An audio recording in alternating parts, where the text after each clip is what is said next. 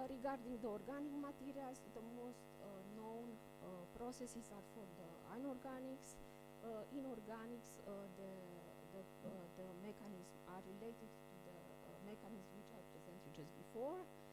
The conditions to have ferromagnetism is that to have a dipole moment, so to have a polar molecule in a structure that doesn't cancel each other, so it has to be a non-centrosymmetric structure, so by dipolar interaction they don't have to cancel each other, and then the mechanism of the switching polarization, it has to be supported by this structure.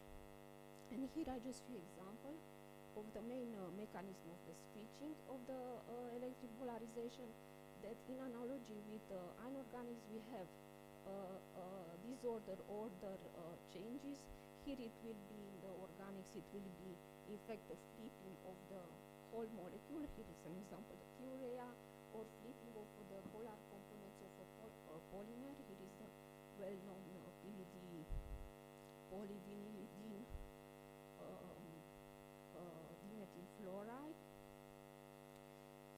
Then we have the displacement mechanism, where an electronic charge is transferred between donor and acceptor molecules in a charge transfer complex, or a displacement of the whole molecule. Here it's in this complex, or the very common thing in organics, or the very common mechanism is the displacement of the hydrogen atoms between molecules which are bonded by hydrogen bonds. This being known, then when we have the ferroelectric and we put it in a junction, we decrease the thickness to have a tunneling current. Then also the IV characteristic changes a little bit, and we have more looking like the characteristic memristors characteristic of memristors curve. And we have the effect of the tunneling electroresistance. That means the resistance through this system depends very much on the orientation of the polarization of this field. And why this occurs? When we have a polarization at the interface between two metals, at the surface of the polarization, depending on the I will explain here, we see it better. Depending on the orientation of the polarization of the ferroelectric field, we will have accumulating charge. This charge then will influence the tunneling electrons, so these charges will really repelling or will attract the electrons. This will this charge will make a screening effect, and this screening will have a different, if we have two different metals, will have a different length that inside the metal. This electrostatic screening effect will increase, in fact, the tunneling barrier, and then we will have an asymmetric tunnel barrier if we have two different metals. It can be also realized with same metal, but the fact that it's very challenging, and the fact that the tunneling current depends exponentially with the width of the barrier, then we will have enhanced tunneling electroresistance effect. So usually when people use two similar metals, then interface barrier, oxide barrier is deposited one interface that to just make the asymmetry of the junction. And here I took an example from the organic polymer, which is ferroelectric. We can see the membristive effect. Here are represented the IV characteristic in a logarithmic scale. They measure the curves varying the apply voltage from +1 -1 up to +5 -5, and we see these steps in the resistance.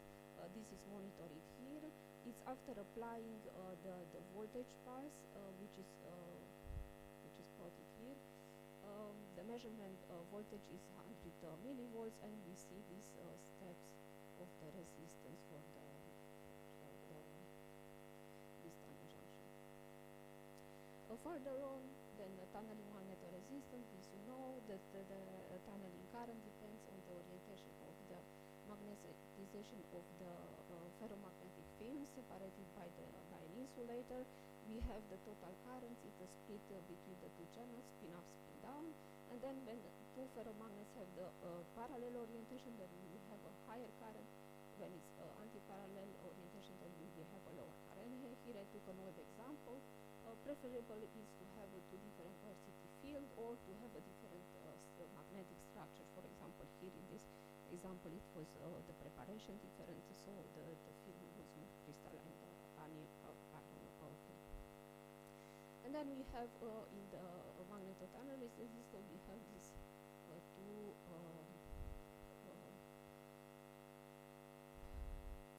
values that corresponds to the antiferromagnet alignment, and here is the parallel alignment of the ferromagnetic fields. Closer. Okay. Okay, so sorry.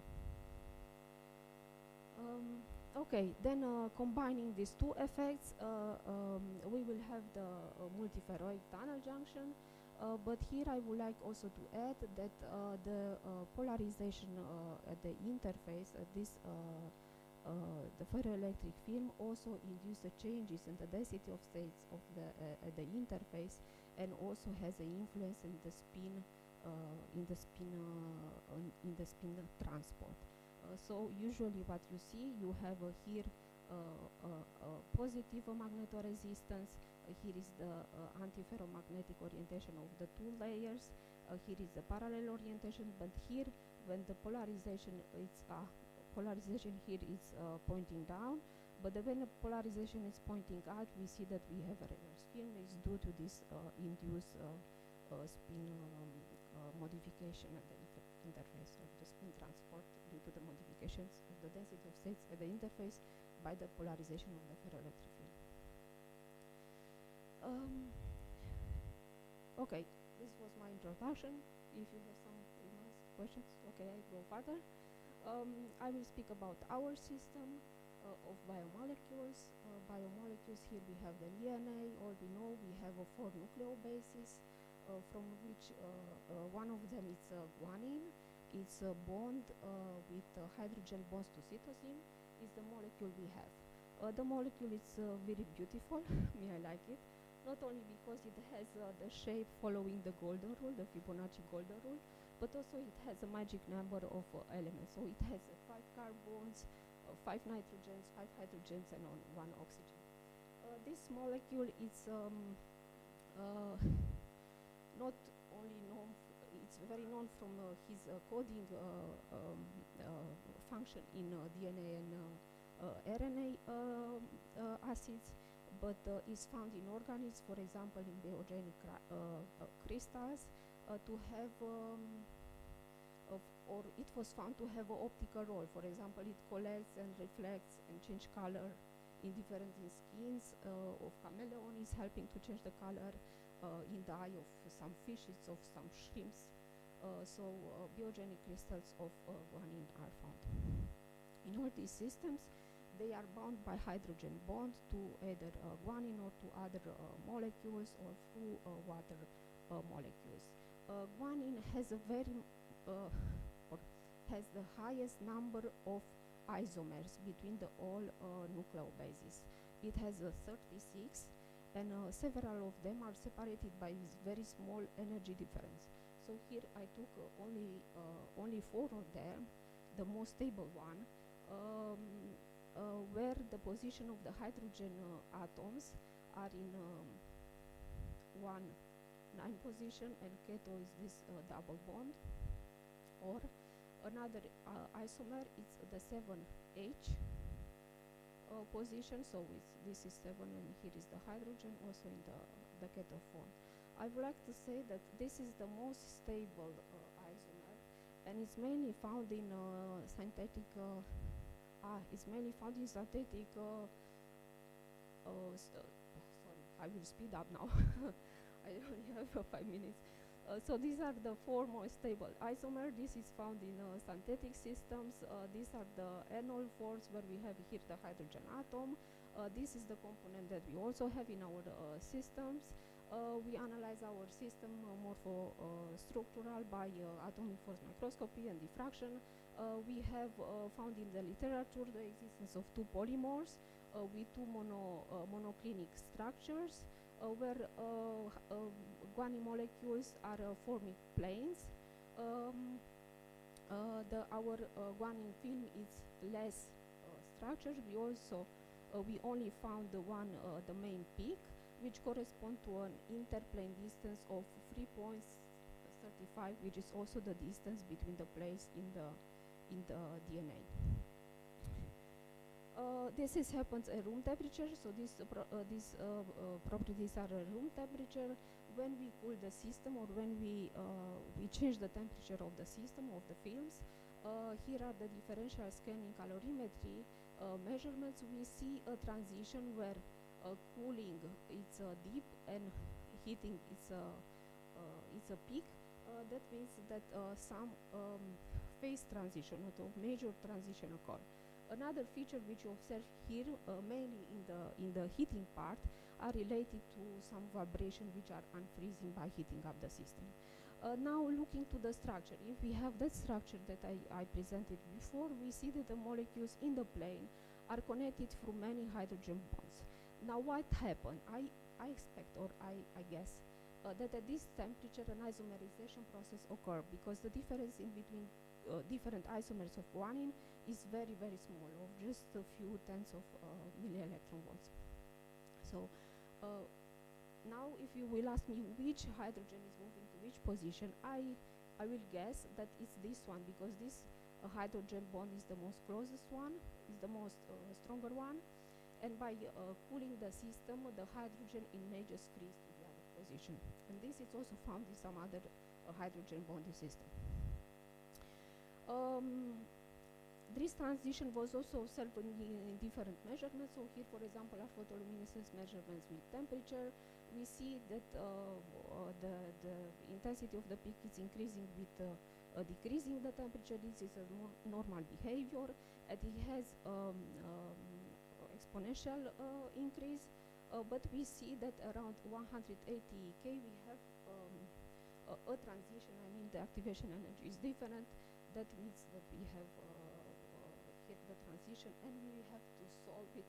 At the moment, I try to do also some calculation to see really what is the energy barrier of the isomerization process and which process occur. Okay, this being said, we also have made electric measurements. It's apply a bipolar single driving signal, and we see the hysteresis curve characteristic for the ferroelectric. With the current curve here lighter. Also the film has a pyroelectric signal, but only below 200 K. This is important. It can be related to the temperature, the transition temperature that I presented before, and also the hysteresis curve show characteristic hysteresis for the ferroelectric up to 200 K, above which we have mainly loss, dielectric loss linear behavior. Okay, measurements at room temperature with PFM, piezo response force microscopy, where AC and DC voltage is applied in this manner. For a characteristic ferroelectric or piezoelectric material, we will have a phase and an amplitude response.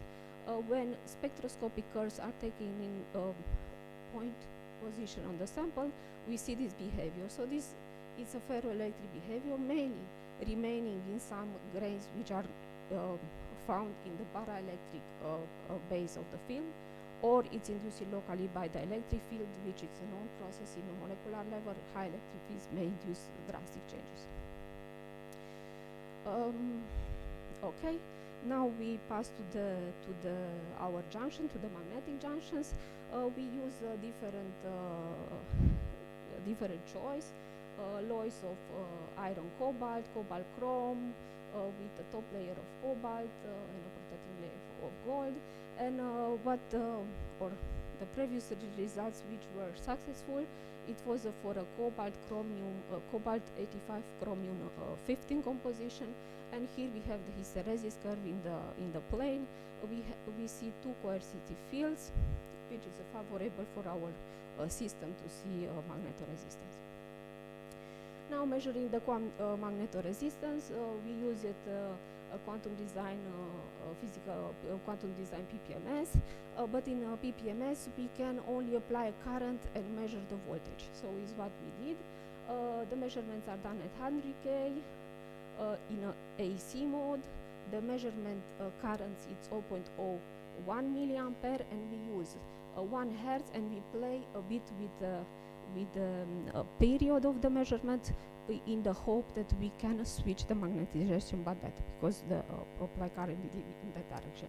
And what we obtain, we see this nice hysteresis that corresponds to the parallel alignment and the anti-parallel alignment of the film, with orientation of the polarization, in this case down. And taking the curves at the higher fields, we see this hysteresis type up to the pulses of 0.061 milliampere, and then the shape of the curve can be reversed. So we have the curves here upstairs where we apply a higher pulse voltage. But this happens only for the period of 1.25 seconds. When we increase here I just took the previous the graph from the previous slide. If we increase the period and a little bit the pulse intensity, we see that the resistance drop drastically. Now, if we calculate the tunneling magnetoresistance, which is the resistance in the anti-parallel state minus the resistance in the parallel state, and the ratio with the parallel state, we see a very, very small values. But we have to take in account that these measurements are done at 100K. The measurement which I showed you before, it was a low temperature at 10K or 30K. And then our system is quite thick. I didn't mention about that. It's about 40-50 nanometers. But this you will say, in the anorganics, I mean, if you have a oxide layer, it has to be in a range of few nanometers. But these thick layers, it was also found I found in the literature in all other systems. So concluding that, we have some electroactivity, we have some thermal effects in the guanine, which we have to explore further or to improve, to increase the blocking temperature, and further on for sure to increase and to understand what happens with the magnetic measurements, to improve the configuration. And I would like to say with organics, they are very soft, so a difficulty is to evaporate the top electrode, because very usually the top electrode is just by evaporating it migrates through the layer, and it shorts the film. And there are also other ideas to continue, and we will try to do our best to understand and to improve this. And I would like to thank my colleagues, which helped me with the samples preparation and characterization for the structure, thermal properties, and so on. Then the electric measurements and the magnetic measurements from the group of magnetists. And I would like to thank one project which I obtained in this subject, and of course to all you. Thank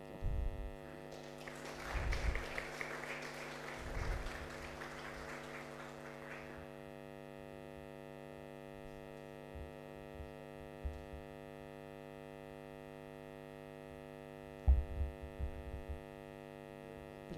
Please.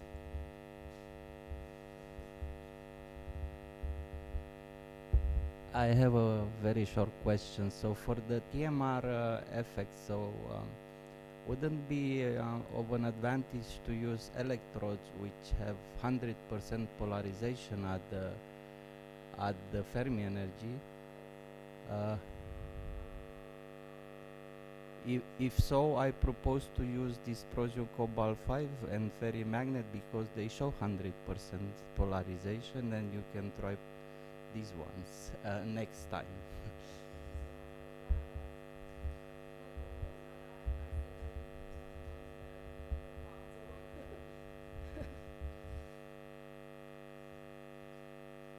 Okay, thank you. Okay, thanks once again. And now we'll switch to online speakers. The speaker will be Herman Suderov from Universitatea Autonoma de Madrid. He will present scanning tunneling spectroscopy of quantum critical and topological magnets. The link between electronic band structure and magnetism will be an online presentation. Herman, I hope you hear us. Please unmute your microphone, share the screen. Thank you very much. We have the connection, we have the screen. We can start. Okay, great. Thank you very much. Can you hear me well? Is it okay? Yes, it's okay. Yeah, great. Okay, thank you very much. So thank you very much for the introduction. First, I would like to start, of course, by thanking the organizers for giving me the opportunity to present our work here. So I would really love to be in Romania. It would have been my first time, and I hope that at another occasion it will be possible. This time something else crossed, and I was really something personal, and I was really unavailable to travel. So I apologize for this. And well, nevertheless, I hope that you can hear me well and that we can have some discussion during this time. So I have a little bit changed the scope of my talk, and I hope that will become clear later on. So as you see here, I'm based in Madrid, and let me start by thanking the people with whom I collaborate. I would like to thank especially Edwin and Beilun. Particularly, Edwin has been very much involved in the things which I am going to talk to you. And there is a very strong collaboration with the people in Grenoble and with the people in Ames, particularly in the point of view of magnetism and superconductivity. And there are also collaborations in intensity functional theory with the people in Sweden and in Madrid and in the US and in South America. So I would like to start by thanking this. So as I said, I have switched a little bit the scope of my talk, and the reason is that I would like to talk about two systems, one which is uranium-based and another one which is cerium-based. So the reason for that is that I think that with this I can give an overview of what we can do with our technique with the scanning tunnel microscope, and also because there are results, particularly in the uranium system, which I think are very important and which deserve to be presented. So let me start by showing this cartoon figure, which was made in the year of the periodic table. So people just show the periodic table to the grandmas, the children, and so on, and they realized that with the usual arrangement, the eyes of the people stood here. And this is not bad because it's transition metal, which is not bad for us. But of course, the rare earth, which is also quite important for us, were not that important in the mind of usual people. So they proposed, in order to change in the mind of people outside science. So they proposed to change the periodic table and to turn it upside down. And in that case, you see that the rare earths become a focus, and this will be the focus of my talk. So the rare earths, I will focus on the case of uranium, where you are going to see that the F electrons are actually very close to the Fermi level, and they make part on the electronic properties. In the case of cerium, there are very strong hybridization effects, which lead to magnetism and to other effects which I would like to talk. So first of all, let me give an outline of my talk. So I will make an introduction to what we are searching in this case, or what we have found in this case. So we have found for the first time, we think, a two-dimensional electron gas made of highly correlated particles, which provide effective masses which are 20 times the mass of the free electrons. And then, in order to connect with the subject of this meeting, and also in order to reinforce the idea of the two-dimensional fermions, I will also show you what we can learn about bulk magnetism using the techniques which we are using. So let me start very simply, if you want. I think that everyone knows that if you take a periodic potential, then you have the solution of it for the electronic wave function, and these are the Bloch solutions, and there is the gap which opens and is given to is related to the size of the periodic potential. When you come up to the surface, there is an additional solution. There is a surface state which appears and which only exists at the surface. And if you discuss the dispersion relation, you have this dispersion relation, and then when you take a look on this stage here, which only at the surface, you have a dispersion relation which is located inside the gap of the bulk electron dispersion. So you can have surface states, and these surface states can be imaged using a scanning tunnel microscope. So using a scanning tunnel microscope, you measure the density of states, electronic density of states at the surface, and you see this kind of wiggles. So in some systems, so for example, in the very simple system copper, you have that at some positions, particularly along here, there are no states in the bulk. However, there are states in the surface, and you can see these states in the surface by tracing the wavelength which you obtain from these images, and by tracing this as a function of the bias voltage, so as a function of the energy. So you can very nicely follow these surface states.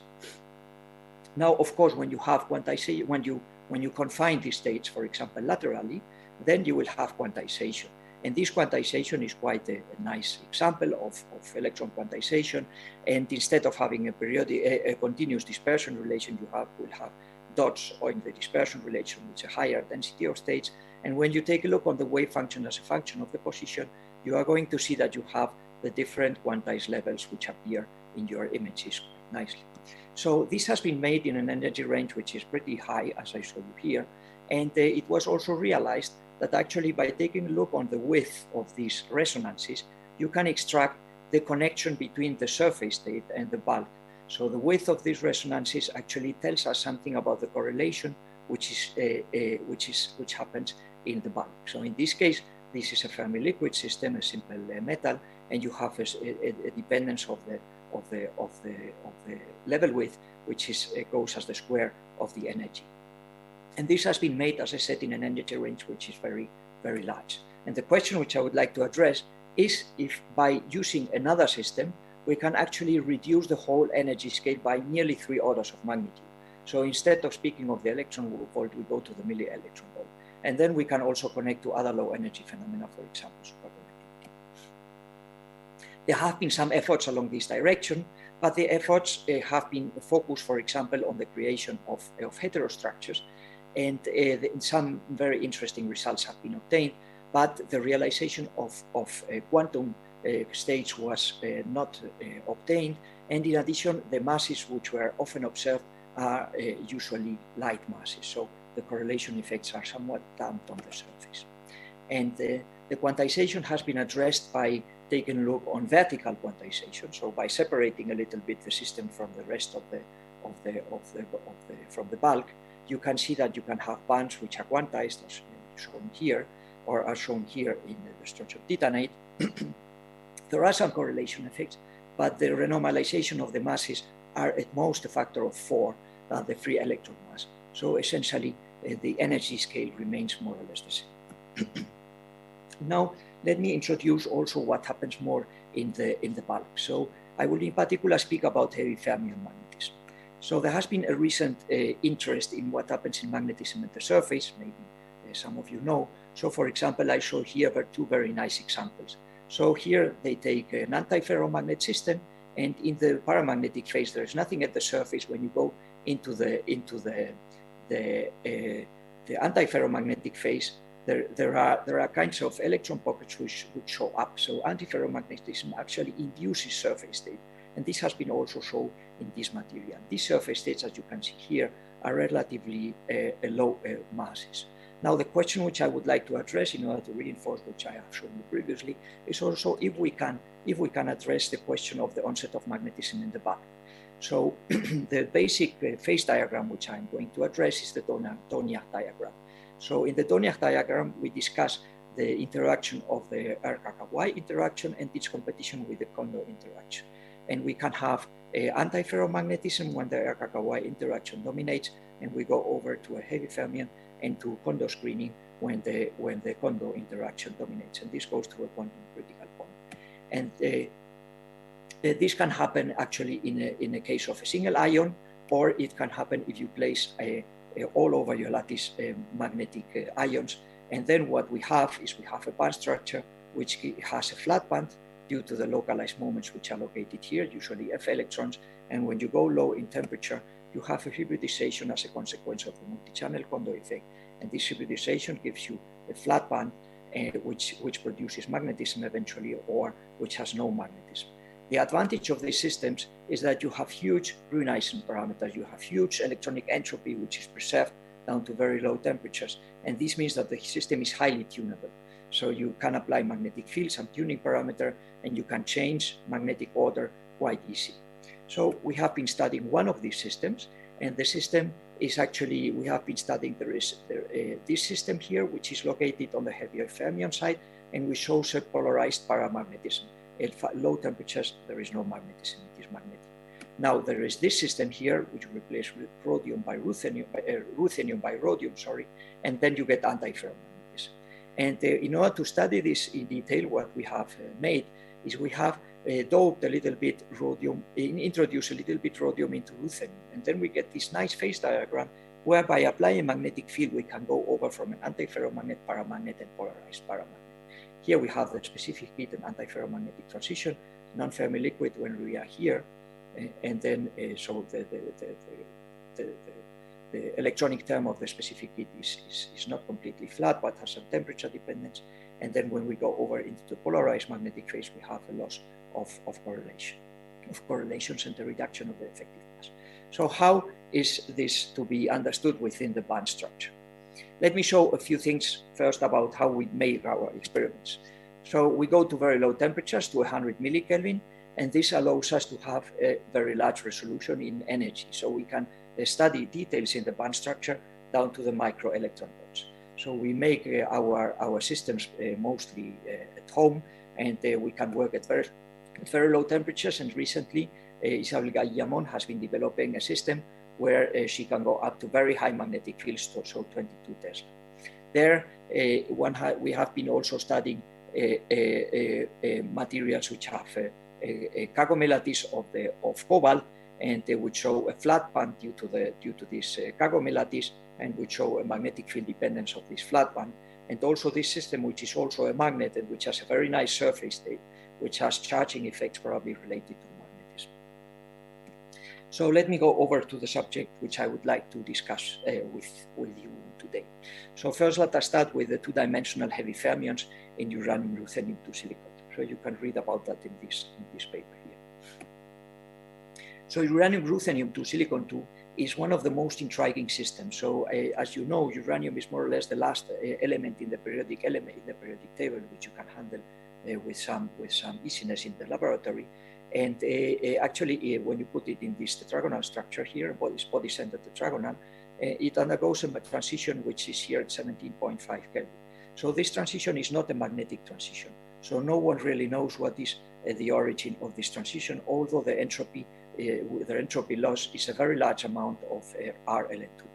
So it's a very large effect, and it's very probably some new sort of multipolar arrangement. So instead of having dipoles as you have in magnetic systems, and you have antiferromagnetism, for example, here you have some sort of antiferromultipolar effect with others. So this has been the focus on many different experiments, and of course there have been many studies of its surface. So for example, I show you here ARPE studies. There are many surface states which appear along different high symmetry lines of the Brillouin zone of the system, and all of these surface states are light surface states. So they contrast the actual values of the specific heat, which provides pretty high effective masses. So this is 100 times larger than the contribution to the specific heat of free electrons. So these surface states were kind of related to some extent to the bulk properties, but not directly. Then there have been tunneling spectroscopy experiments where it has been shown that this new order is also related to a gap. I will come to these kind of features and discuss them more closely in the second part of my talk, also on this feature here. Now I will consider these features here just as a background, and we will focus on what happens here at very low energies in the millivolt range and at very low temperatures at 100 or 200 millikelvin.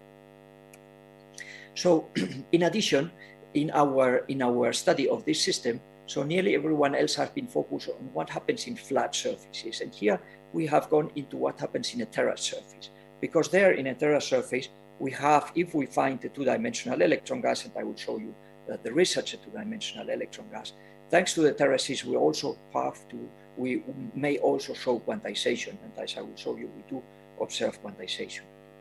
So for example, here, I show you a trace of the conductance as a column map. This is the conductance as a column map. This is the bias voltage you see in a very low energy range, so below a millivolt, and this is the distance. So here it goes from here to here.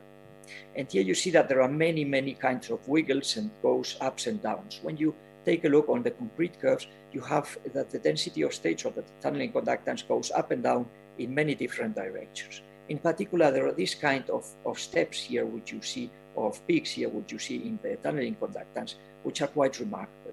So when we saw that, it was at the beginning kind of difficult to understand, but we started working on that with detail. And actually, if you take a look on what happens on one terrace here, and you realize that there are kinds of spots here, which you can identify here using these white dots. And these spots are kind of separated in energy. There is a background by edge states and also by the bulk here and here, which as I said, I'm going to discuss later. So if we remove this background, we immediately see all the quantization effects. So we can actually, the difference between here and here, we can go to reciprocal space, and from here we can plot the band dispersion. The band dispersion provides an electron mass which is 17 times the free electron mass. So it's really highly correlated system. And we can go over the gain of the two-dimensional electron gas with pretty much detail. So for example, we can study the resonance, the width of the resonance here, and let us first study some traces of this, and you can see that we can discuss these traces using simple interferometric expressions. So we can also discuss the reflection coefficient. So this is what happens when you have copper, for example, and this is what happens in our case. So you have a very strong energy dependence of the reflection coefficient in a very small energy scale, which is absent. You can also discuss the height of the reflection coefficient pretty nicely, and we can also discuss the resonance. So here you can see how the resonance varies as a function of the energy when you increase actually the energy. And you see that if you try to plot with a non-correlated system, just a two-dimensional electron gas, it doesn't work. You really need electron-electron correlations, which are actually stemming from the bulk. And this also explains this finite value of the reflection coefficient, which is just a detail of the physics of the two-dimensional electron gas, but a very nice one. Now, does this two-dimensional electron gas pop up in calculations? Of course it does. There is one place in the well, we did not know, but fortunately enough it does. So there is one place in the band structure where there are no bulk electrons here. So our friends in theory, they took a look on what happens at the uranium surface exactly at this place, and they found a heavy electron state which derives from the 4F uranium electrons. So there is one puzzle which has been there for a very long time in heavy fermion physics, in all these materials, also when antiferromagnetism coexists with superconductivity, or with ferromagnetism coexists with superconductivity, as is the case in uranium, or when strong ferromagnetic correlations coexist with superconductivity, as is the case here. But generally, it has been shown that when you go into the superconducting phase, the structure associated to superconductivity is really something which is very tiny. So these new measurements allow us to understand this in quite a detail. So this structure contrasts to what happens in all kinds of other materials. These are all measurements which we have been making in Madrid. So when you have that the Fermi level is relatively high, so you have nice bulk opening, nice gap structures which you observe when you do a surface measurement, as I showed you here. So the observed tunneling spectroscopy structures in the heavy fermions are also completely incompatible with the specific heat, which tells us that there are no states when you go into the superconducting state. Now, the way to understand this is to usually you take the tunneling conductance, and to calculate the tunneling conductance here, you put the density of states.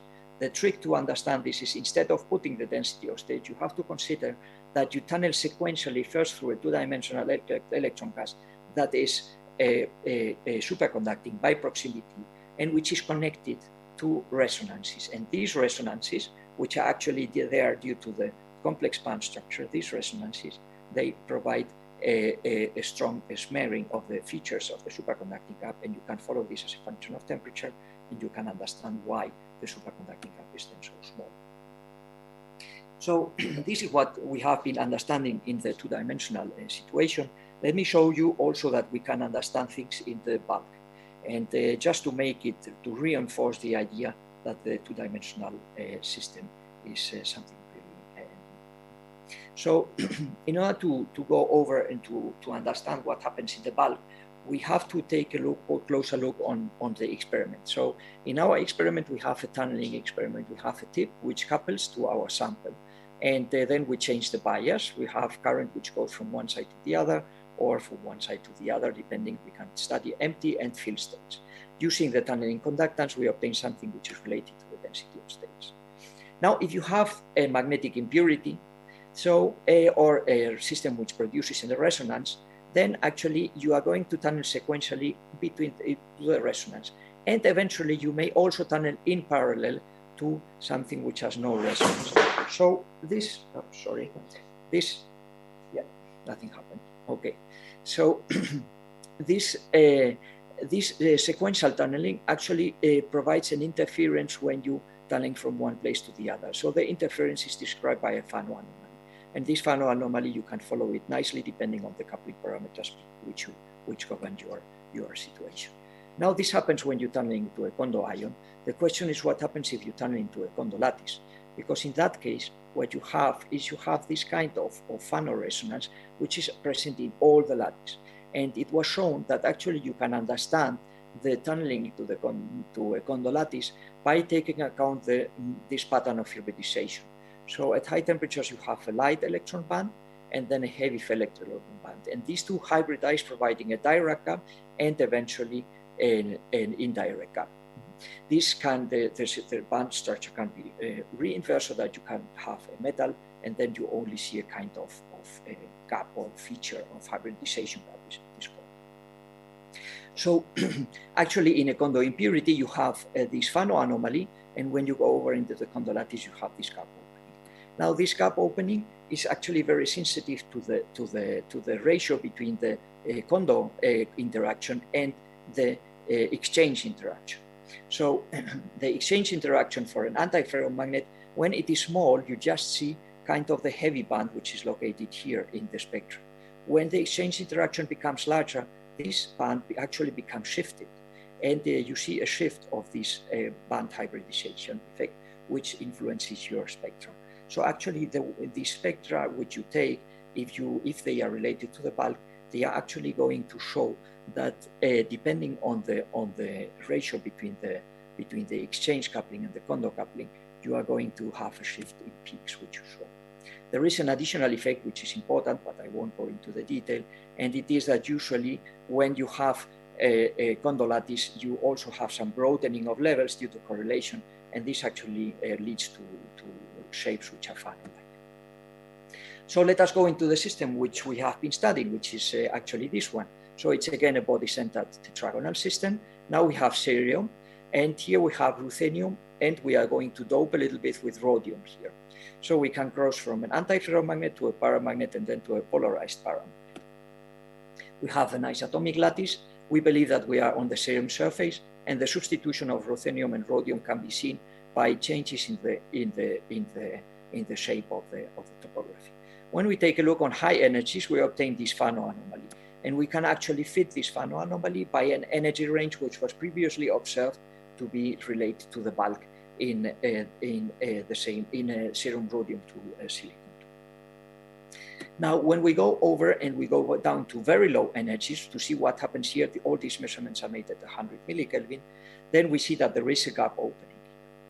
And this gap opening is related to the onset of interactions in the system.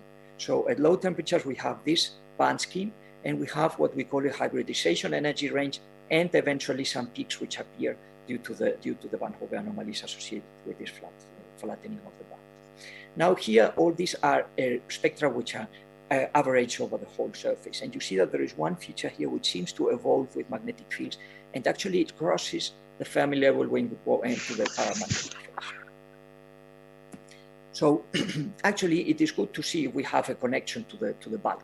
So people have been measuring the thermal power, which is actually related to the derivative of the density of states. So we plot the second derivative, or the derivative of the tunneling conductance, which is the second derivative of the current. We see that it decreases and changes sign more or less in the same way than the thermal power does. So now here we can see now how the conductance curves look at the local level. So here I am exchanging a conductance map made at 2 millivolts, so exactly at this point here, with a map of the topography. So you can see when we have here dark areas, we have curves which are like this. When you have bright areas, we have curves which are like this with a nice peak which pops up here.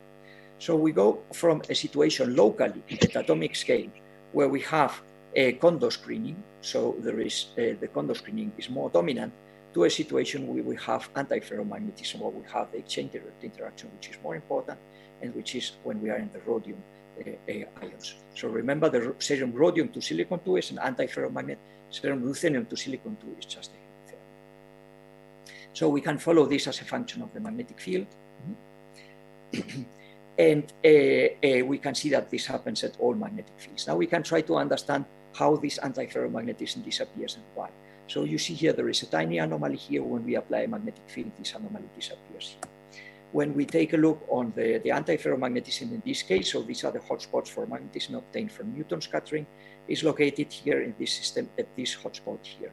So it's an incommensurate antiferromagnetism along the z-axis. When we apply a magnetic field parallel to the z-axis, we orient the moments and we got a change in the hybridization pattern, which produces the paramagnetic phase. We can further go over and see what happens. Yes. I hear some noise. Is it okay? I think I will finish now. Yeah, okay.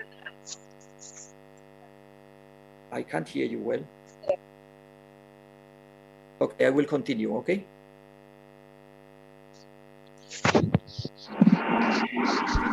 Please, Andrea, mute you. Andrea. Yeah. Okay. Yeah. Yeah. I just have a. Please go on, please. Okay, thank you very much. Let's just have a couple of transparencies and done. So we can also follow this nice feature here in the system, which is a condo lattice system, and then we see that actually it splits by a magnetic field, and when they enter the polarized paramagnetic phase, this peak actually goes through the Fermi energy, and we have this nice transition. So this transition has been shown to be associated to large changes in the Fermi surface. So with this, I come to the conclusion, and I would like to also to mention that there is a COST program which allows exchanges all over Europe. So Adrian knows a lot about it, and there will be the COST program will have a continuation from 2022 on, and you are of course all invited to participate in the program. So with this, I think I thank you very much for your attention.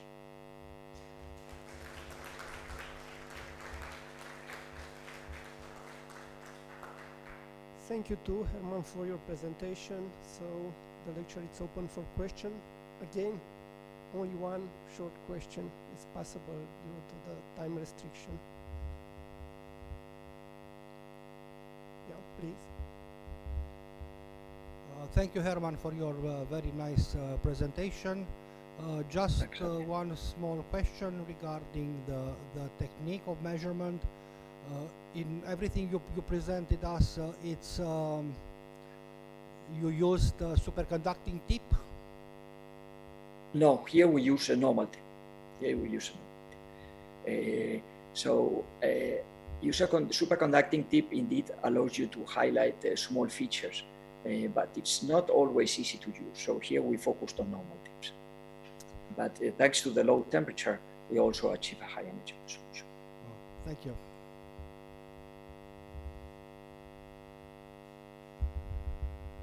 Okay, thank you very much.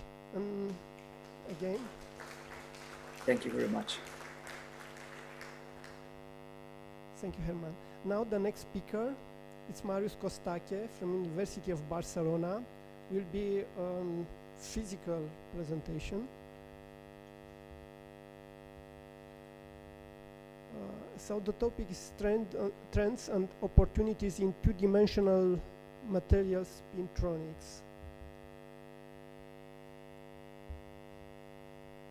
Please, Marius.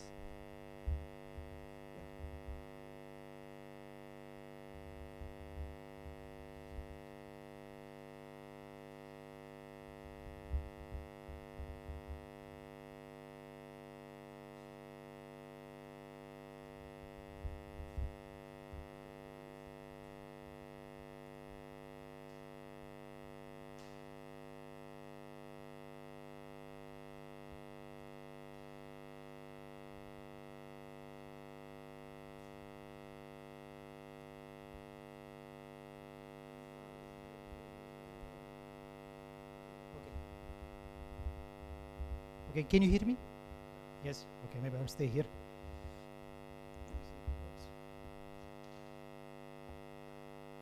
Okay.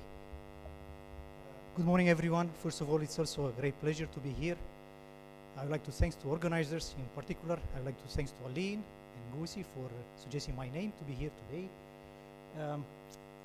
As also in my case, I spent 5 years on this campus, so it's a really great pleasure to be here. It's the first. The research center is the place where the first time I entered into a research lab, where I learned how to do the measurements and all this stuff. In fact, yesterday I find the proof, you know, that this is true. So back in my undergraduate study, you know, I did my undergrad thesis here at this research center, no? In fact, in the group of Dr. Pintilie, but the connection here, like maybe my colleagues remember, was our professor Jorge Alexandro. Yes, but excuse me? What? Okay. So, but please don't ask me a question about this work. It was a long time ago. So let's move on. So I'm going to talk today. By the way, I'm coming from University of Barcelona, where I recently moved. But in the last 10 years, I was working on the research center nearby called ICN2, Institute of Catalan of Nanoscience and Nanotechnology, in the group of Sergio Valenzuela. So today I'm going to talk about a subject of my research, you know, which are 2D materials and spintronics. This is 2D material these days probably is the hottest topic in condensed matter physics. Many researchers are working on this topic. You know, spintronics a bit older, but interesting as well. So why are they important? What is the motivation for 2D materials in spintronics? You know, from application point of view, we have many applications. You know, display, energy, environment, you know, mobile communication, memory, you know, for these two areas. And also from a fundamental research, you know, we have already, you know, 3 Nobel Prizes, one for spintronics, giant magnetoresistance, Albert Fertel, Peter Grunberg. Then we have Nobel Prize for graphene, for topological isolators. And, you know, you never know, there's a slide later on about this new hot topic on twisted graphene bilayer. And well, I'm interested in 2D materials, but from a point of view of spintronics and magnetism. Yes. So I'm going to start with a motivation. Basically, it's an overview of 2D materials from a spintronics point of view. Why spintronics is important? Why 2D materials are important? You know, we cannot discuss about the spintronics or nanoelectronics without mentioning Moore's law and the future of electronics, and spintronics from materials to phenomena application, and about 2D materials. Later on in the second part, I'm going to present 2 examples, you know, 2 experiments that I also participate at ICN2. You know, it's about combining spintronics and 2D materials. First of all, proximity, spin-orbit interaction, graphene, and other 2D materials, and the other one, spin-to-charge conversion. So the question is why work on spintronics and 2D materials? As mentioned, the future of nanoelectronics, it is related with Moore's law that states that every 2 years, the number of transistors on chip, it doubles. And of course, the doubles doesn't mean that you put more transistors there, no, because otherwise the piece will be so big that it will not be possible to work, but the transistors shrink in size. No? So we are talking about end of scaling. No? And this is the trend in the last 5 decades. We see this behavior, no, this is a log scale, no? So it's a double every 2 years, and we still continue, but continue shrinking the size of transistors, yeah? And this cannot continue forever. No? We're talking about the size of transistor few nanometers these days. No? In the same time, another issue that partially was solved was the clock speed of the CPU. Now, as we see here, around 2004, the clock speed, it's saturated or stopped around 3 gigahertz, and this is related with the heating. If you want the electrons to move faster, you need to apply acceleration voltage higher, so needs power consumption, and then heat dissipation. So now we have, this multi-core architecture of CPU. So for a moment, this thing is solved, yes. But end of scaling is still there, with this progress, what we witnessed, like every 10 years, we have another machine systems, yes. So, but the question is, what is beyond, this silicon? No one knows at this moment. Can have different materials. I think these new materials are important from this point, or different technologies, yes, like Spintronics technology, yes. Talking about the end of scaling, I'm referring to a paper that appears in IEEE Spectrum a few years ago, where the two major players on CMOS technologies, that is Samsung and Taiwan Semiconductor Factory, they discuss this is a percentage, in power consumption and performance versus the node, or let's say the size of the transistor. As we see here, going from 10 nanometer size to 5 nanometer size, we see an improvement, in performance, in power consumption between 10 and 20%. So it makes sense always to shrink the size. But keep in mind here we have 5 nanometers, and between 5 and 0, there are not so many numbers. Yes. So then the question is, what will happen in the future? Yes. So is Moore's law reaching an end? Probably in the future. Yes. No. Having few nanometers between source and drain, we know that all these quantum effects, quantum tunneling, are important. To fabricate this CPU are also very very expensive. The cost of fabrication plant is between 15 and 20 billion euros. And are only 7 companies in the world that afford to pay this amount, of money. And going to lower size, also the techniques that we used before, like optical lithography. Now we discuss about deep UV and so on and so on. Yes. So we need a wavelength shorter and shorter. So it's a challenge from all points. So how is going to evolve? Yes, the question. So maybe we'll continue, and for sure continue, to have electronics based as now on charge of electrons. But maybe we'll not go on in silicon. Maybe other materials are important too. For example, 2D materials. Or we use classical electronics, but not based on the charge, maybe based on the light, it's a long dream, of building a computer that works for light, IBM shows that, but the problem here is that we still don't have a transistor, similar to transistor for light, switching light on and off, it's very slow, yes. Although the connectors between different CPU, we can make it, with light, So, but also spin is important, I mentioned light, spin, another variable, the spin of the electron, could be used. Quantum computing, these days we also witness a race, who will be the first quantum computing. We have many companies, many countries, China, Google, and so on and so on. In Spain, we also have companies, trying to build a quantum computing, and is the future. I didn't mention artificial intelligence, also something hot at this moment. But in my personal opinion, the future will be no one type fits all. What I mean by this is that we will not have, as we have now, a transistor that we use for memory, for computing, for everything. We have different devices, for variety of functionality. I think this is what and we don't see here. So I think this is the future.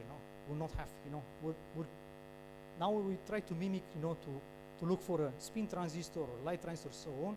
But I think I'm not so sure if this is the right direction. Talking about spintronics, the most common example of success of spintronics, it's the red sensor of a hard drive. Here we have Peter Grunberg. So the sensor here to read the information from a hard disk, is based on TMR. Is based on we have it here on spintronics technology. And for this, Albert Fert and Peter Grunberg award Nobel Prize in 2007. So some of the advantage, of using, spintronics. First of all, it's non-volatile. And this is enough because you don't have to apply always a voltage in order to get the memory there. No, magnetism also allows small scales, so low power transition. We hear today, the future, the first talk I think was molecular spintronics. Of course, it's the same as electronics. You want to go smaller and smaller, but it can be smaller than a molecular atom. Yes. So, but now what is also an active area on spintronics are called embedded MRAM. Yes. So what I mean by embedded, so far, except SRAM, we have the CPU, together with SRAM. SRAM contain many transistors. It's expensive, So, and we have the DRAM, which is cheaper, but it's outside, So embedded MRAM means that you put the memory, the MRAM, together with the CPU, And this is an example from IMEC, a schematic where you have the standard CMOS process, and at the end of line, here, we put our memory there, So we put an MTG, junction here, And this is the integration, yes. And this is an example, a TM image of a embedded, MTJ, MRAM junctions into the CMOS technology, And different companies, many companies, are involved. I mentioned already IMEC. This is a picture from IMEC, Everspin, Samsung, and so on, are working on this, And this is, that's why it's, sometimes called, second revolution, because, people are very optimistic on creating this, So why is important, So here we have the architecture, of the core, CPU, the cache, and then the memory, here at this moment, we have, a gap between, the embedded part, and stand alone, yes. So we see this gap, can be filled by MRAM, yes. So we have inside of the chip, we'll have, an MRAM memory, non-volatile MRAM memories, yeah. It is supposed to be in the next few years, yes. And of course, non-volatile has higher speed, and so on and so on, And again, there is a gap between DRAM and hard drive, and also can be filled by these memories, non-volatile memories, not only MRAM, no resistive, phase change memories, and so on and so on. Yes. So, but spintronics is not only about memories, we have magnetic sensors, And today you buy a new car, you have a computer there, and it has many hundreds of sensors, And these are magnetic sensors based on spintronics technology, Already I mentioned about hard disk, MRAM, storing, transmitting information, RF devices, A typical device, if you pass a current through the system, because the magnetization rotates, you can have, a voltage, an AC voltage, And also about computing, There's efforts from Intel, on logic devices, for example, Meso, projects, And on all these applications, 2D materials can improve and enable new functionalities. Now about 2D materials, as maybe everything started, 2005 or even before, with the isolation of a single layer of graphite, yes, which is graphene. So here, why I think it's exploded, this area is because simplicity to make devices. You don't need an MBE, a CVD, and so on. Simple. Take a Scotch tape, take graphite, which normally we have in the lab. Exfoliate. And here is the optical image, of different layers. I think this is the most faint one. I think here is the single layer, they have bilayer and so on, And because of this, not only because they isolate, also because the properties of graphene, Andrei Gaim and Konstantin Novoselov, they received Nobel Prize in 2010. But as I already mentioned a little bit, and to my surprise, because I imagine that, will come a new material, a new 2D materials with wonderful properties. What is hot now and what is interesting now comes again from graphene. The work pioneered by Pablo Jarillo, a Spanish scientist, Spanish-American probably now, scientist, what he discovered that if you have two layers of graphene, one on top of the other, and you rotate with a very small angle between one another, here we have the density of states, we have the dispersion relation, which we know in graphene has a linear dispersion relation. We have these 2K values, without entering detail. What they found is that this density of states, become flat, So what basically means that if you have flat density states, you don't have the electrons, they don't have kinetic energy, they don't have velocity, no? So basically they have a lot of time, to interact there. So people, are working now, discovering, superconductivity, strongly correlated physics, a lot of very nice and fundamental, physics on this system too. Again, it's only graphene, 2 layers of graphene twisted by a small angle.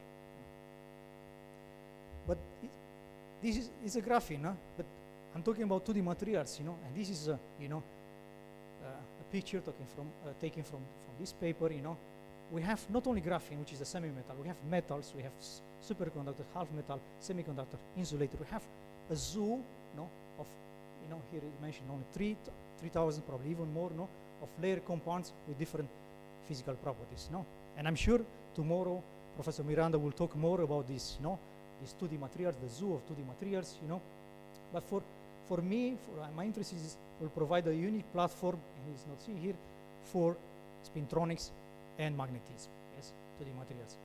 So why are important, for spintronics? Take for example of graphene, 2D materials, I mean these layers material that are bonded by the weak van der Waals forces, so easily you can exfoliate mechanically. This is an example of graphene, have in-plane covalent, very strong bonds, out of plane van der Waals, Why it's important for spintronics? Because I had a low Z, low atomic number, has a low spin orbit coupling, so it's excellent, as a channel to transport spin, There are predictions that the spin lifetime, the time that can spend the spin inside of this material, could be, hundreds of microseconds to milliseconds, and this is very, very long, and hundreds of micrometers for spin relaxation lengths. This is graphene. Now we take HBN. Normally, graphene HBN, they come together. This is an insulator, has a very large band gap, about 6 electron volt, and is ideal for spin tunneling barrier. Then we have TMDC, transition metal like chalcogenides, 2 atoms, 1 heavy atoms, 1 chalcogenide atoms, So what they have, these materials, they have high spin orbit coupling. And these are, as I'll show you in my example, these are good for spin manipulation, for optical manipulation of spin. And in tungsten diselenide is the material that was measured quantum spin Hall effect up to 150 Kelvin. Yes. We have also 2D magnets, of course. As I mentioned, we have everything. These are 2 examples. Magnetization curves here, Moog magnetization curve. For 1 layer, it shows ferromagnet, 2 layers anti-ferromagnet. What is interesting, of course, it's a magnetism, non-volatile material, can be used for spin filtering, can be used as a 3D metals, for spin injection detection, also can be used for voltage control, because these are semiconductors, so applying a gate voltage, you see, can go from a ferromagnetic state to paramagnetic states, and this you cannot do it with cobalt, iron, and so on, because these are metals. Yes. Another class of materials, topological insulators. These are materials where, in principle, the bulk, should be an insulator, and only the surface will conduct, electricity. And this is a 2D, and this is 3D. So this is a conduction band, valence band. It's a gap, a bulk gap, and you have these surface states. What is important is the momentum, the spin are blocked or locked on these materials, so we can have, a new source for spin, a spin generator. So these are only the materials, take it one by one, individual. But now we can think about it. Let's make it hybrid devices, heterostructure. Let's put graphene on top of superconductor. You get graphene superconductor, and so on. You put a magnetic material on graphene, you get magnetic graphene, And this is something that Richard Feynman, he mentioned, long time ago. What could we do with a layer structure with a just right layer? Basically, this is what we do now. We put, you see, all these layers, like these Lego pieces, one on top of the other. So far, he advanced this idea. What will be the properties of materials if we arrange atom one by one? We are not that yet, but who knows in the future we can arrange atoms one by one. So now, as an example, I have 2 experiments. I'll not have time to discuss the second one. Let's say the first one, the work performed on ICN2, as I mentioned, in the group of Sergio Valenzuela, and as I mentioned, graphene spintronics is very important, you know, as a spin channel. No? This is a device, a schematic device. What we do, we take a graphene, you know, flake, we put 4 electrodes, you know, 2 of them are ferromagnetic material as a source of spins, and this is an optical image. No? I hope you can see here, you know, this graphene flake, it's CVD, so we etch it, we can make it as big as we want, you know. You see this is about, you know, 100, 200 microns, you know, and we have these narrow strips here, which are the ferromagnetic electrodes. Yes? So how we can inject spin? No? This is a simple property. No? Before was mentioned TMR, it's something similar. If you put together a ferromagnet and graphene, you know, a ferromagnetic material, no, like iron, cobalt, and so on, a 3D metal, no, we have a Fermi level. The density of states are different. Yes, because you have this exchange splitting here. No, so you have, for example, more spin up than spin down. Imagine you pass current from this material to a material that it's a paramagnet, it's a normal metal or a semi-metal. No, this spin imbalance that is sitting at spin a Fermi level will be transferred into this material. Yes. So we have a one spin injector. We have the spins that, you know, inject here. They don't have enough time to relax, so they are going to diffuse, you know, on both sides, you know. And further away, you know, we have another detector, another magnetic material used for a spin detector. No? And this is sometimes called, because we separate the charge current by spin current, this is a pure spin current. No? So no charge flows in this direction. No? We can understand as well by using like chemical potential. No? So we have our, we call it non-local spin valve, you know, device. You know, or inject current in one side at this point, at this injector. The chemical potential for spin up and spin down shows like this. You know. So what we measure, you know, assuming that this one is further away or it's a normal metal, we measure the chemical potential at this point relative to this one. No? So we measure this chemical potential. Now if we reverse the magnetization of the detector, no, was parallel situation, now it's anti-parallel, we're going to measure between down and up, you know. And this is a typical measurement. Basically, we look at the voltage in order to measure in this non-local geometry, you know, function of magnetic field. We need a magnetic field because in this way, we control the magnetization of these two electrodes. No? We have a parallel situation, we have a resistance, we have anti-parallel situation. No? So making devices with different distance between injector and detector, using a simple calculation, you can extract the spin diffusion length. This is the distance for which, you know, the spin travel from A to B. Yes? And if you want to make devices, no, this is important. You don't want to have this parameter few nanometers, because then you cannot make devices. No? Another property is that now, if you apply magnetic field, this is an angular momentum, you know. So this is our device. You apply magnetic field, the spins start to precess, no. And this, now you apply magnetic field perpendicular using again simple calculation, no.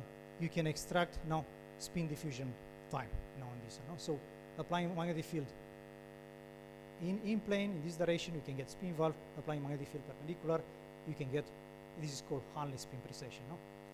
And this is like a state-of-the-art, graphene spintronics, no?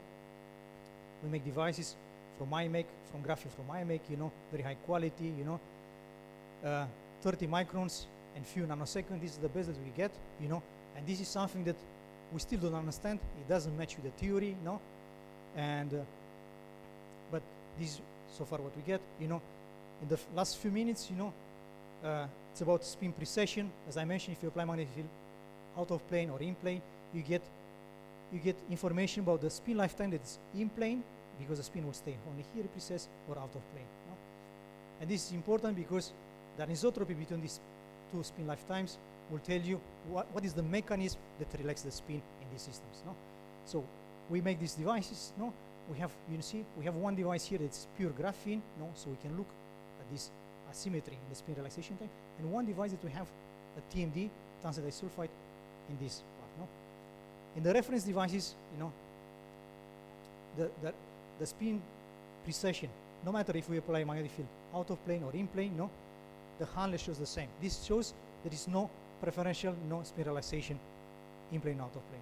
But now, if we look at the graphene TMD devices, no, what we see here, no, if the spin stays in plane, no, we have a very small signal, while out of plane, you know, the signal is very big. This tells us, no, there is a preferential direction when the spin comes here, you know. If it's out of plane, will travel for a long distance, while if it's in plane, will decay. I'm not going into detail. We can discuss later what is the mechanism, you know, explain this one. And the last slide before ending, you know, is for the second experiment, you know.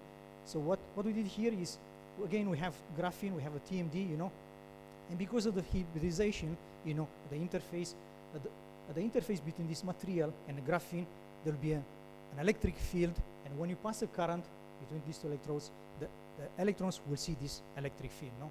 And basically, you know, will act, you know, as a, let's say, as a Rashba field, you know, and this will polarize, you know, these are the spin direction, no?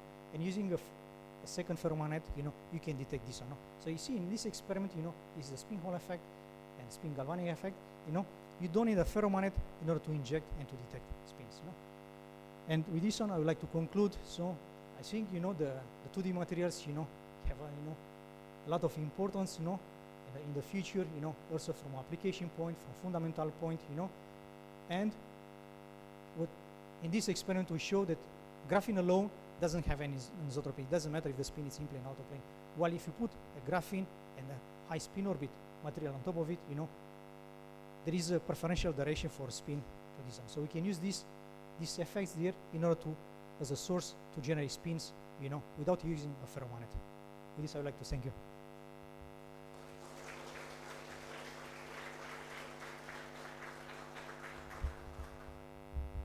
Thank you very much for this overview on spintronics with 2D materials. So again, time for only one short question.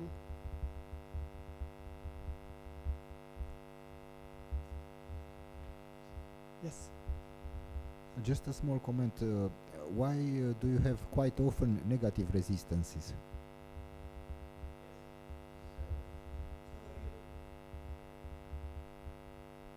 This is not a resistance itself, no? Correct, yeah, yes. It's a non-local resistance. Basically measures the difference between chemical potential ups or down. Yeah, so it's, yes. Thank you.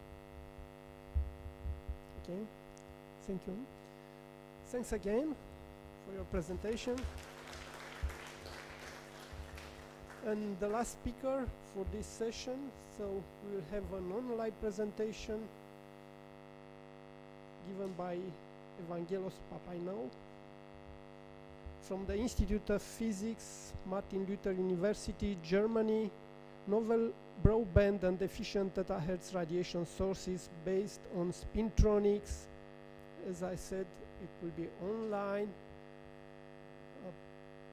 Please, Evangelos. Yes, we see your presentation. F5. Okay. Okay, and just to hear you. Can you hear me? Yes, it's nice. You can go on, please. Okay. Okay, thanks, Chairman, for the introduction. And I thank the organizers, especially Ovid Rizan, for this invitation. Unfortunately, certain circumstances did not allow me to travel. So I will spend just 1 minute to introduce myself. I'm Evangelos Papainou from the Institute of Physics here in Halle. Let's make this also this laser pointer. And for those that, just a moment to fix my screen a bit, because I seem, no, I want to minimize this. Just a moment, please. Some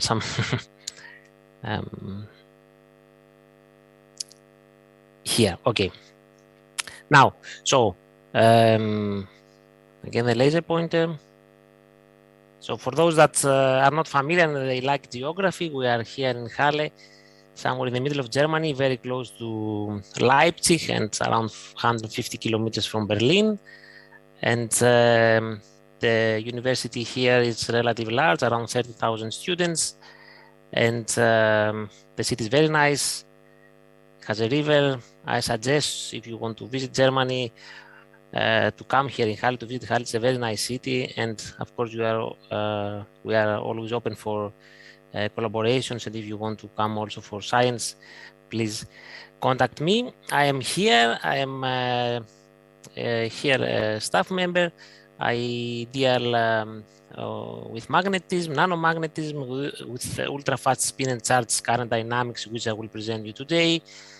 I have also fields, research fields on magnetoplasmonics or magnoplasmonics, and we also do here a lot of material science. So I will talk to you in this short presentation at the beginning about the physics of the terahertz emission from spintronic structures. I will explain you what are these definitions. I will show you how we can measure and how we can engineer the terahertz emission that we get from such heterostructures. I will conclude with a kind of a roadmap of these spintronic emitters and their applications in the future. I start with the acknowledgements. So first of all, my student, PhD student Laura Sawyer, Gary Torosian and René Baigang, experts in terahertz field, Hans Christian Schneider and Dennis Neno, they performed some theory for us. All of these people are in my prior university in University of Kaiserslautern, also in Germany. Here in Halle, I'm in a close collaboration with Professor Georg Schmidt, with Sweden, with Vasilius Kapaklis, with Professor Rolf Biden and Professor Masahiko Tani. And also, I would like to acknowledge the funding schemes like the TRR we have here, the German research project in collaboration with FU Berlin and the Carl Zeiss Stiftung. So, my field. So we are interested in this terahertz radiation, and here is everybody knows this electromagnetic spectrum. Terahertz lies between microwaves and the visible light. It is the so-called terahertz gap. So it is called like this because there are not strong enough sources and also efficient detectors in this region. So, and that is why this field is quite interesting, and so far there are applications, okay? So despite the fact that we don't have such a good sources and such a good detectors, there are applications in spectroscopy and imaging, in biomedicine, in security diagnosis, also material and chemical diagnosis, in security. Probably you have all seen in airports these new scanners, and of course in astrophysics, which is one of the fields which initiated the research in terahertz. Okay, so the physics about this terahertz generation so far. So we know from our electromagnetic course, so in order to have a radiation, we need a time-varying current. And this time-varying current can come from the photoconductive antennas, or air plasma, which I denote here as J photon. So usually it's photocurrents in semiconductors, and the excitation is using femtosecond laser pulses. It can come from time-varying polarization of the material in these so-called electro-optical crystals, also in these optical rectification effects, which we call. This is strong, these are used usually. And there is also a small part which depends on time-varying magnetization during the ultra-fast demagnetization. Again, the experiment is with femtosecond laser pulse. You hit a magnet, demagnetizes. It's a kind of magnetic dipole radiation, and because it's magnetic, it's very weak and is not used for purposes like sources of terahertz radiation. The other two are used nowadays. So then what is a terahertz spintronic emitter? So the experiment is like this. We pump a heterostructure which is composed of a ferromagnetic layer and a non-magnetic layer. Usually it's platinum or it can be wolfram. We want a material here, a non-magnetic metal, which has high spin orbit coupling. We hit the material, we excite the spin system. This excitation leads to a spin current in the magnetic material. The magnetic material, the spin current diffuses to the non-magnetic metal, and here the inverse spin Hall effect or the spin Hall effect or the spin Hall angle of the non-magnetic material works in order to transform this spin current into a transient charge current. This transformation is a time-varying charge current, so it gives us this terahertz radiation. So to say the same thing in this image of the band diagram, again, as I say, we have this magnetic metal like iron. We pump it with a femtosecond laser pulse. We know that in the band structure of magnetic metal has different numbers of spin up and spin down. We excite these numbers above the Fermi level, and here the spin polarized electrons relax. They have different velocities. They diffuse in the non-magnetic metal.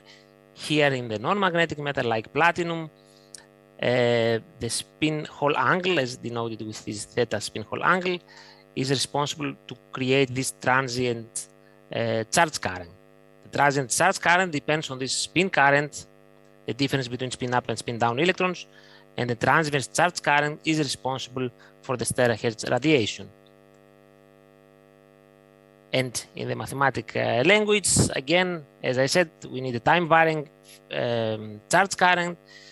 We get from this novel source, which is a spintronic source, again, a charge current, time-varying charge current, but this time this charge current is coming as a result from the spin current, which is diffused in the non-magnetic metal, and the size of this charge current depends on the spin Hall angle and on the magnetization of the sample.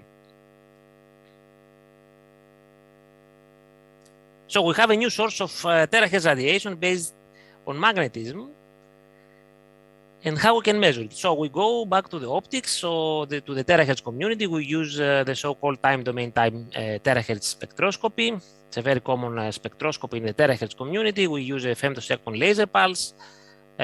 We use some optics. We separate, we split the beam here in the main beam and in a gate beam, in a reference beam. The reference beam is used to gate the photoconductive antenna, the detector of the terahertz radiation. In our case here, or let's say a typical case is gallium arsenide. And here, instead of having a semiconductor or some semiconductor material, we have our magnetic spintronic emitter, which we use it as an emitter. So we hit here the sample, we excite the spintronic emitter in the way I just described. And then with some terahertz optics, we collect the radiation and then we guide it again into the detector. And with this scheme, we can detect the terahertz radiation. You see it here on the right. The red curve is the pulse we get for applying the field in the down direction, the magnetic field in down direction. And if we reverse the field, on the other direction, then we reverse the phase of the pulse. And this for us is the indication, this for us is the the proof that this terahertz radiation is coming from this spintronic emitter from the mechanism I just described.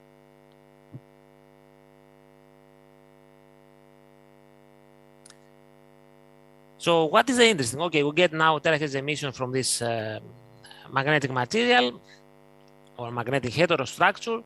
Let's see the characteristics of it. So to the left, I show the result of the experiment I just described. You see here the pulse in the time domain. Here we have in the y-axis the electric field amplitude, and here is the time. You see a very nice pulse. If I refer here to a sample like iron of thickness 2 nanometers and platinum of 3 nanometer thickness. And if we do a Fourier transformation of this result, we get the bandwidth, which is very important. You see that it can reach 8 terahertz.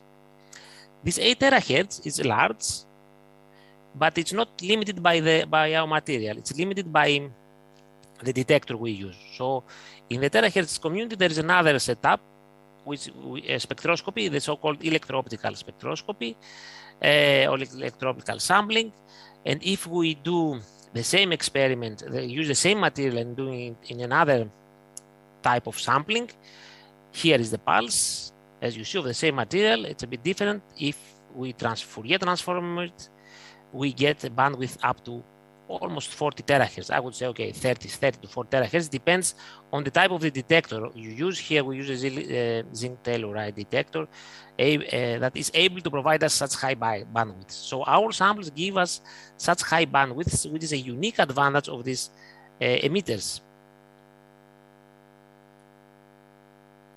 So I try to summarize the advantages. As I just said, they have extremely broadband terahertz emission and more.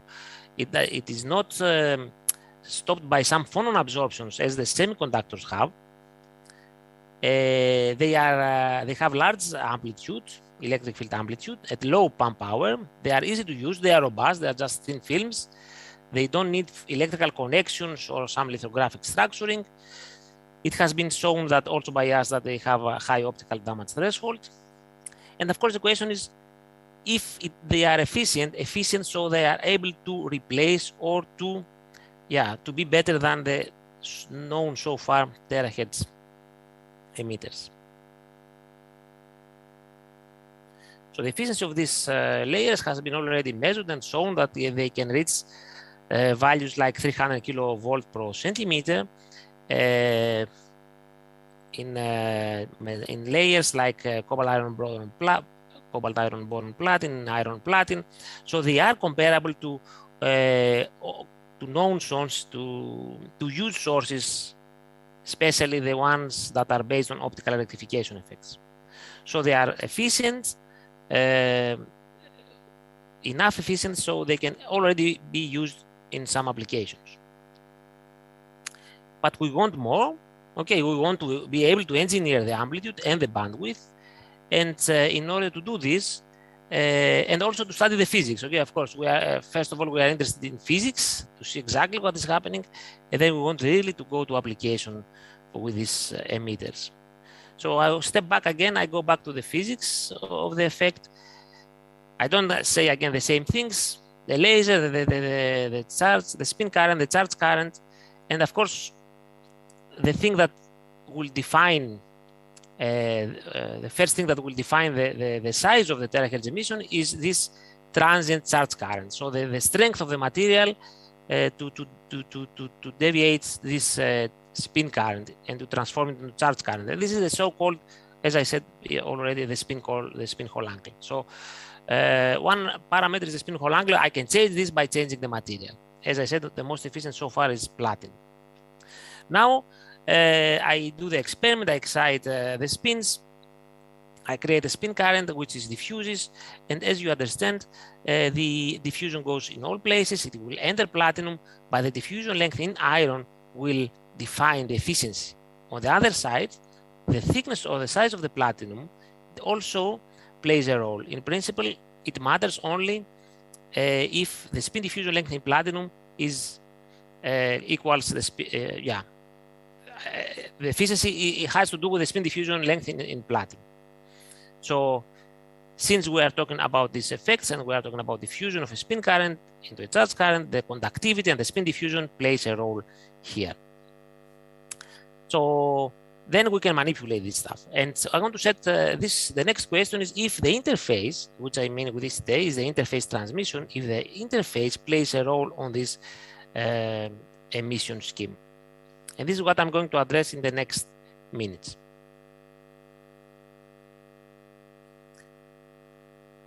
So we are talking about spin current diffusion into the non-magnetic metal. Do really this small this interface, the quality of the interface, can it play a role? Let's start addressing this question by changing the substrate. So I will have the same sample and I will grow the sample on two different substrates at the same time. So you see here, again, I use this as a model, this iron 2 platinum 3 bilayer. I grow one on aluminum oxide and one on MgO. On MgO, we know that iron grows very well epitaxial. So the red curve is the signal we get from the sample grown on MgO. And on the aluminum oxide, the iron grows not so well. The defects in iron are more, the polycrystallinity leads to more defects, and this leads to less terahertz emission. So it's the experiment which shows directly that by defect engineering of the magnetic layer, we can change the terahertz emission and we can enhance the terahertz emission. Even the bandwidth changes here, which is very also very important property that I would like to have. Now we address the same question. Now we change the substrate very slightly. We use MgO and MgO aluminum oxide. So In both cases, the iron grows very well epitaxially. You see here up the reflectivity data, more or less are similar samples. If I go to the XRD spectrum, you see that the iron layer grown on the MgO aluminum substrate, it's slightly better. I put these two samples and I try to do the terahertz experiment, and you see slightly different size of the terahertz emission, a bit higher for the higher epitaxial sample. And this is not it's statistically proven that it's always, if we do the measurement, always the sample on MgO aluminum, it's better. So what can we say about this? We can repeat the same argument as before, that by defect engineering, we can manipulate the terahertz emission, but also we can say that this type of terahertz spectroscopy with our magnetic heterostructures is able to see these small changes. So this difference in spin current generation in principle, otherwise in almost identical structures. And this is a very big advantage of this technique. Okay, the next thing I want to do is for the interface engineering, is to use now the same substrate, but let's change the thicknesses. As you have seen, I have used so far the iron 2, platinum 3 nanometers. This was not just a luck. We have studied this before. Here you see again the electric field, the terahertz amplitude on the y-axis. Here on the x-axis is the platinum thickness from 0 to 12 nanometers, and here is on the right graph the platinum thickness from 0 to 12 the iron thickness from 0 to 12 nanometers. You see in both cases we have a maximum. So there is an optimum thickness for the terahertz emission. Not very thin, not very thick, in the range of 2, let's say 3, total 5 nanometers, 5 to 6 nanometers is the optimal thickness. This has to do with all of these processes that I have described, with the spin polarization in iron, with the spin polarization and spin diffusion in platinum, with some absorption, with some electrical and optical properties of the material. Also it depends from the useful pump power that the layer absorbs. If we do this, and we are able to calculate the spin diffusion length, which in our case in platinum was 1.4 nanometers. And now I will change gears and I will present another experiment which can be used to calculate the spin diffusion length in platinum. And this is the ferromagnetic resonance spectroscopy. It's a completely different experiment. We use now gigahertz spectroscopy, some microwaves, we excite our magnetic layer, we excite the ferromagnetic resonance. We get this, for people who are familiar with ferromagnetic resonance, we can get the damping of the material. Here is the opening of the resonance, and here is the frequency. By fitting this data, we can get the damping. And from the damping, here I have the damping on the y-axis, here I have the platinum thickness. I can extract again the spin diffusion length. And you see that spin diffusion length in platinum in the same samples is 1.1 nanometers, similar to the ones that we found with terahertz spectroscopy. And this shows, I say it here as a hint for what is happening. It shows that either being in gigahertz spectroscopy or in terahertz spectroscopy, I have something that is similar. And this is the dissipation of the angular momentum. It depends on its interface and similar in both cases. So it's an open subject now to combine both spectroscopies in order to find more about the spin diffusion characteristics, and for us, let's say, for the terahertz properties. Another experiment that I want to do now is, again, I take the best of our samples, the same thicknesses now, but I will try to manipulate a bit the growth contention. So what I have here, I have now a sample a bit thicker, just for presentation reason. The same is for the 2-3. Iron platinum, again, the same sample, but I anneal a bit the sample, so to say. So the red curve is the annealed sample, which has been seen to has better quality, and the black curve is the not annealed sample. And you see, again, I can drastically change the terahertz emission. And this is, again, because of the interface, and I will prove you with the next slide. we did transmission electron microscopy on these samples, on the annealed and the non-annealed. The annealed is the full epitaxial sample, the non-annealed is the partial epitaxial sample. You see here we have seen that there are big regions, 10 to 50 nanometers of full epitaxial grains. In the other case, which I call partial epitaxial sample, these regions are very limited to 3-4 nanometers, and this has a huge impact in the terahertz emission. I call this again kind of defect engineering, kind of local defect engineering.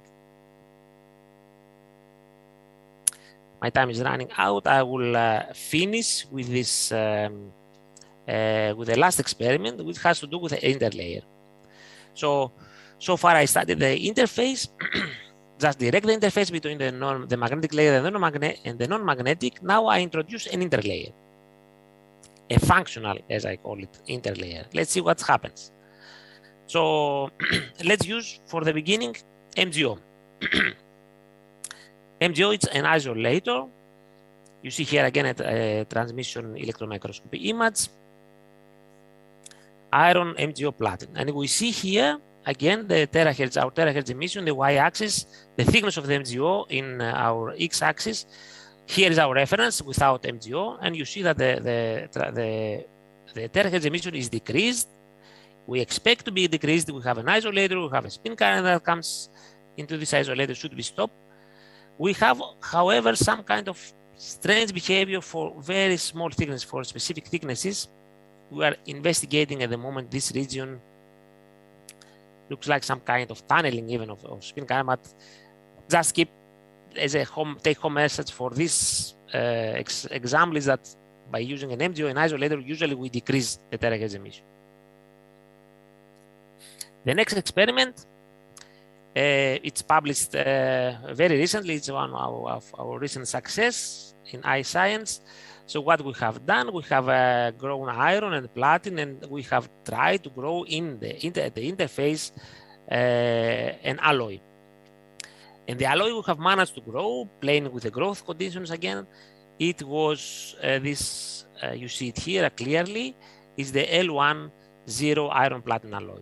For the magnetic people, this is a very known alloy, highly demanded in the past, also in the future, maybe in the future, also in presence. I mean, I just remind you, we have this tetragonal phase of iron atoms in between platinum, iron, platinum.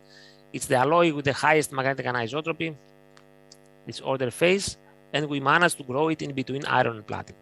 And then again, we do the experiment we used to do, terahertz spectroscopy. We try to measure our terahertz emission, and you see that in contrast to the MGO, the iron platinum alloy, the green curve here, has much higher amplitude than the iron platinum reference sample.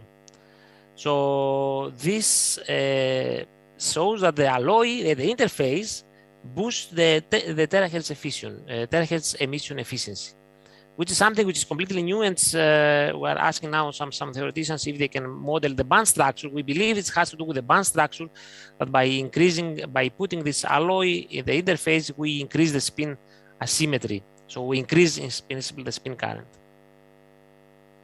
The last slide, which I try to combine all of the things I have said. We have the spintronic emitter, and we have, in order to go to see the future, to go to applications, we have to look at materials, growth conditions, the geometry. You see, it's very important the thicknesses, but it's very important the stacking order, maybe the patterning, new experiments we do now with patterning. It has to do with the electrical and optical properties of the bilayer, of the multilayer. We also need to have some simulation, backup, and of course we need to have the right experimental tools. And as I told you, there are already companies that are looking and using already these spintronic emitters, magnetic spintronic emitters for terahertz emission in terahertz setups. So I conclude. I hope I convinced you that this is the terahertz spintronics. It's a very interesting and a novel direction. It is indeed a novel direction that combines spintronics, optical physics, ultra-fast photonics. And I think this kind of technology holds really the promise for some new direction in spin physics and maybe in really applications in the near future. And with this one, I would like to thank for your attention.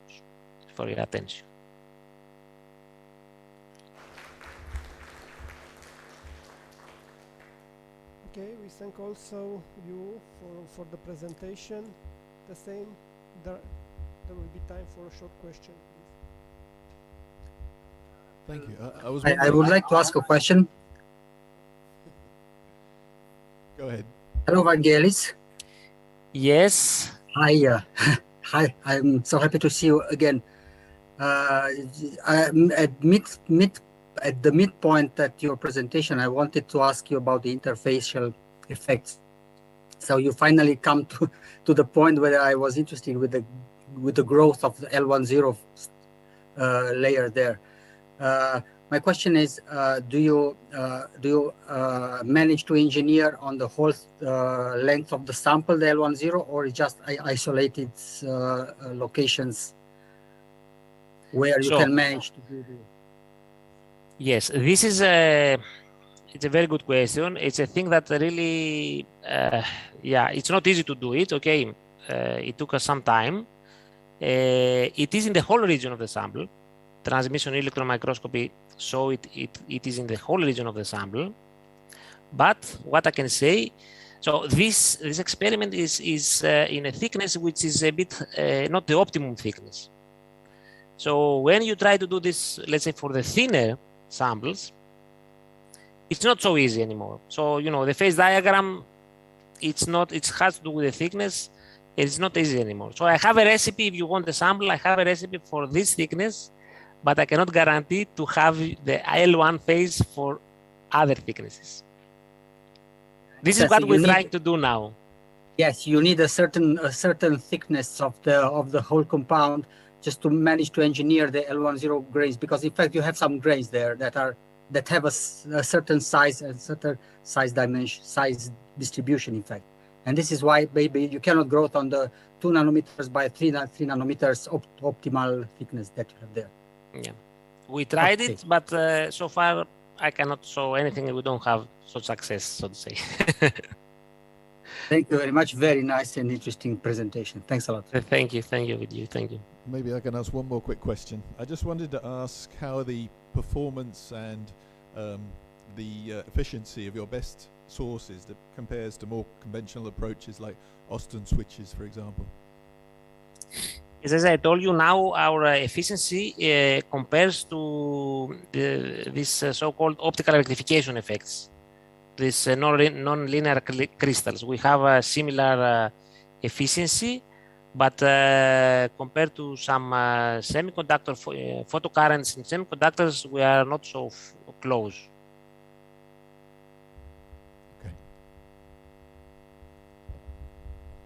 So we are comparable with some sources, but there is still a lot of things to do if, let's say, we compare to some semiconductors.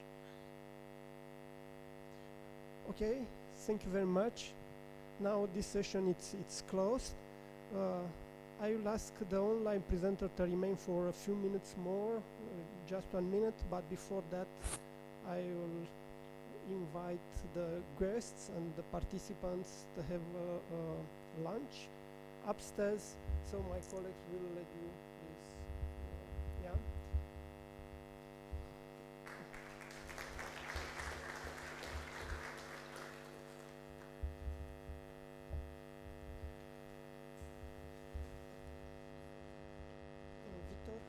Victor. Da, deci mergeți sus, să-i conduceți. It's not a problem to keep your bags here, or if you want to, you can. It's really. I will be around, so. Okay. Yeah. Meșterul frumos și aveți grijă de toți oaspeții voștri, da?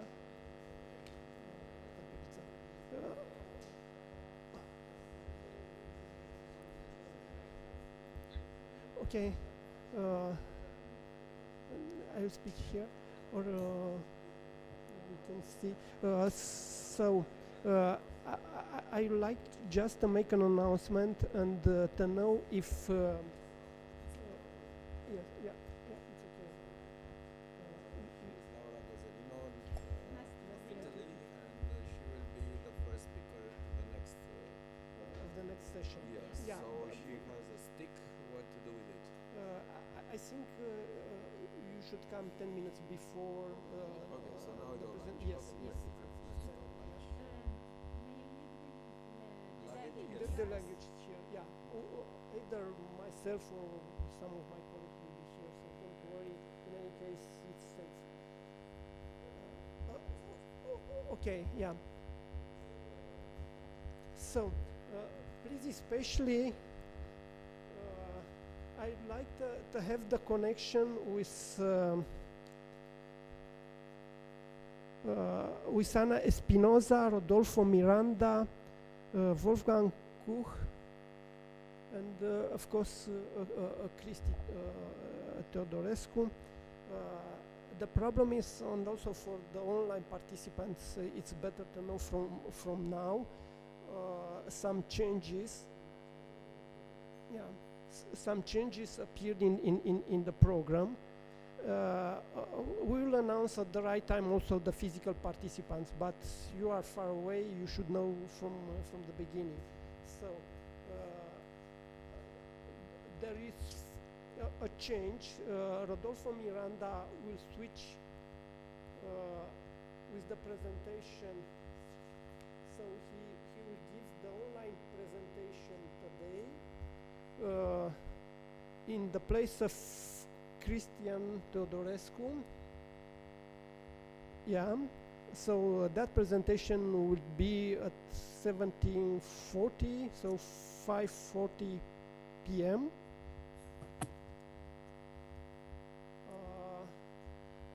There is a change also.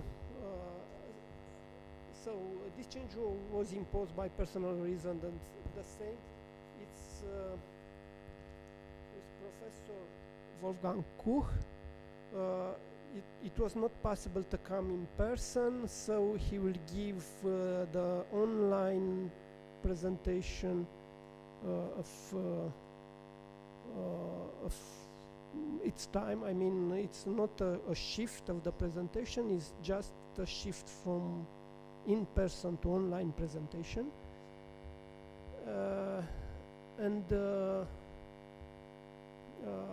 So I will say that section M4, which is Nanoscale Magnetism and Spintronics, will be fully online. I will hope that also Co-Mibu is in connection with us. Could you verify, or Co, please, could you give a sign for that?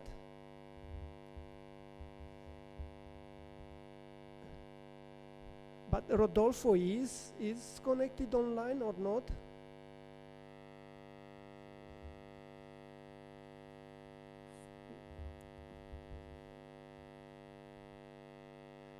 Unmute the participants, maybe. Wolfgang is there.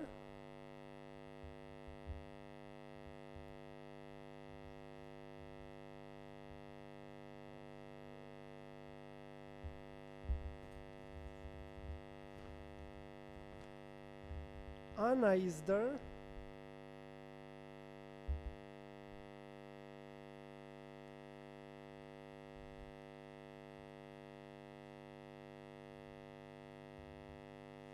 Ana Espinosa.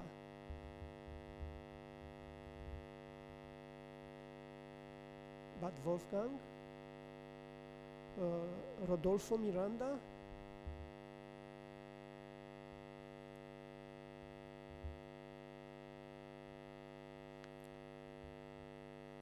and Wolfgang Kuch.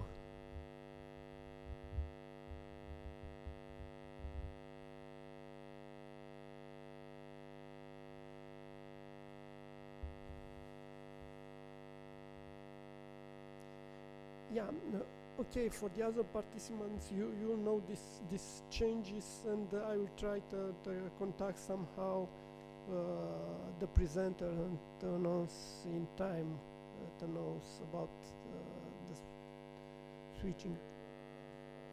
Yeah, it's okay.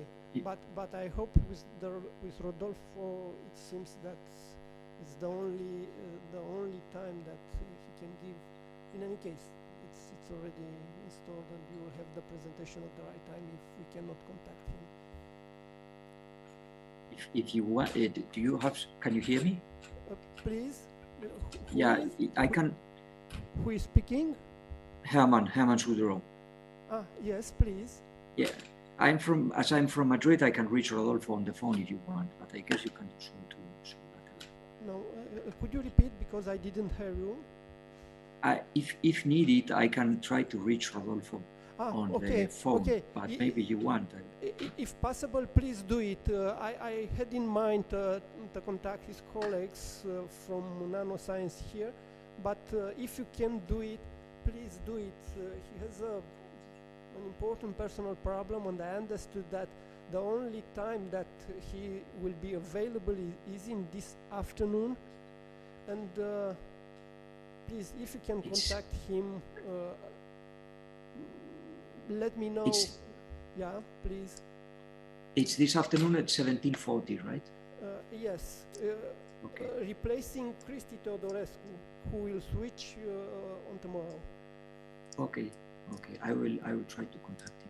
Okay, maybe he was informed, but it's better to know from now. Thank you very much. I'm sure that he was informed. Can you give me your email so I can send an email to you? Once more? Can you give me your email or yes, Kuncer, the name, Kuncer. Okay. Okay. Yes, at Infimro. Or he can write, because the direct connection was with Cristina Militaru. She can write anywhere. Okay. I would like very much to announce when he will can enter our meeting. That will be very important. So if he can say from now when he thinks that he can join us for the presentation. Yeah. Sorry, because the camera is in that part, your image in the other one, and I'm very sorry. Okay. It's fine. Okay. Yeah. So I'll try to contact him and then send you an email. Yeah, it's perfect. And now let's see for the other ones. Ko, is there? Doamna Jela sus cu ei și Cristina, băieții o să vină, deci deocamdată încerc, nu, dar încerc să vorbesc și probabil că și băieții o să mai aibă, dar să vină să mănânce puțin și după aia să vină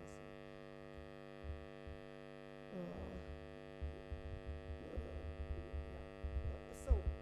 If not, we'll make a break of 20-30 minutes, because it still remains a problem with the sound. There is a background to see how the staff can remove, yeah? 30 minutes, and during this time we'll try to contact the online presenters.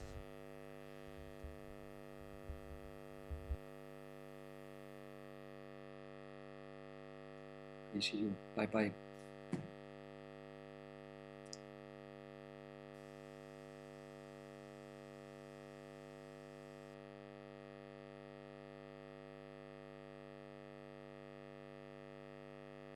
Still there, you can send us the telephone numbers of the peoples, but I think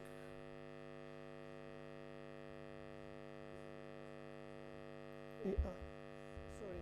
So just one moment.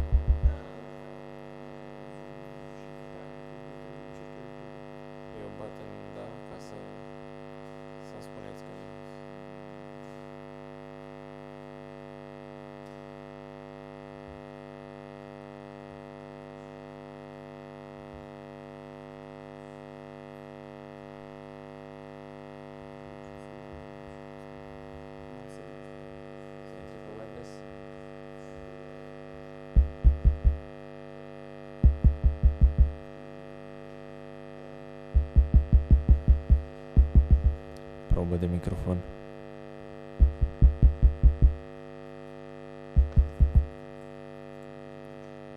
Probă de microfon.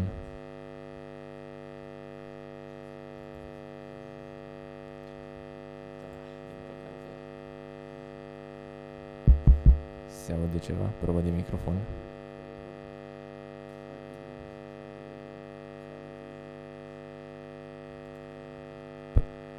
Probă.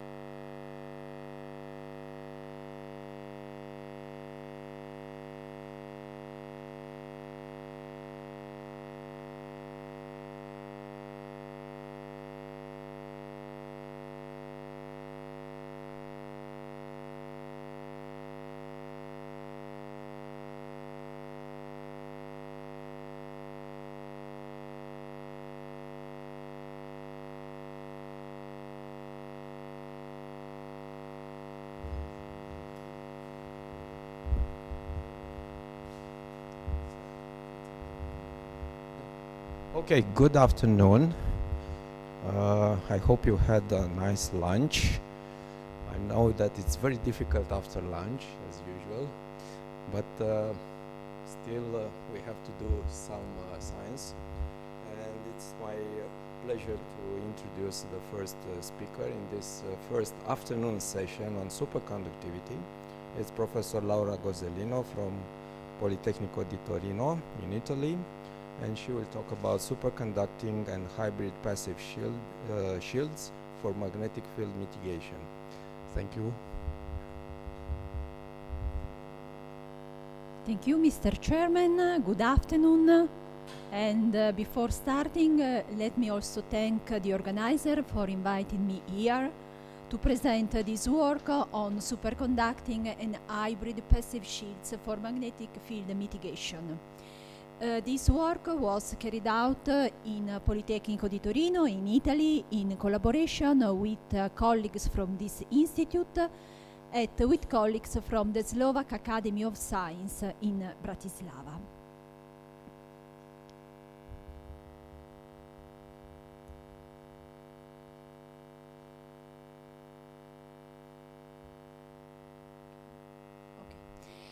Let's go to the outline of my talk.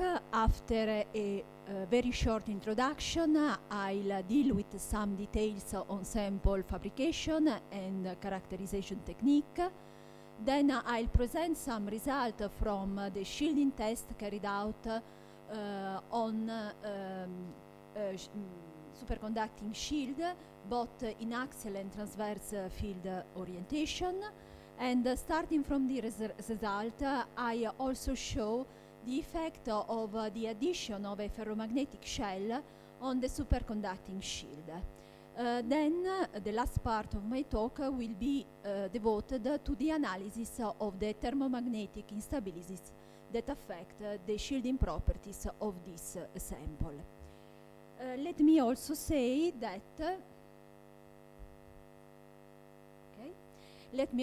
that since we are interested in space-saving shielding solution, all our shields investigated both experimentally and by modeling are characterized by a small aspect ratio of I to average diameter, in our case about 1. So we are very far from the ideal condition of very long tubular shield with the external field applied parallel to the main axis.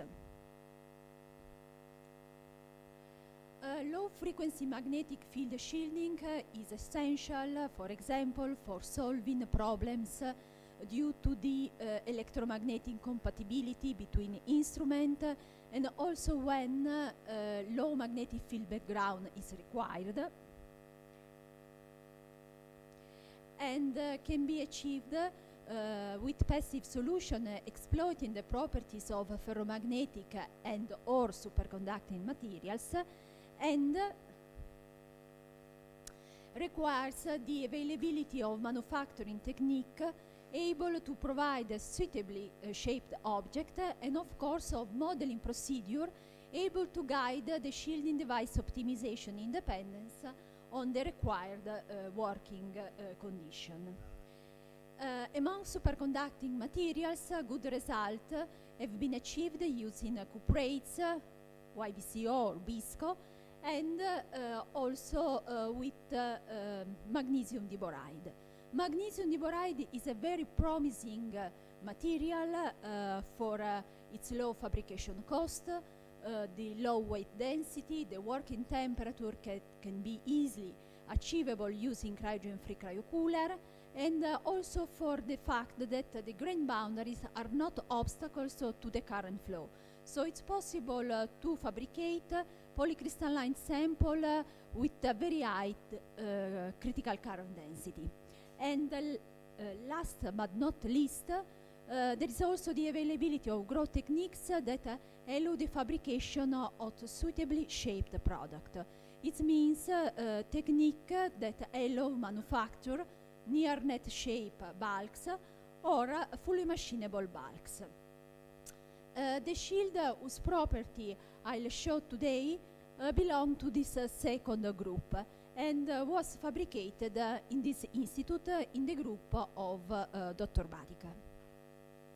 Well, by spark plasma sintering technique applied to a mixture of magnesium diboride and boron nitride powders, it was possible to achieve cylinder, magnesium diboride cylinder, able to be worked in order to, able to be shaped in order to obtain the desired shape with cutting tools or lathe machine.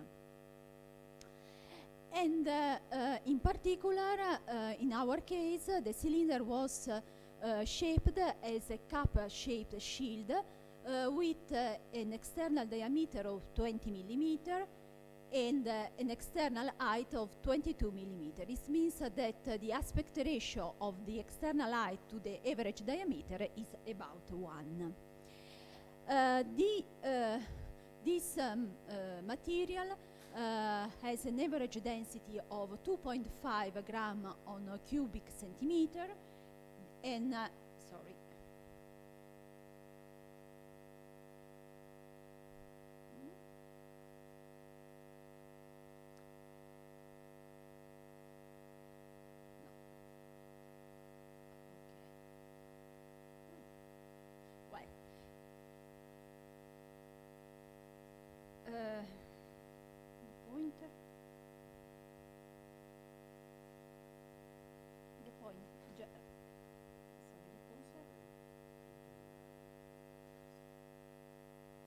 okay. No, no, the pointer.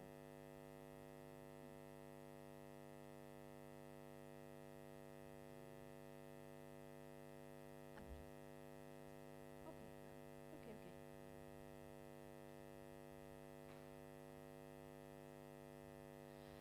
Well, sorry.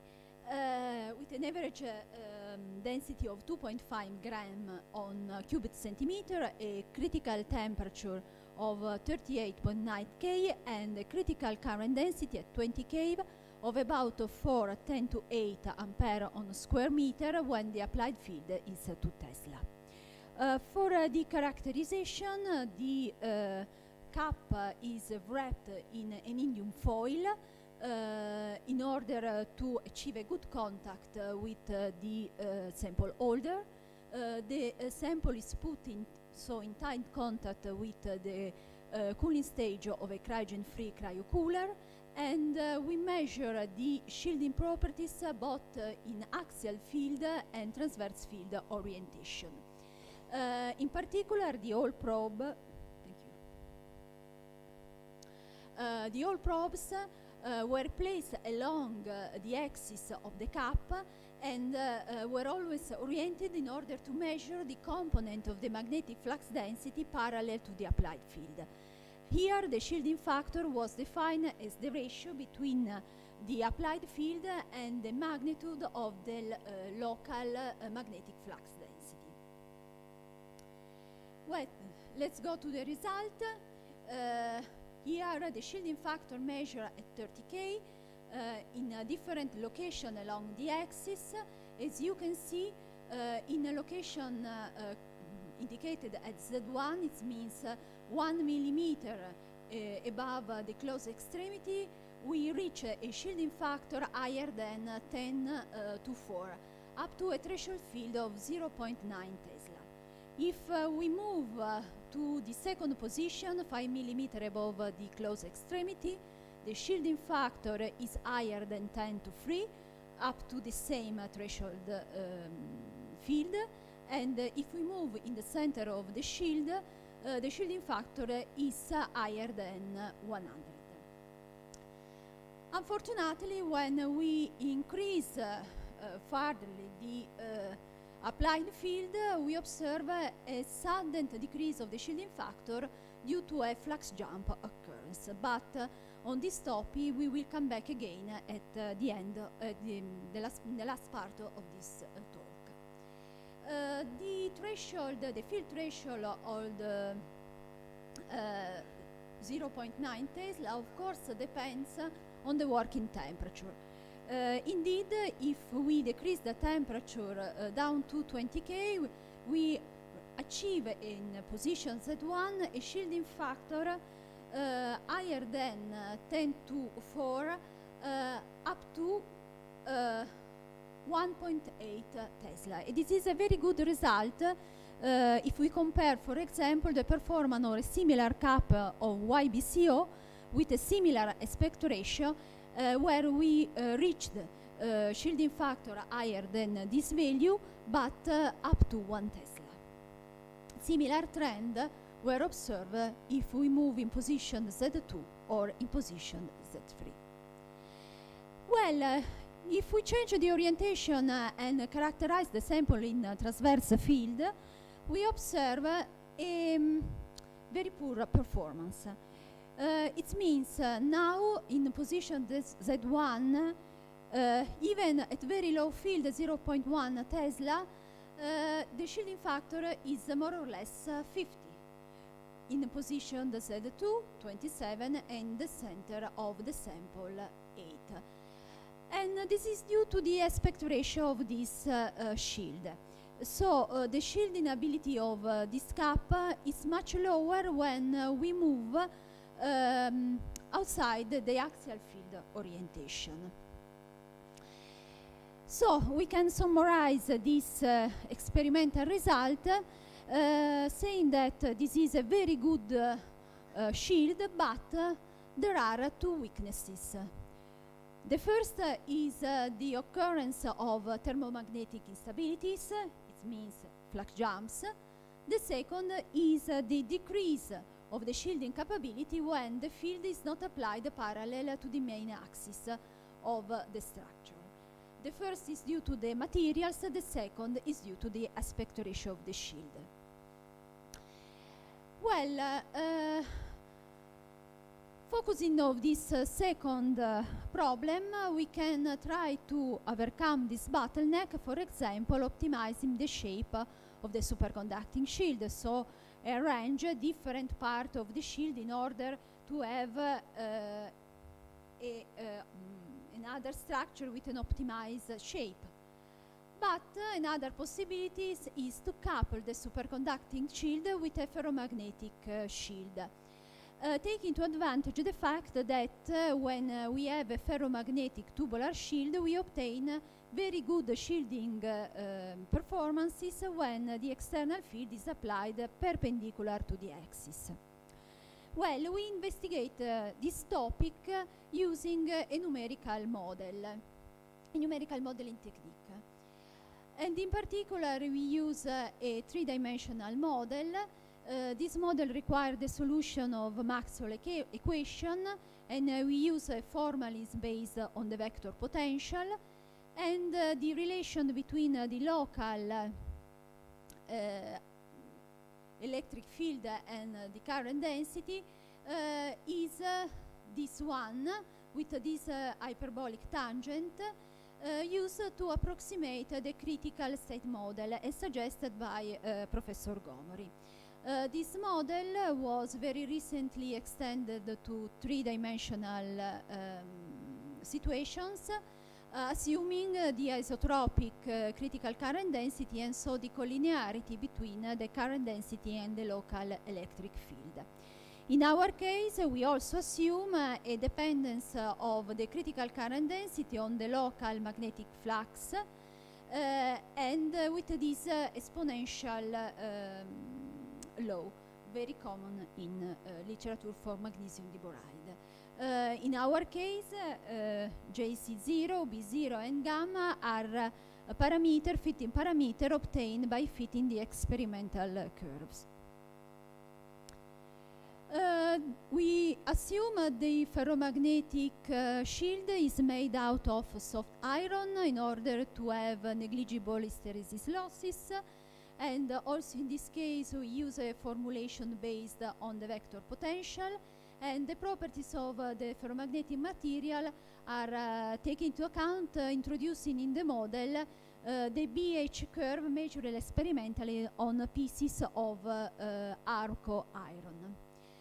The boundary condition is at a large distance from the shield. The field is assumed constant and equal to the applied one, and this numerical modeling was implemented by means of the commercial finite element software console multiphysics. We validated this modeling both by the comparison with experimental data and the comparison with the result achieved with the H formulation approach. Well, let's go to the numerical analysis of new shielding arrangement. We analyzed 3 different layouts, and in particular, in all these layouts, this superconducting cap is always the same, means with the same dimension, and the dimensions are also the same of the superconducting cap characterized experimentally. In particular, configuration number 1 is characterized by the fact that the superconducting cap and ferromagnetic cap have the open edge at the same level. In the second case, the superconducting cap protrude above the ferromagnetic one of 3.5 millimeters, and in the third one, the ferromagnetic cap protrudes above the superconducting one of the same value, 3.5 millimeter. We also calculate the shielding factor of the superconducting shield, and we compare the result achieved in the axial field orientation, assuming an axial field orientation for the superconducting shield and for the 3 hybrid configurations. We assume a working temperature of 30 K. It means that in this formula we introduce the value found interpolating the experimental curves achieved at 30K. Well, here the superconducting cap, the first hybrid configuration, second, and the third one. So we can conclude that in axial field orientation, the addition of the ferromagnetic shield at high field improve the shielding performances, widening the range of the external field where high shielding factor can be achieved, but is it at the cost of a modest worsening at low field. This worsening can be minimized if we use, for example, configuration number 3. If we analyze the behavior in transverse field orientation, here are plotted the result calculated for the superconducting cap for configuration number 1, hybrid configuration number 1, 2, and 3. Well, we can see that now there is an improvement of the shielding properties in the whole investigated range of magnetic field, and in particular, again, at high field, we observe a widening of the applicability of the shield. But what's more, at low magnetic field, there is a strong improvement in the shielding properties of the superconducting cap. And the improvement we achieve, for example, with the configuration number 3 is about 1 order of magnitude. This improvement is not only located along the axis, but can be observed in the whole shield. Indeed, here are reported the magnetic flux density map calculated in the superconducting and hybrid configuration. Well, in the hybrid configuration, we have a region where shielding factor of about 1000 are reached. Well, what happens if, for example, we analyze an intermediate field orientation? We focus for this analysis in the low magnetic field region, because this is the region where we observe two opposite behavior in axial and transverse field orientation. Well, if we tilt the external applied field even of a very small angles, in this case 7.5 degree from the axial direction, away from the axial direction, immediately the shielding factor decays by more than 1 order of magnitude. But this decay can be partially recovered if we pass from the superconducting to the hybrid configuration number 3. The same behavior was observed if we increase the tilting angles. So we can conclude that the ferromagnetic shield addition mitigates the steep reduction of the shielding capacity of the only superconducting shield with so small aspect ratio when the external field is rotated out of their symmetry axis. And this process is efficient also in presence of very low tilt angles. Well, let's go to the last part of this talk, and let's address the topic concerning the occurrence of thermomagnetic instabilities. Well, the presence of thermomagnetic instabilities is typical of magnesium diborides, and it's due to the combination of several conditions. First of all, the very high critical current density, then the low value of the heat capacity and thermal conductivity.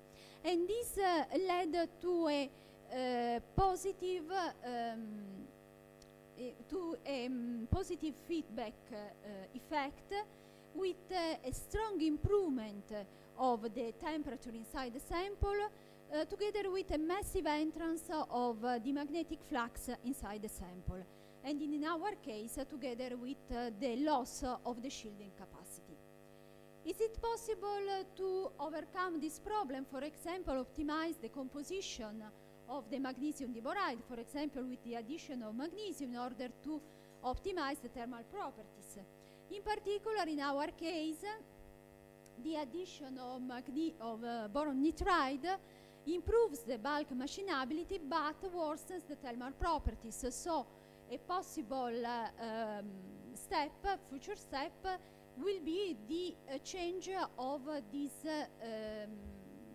element, the additive element, with another element that could guarantee bulk machinability but preserve the thermal properties.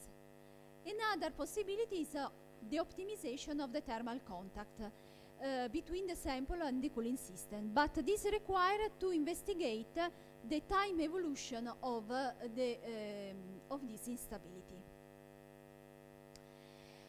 Well, to this aim, it's necessary again to use a modeling approach, and in this case, it's necessary to couple the electromagnetic modeling to a thermal diffusion equation. The electromagnetic model is the same as before, but in this case, consider that this instability occurs in axial field configuration. We take advantage of this symmetric configuration and we use a two-dimensional modeling. Of course, the procedure is based again of a formalism exploiting the vector potential, and also the EJ relation is the same. But in this case, we assume also a temperature dependence on the critical current density. In particular, to do this, we assume that JC0, B0, and gamma are dependent on temperature. All these parameters, alpha 1, alpha 2, and so on, were achieved by fitting the experimental JC versus B curves. To model the thermal properties, we solve this equation where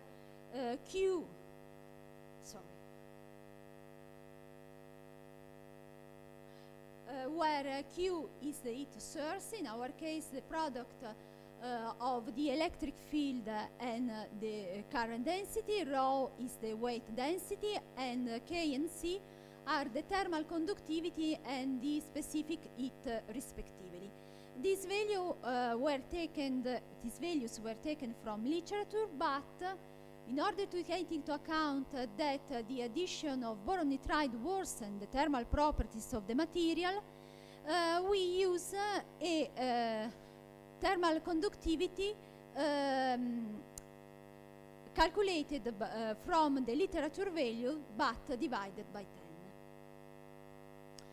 The boundary conditions are the same for what concerns the electromagnetic aspect, but now it's also necessary to couple the superconducting domain to the external domain for what concerns the thermal aspect. So it's necessary, for example, to assume a thermal flux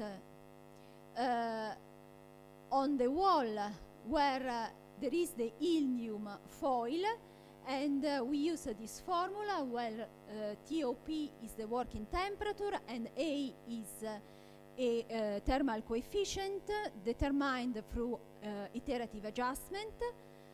And considering that the sample is in vacuum, we assume that there is no heat flux across the surface not covered by the indium. Well, this model was validated by the comparison with the experimental result.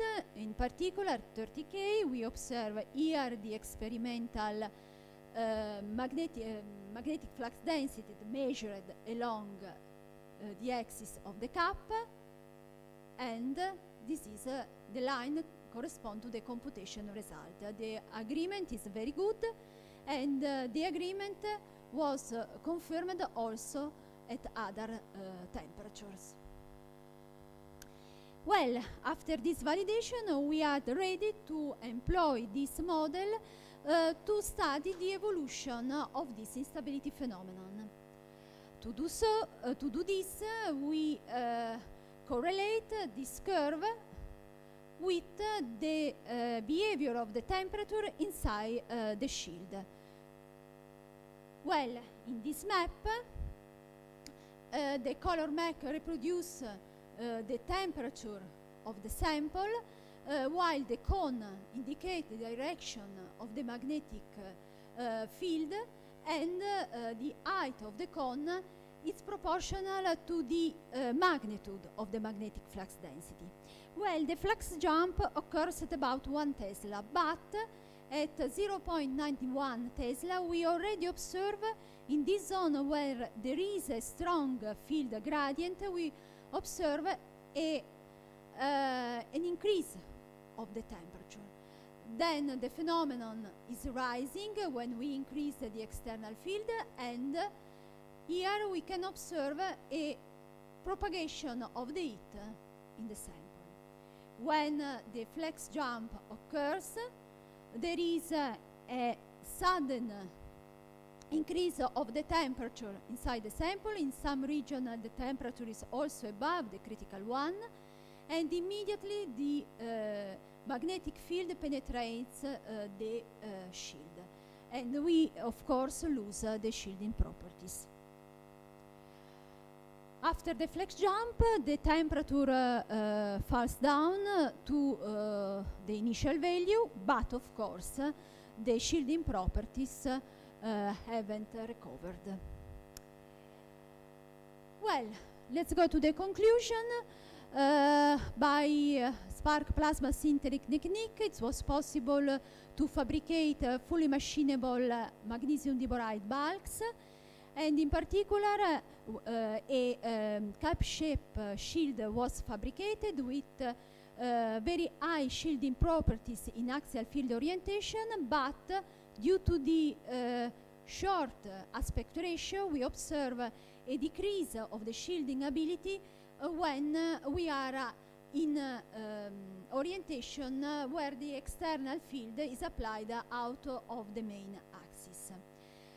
We also show how the addition of a ferromagnetic cap can improve the shielding properties when we are in a situation when the external field is tilted from the axis of the cap.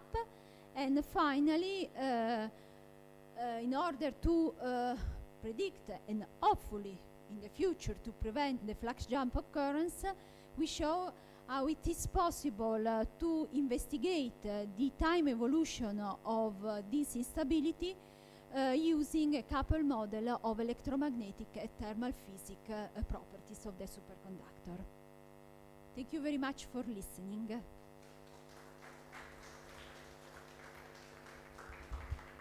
Thank you very much. We have a little bit of time, so questions, please.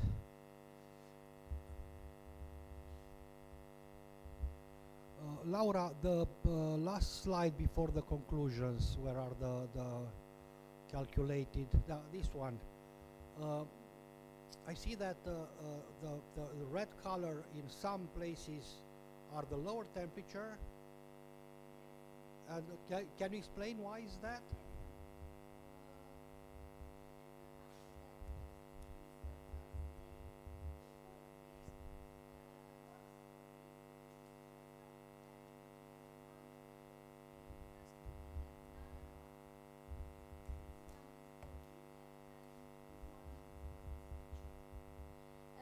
Due to the fact that if we use the same color scale for all the picture, it's impossible to appreciate the start of the flux jump.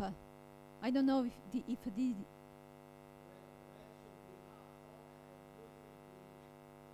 yes, cold. Yes, the last one. Sorry. Yes, the last one. I'm sorry. Yes, no. Okay, if someone else would like to, yes, please. Just very short. So how are these figures compared with something like a standard magnetic shield, like a mu metal, for instance?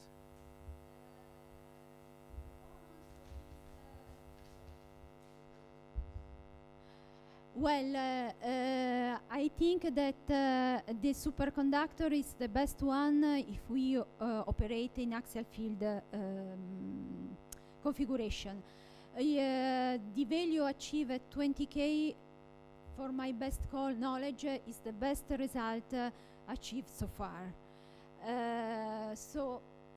Of course, the performance is better than, for example, ferromagnetic material, because we also characterize the ferromagnetic cap alone, but the shielding properties are lower.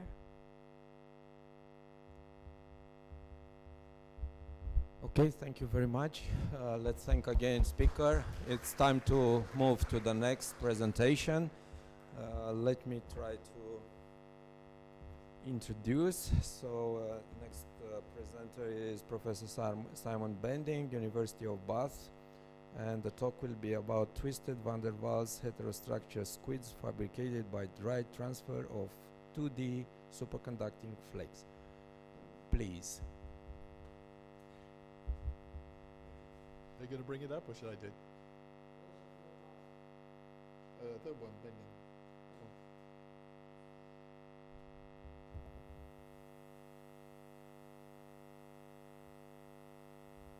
Lovely. Thank you very much, Chairman, and also I'd like to thank the organisers for giving me the chance to present my work here. Can we project it full screen? Lovely. So what I'm going to be talking about is a collaboration between my group at the University of Bath, where we performed the device fabrication and characterization of these 2D superconducting flakes, and also Geeta Balakrishnan at the University of Warwick, who provided us some very nice, very big IWMP diselenide crystals to make them from. And most of this work was performed by a very good PhD student, Liam Farah, who's since moved on to postdocs in other places. So here's a brief introduction of my talk. Marius earlier on introduced us very nicely to the concept of van der Waals materials, or van der Waals heterostructures, at least 2D materials. I'll tell you a little bit more about twisted van der Waals heterostructures and how you can actually use these to fabricate in a single material heterostructure Josephson junctions. And then I'll give you some experimental results on some simple niobiums, diselenide, niobium, diselenide Josephson junctions, where we studied this as a function of the twist angle between two blocks of the material. And then tell you how you can go on from that. Once you've made one of these, you can fabricate a superconducting quantum interferometer device, and I'll show you how we made one of those and analyze its performance. Finally, I'll show that we're really only just beginning to touch the tip of the iceberg here, and there are many other homo and hetero junctions that you can imagine making from, for example, 2D superconductors, and I'll show you a couple of preliminary examples of some other materials that we've put together. And this last item doesn't really fit scientifically with what I've told you above here, but I thought it might be interesting to know that you can use the same techniques. You can make van der Waals heterostructures in many other different contexts, not just superconducting contexts. And here I'll tell you a little bit about some recent work we've done on magnetic imaging, where we've been making encapsulated graphene Hall sensors this way. So the field, I suppose, of van der Waals heterostructures was very nicely introduced in this early review by Geim and Grigorieva. And the main idea here is that you can systematically transfer one 2D layer on top of another 2D layer. It doesn't have to be the same material, but you end up with, if you do it very carefully, atomically sharp, very clean interfaces, which don't have to be crystallographically lattice matched. This is a very liberating concept. It means that you can really combine any of the materials from your toolkit, if you like, and your toolkit combines any 2D material which is van der Waals bonded, and that can be graphene, it could be a conductor, an insulator, a semiconductor, other insulators with strong spin orbit interaction, topological insulators, or superconductors, or even ferromagnets these days. So you've got this whole toolkit of materials that you combine very simply just by using these transfer techniques. The analogy they use there of these Lego blocks that you can put together of different colors is perhaps not so relevant these days. Now we're more interested in the twist angle, having a continuous twist angle between the layers as that's not quite so relevant. Obviously here you only have 4 possible orientations of each block, which is not what we're interested in now. So there have been a lot of examples of using the twist degree of freedom. Here's quite a nice early example where they made a graphene boron nitrate bilayer and then used an atomic force tip to actually in situ rotate the boron nitride layer on top, and they were actually able to tune the conductance of the graphene below this way, a really fantastic achievement. And here's the example I suspect many of us know about, where intrinsic superconductivity was observed in twisted bilayer graphene. But here we're talking very, very small twist angles, about 1.1 degree between the 2 layers of graphene. In the work I'm talking about today, we use much larger twist angles. So there's been a lot of interest already in making Josephson junctions this way, in particular in BISCO, where people have known for a long time that because the copper oxide bilayers are very weakly coupled, they're essentially built of intrinsic Josephson junctions when you grow BISCO 2212 in the first place. And people have certainly taken the opportunity then to take one block of BISCO and sandwich it with a very clean interface with another one, and then explore the effect of the rotation on the critical current between these 2 layers. Rather surprisingly, they haven't up to now seen what they expected. You expect to see a strong suppression of the critical current due to the rotation of the D-wave order parameter at about a relative twist angle of 45 degrees. And to my knowledge, that's not really been observed up to now.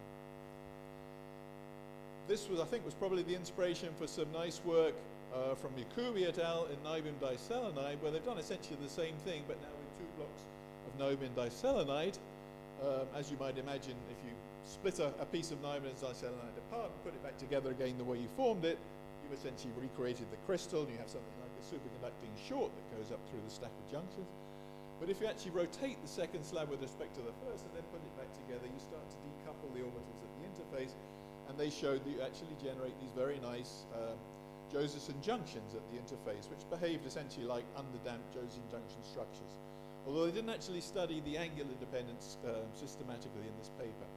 However, they were able to show in TEM studies that you have very sharp van der Waals interfaces, which are pretty clean, although there was some indication that there's an absorption of some very small molecules at the interface. So it's not quite like putting the slab back together in its pristine state, if you like. So niobium diselenide is a natural candidate for this, I suppose, apart from being readily available. It's easily to exfoliate, and more importantly, superconductivity and TC are exquisitely sensitive to the way you stack these layers. There are 3 polytypes, at least 3 polytypes. The 2H polytype has a TC of 7.2 Kelvin. The 3R polytype, in fact, is not superconducting at all, and the 4H has a TC of 6.3 Kelvin. This isn't really exploiting the angular, the twist degree of freedom, but you might extrapolate from that these are also going to be very sensitive to twist degrees of freedom as well as layer stacking degrees of freedom. This is the way we make our devices. We use a so-called dry transfer technique, which uses a polymer stamp, this PDMS polymer stamp. So we start out with a silicon chip. This is where we're going to build our device, and we pre-pattern gold leads on top of it. And then we exfoliate a niobium diselenide single crystal in one exfoliation onto the stamp and make sure that we have 2 nice clean crystals after that single exfoliation. Because this was done in one stamp, then you know that these are both orientated with the same, at least, angular orientation. So we have a good starting point for that. We then push down and so-called stamp the first flake onto one set of contacts, lift up again, perform a small rotation and push down and stamp the second flake onto the setting set of contacts with a good overlap between the first one, because that's where our junction is formed. And then, in actual fact, what we normally do is put a flake of boron nitride, an insulator boron nitride on top to passivate the structure, essentially to encapsulate it. And this is what a final structure looks like. I can't remember exactly what the twist angle is for this one, but it must be something like 20 degrees or something like that. So when you've made the structure, you can see that we have a lot of redundancy in the number of contacts we have here. So that allows us to make 4-point measurements within each flake itself. So I can measure this flake, and we can also measure a 4-point measurement across this junction here, across the interface between the 2 flakes. And if we look at the reduced resistance there, it's best to look at the reduced resistance because obviously the cross-section areas are very different for all these things.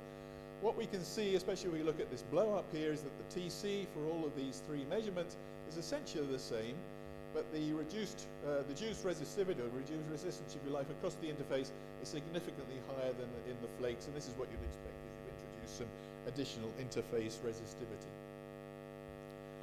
If we choose a large twist angle of around 20 degrees, these look like quite classical Josephson junctions. You can see we have a strong Josephson current here at zero bias, and then we have a quasi-particle current branch which shows strong evidence here, this feature here, of a quasi-particle gap. So these look really like quite classical Josephson junctions, although from the way they're made, they're certainly not necessarily going to be that way.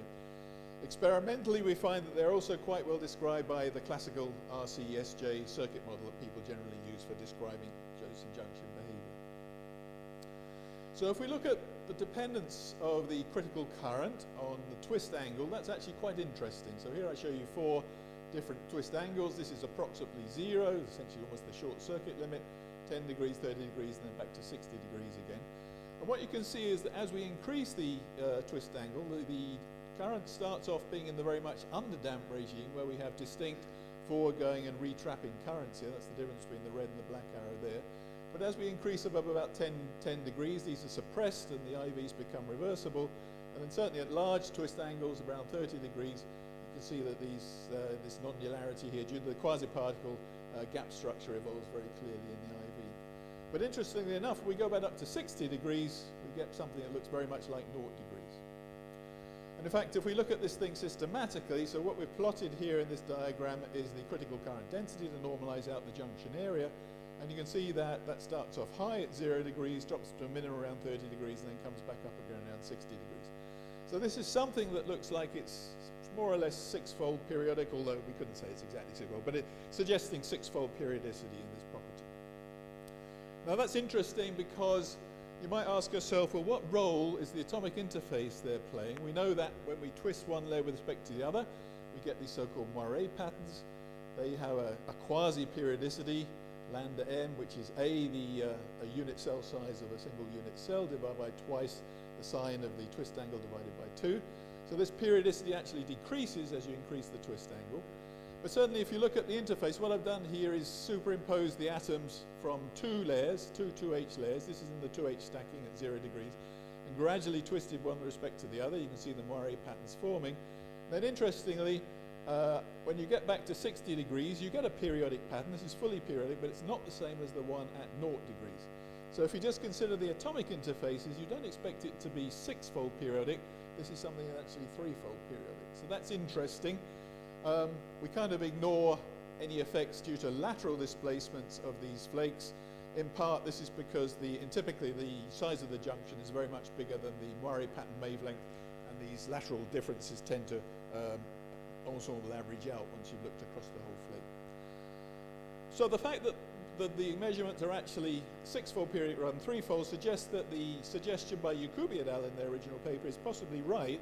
They suggested that the periodicity comes about from the bulk band structure in the electrodes and isn't driven by the interfaces here. So as you obviously rotate one band structure with respect to the other, you start to decouple these K pockets here where we have strong gaps. We also know that the gap is periodic around the gamma point as well, so you're also decoupling strong parts of the gap around the gamma point. So suggestion is that the effect is due to the bulk band structure rather than the atomic moire pattern.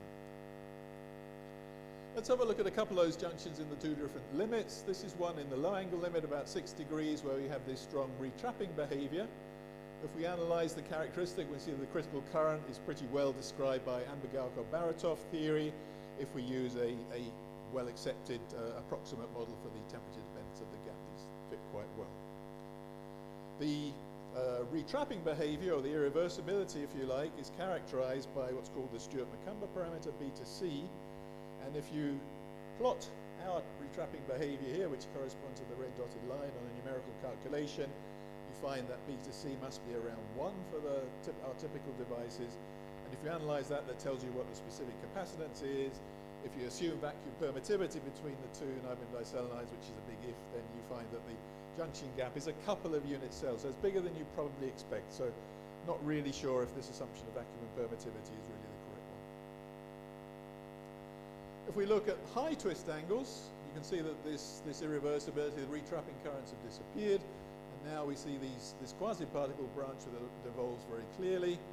Once again, if we plot the critical current normalized by the zero temperature critical current, it's a very good fit to Amberg-Alkov-Baratov theory with an approximate expression for the gap. And if we take the digital derivative of this, we can now see a very pronounced gap structure, but it's very non-BCS-like. You can see that the main peak here is at about 2 delta of 1.79 millielectron volts, but there's this strong shoulder here down at 1 millielectron volt, and this is actually very similar to other tunneling measurements, for example with Van der Waals tunneling barriers, so it probably does genuinely reflect the distribution of gaps in our device.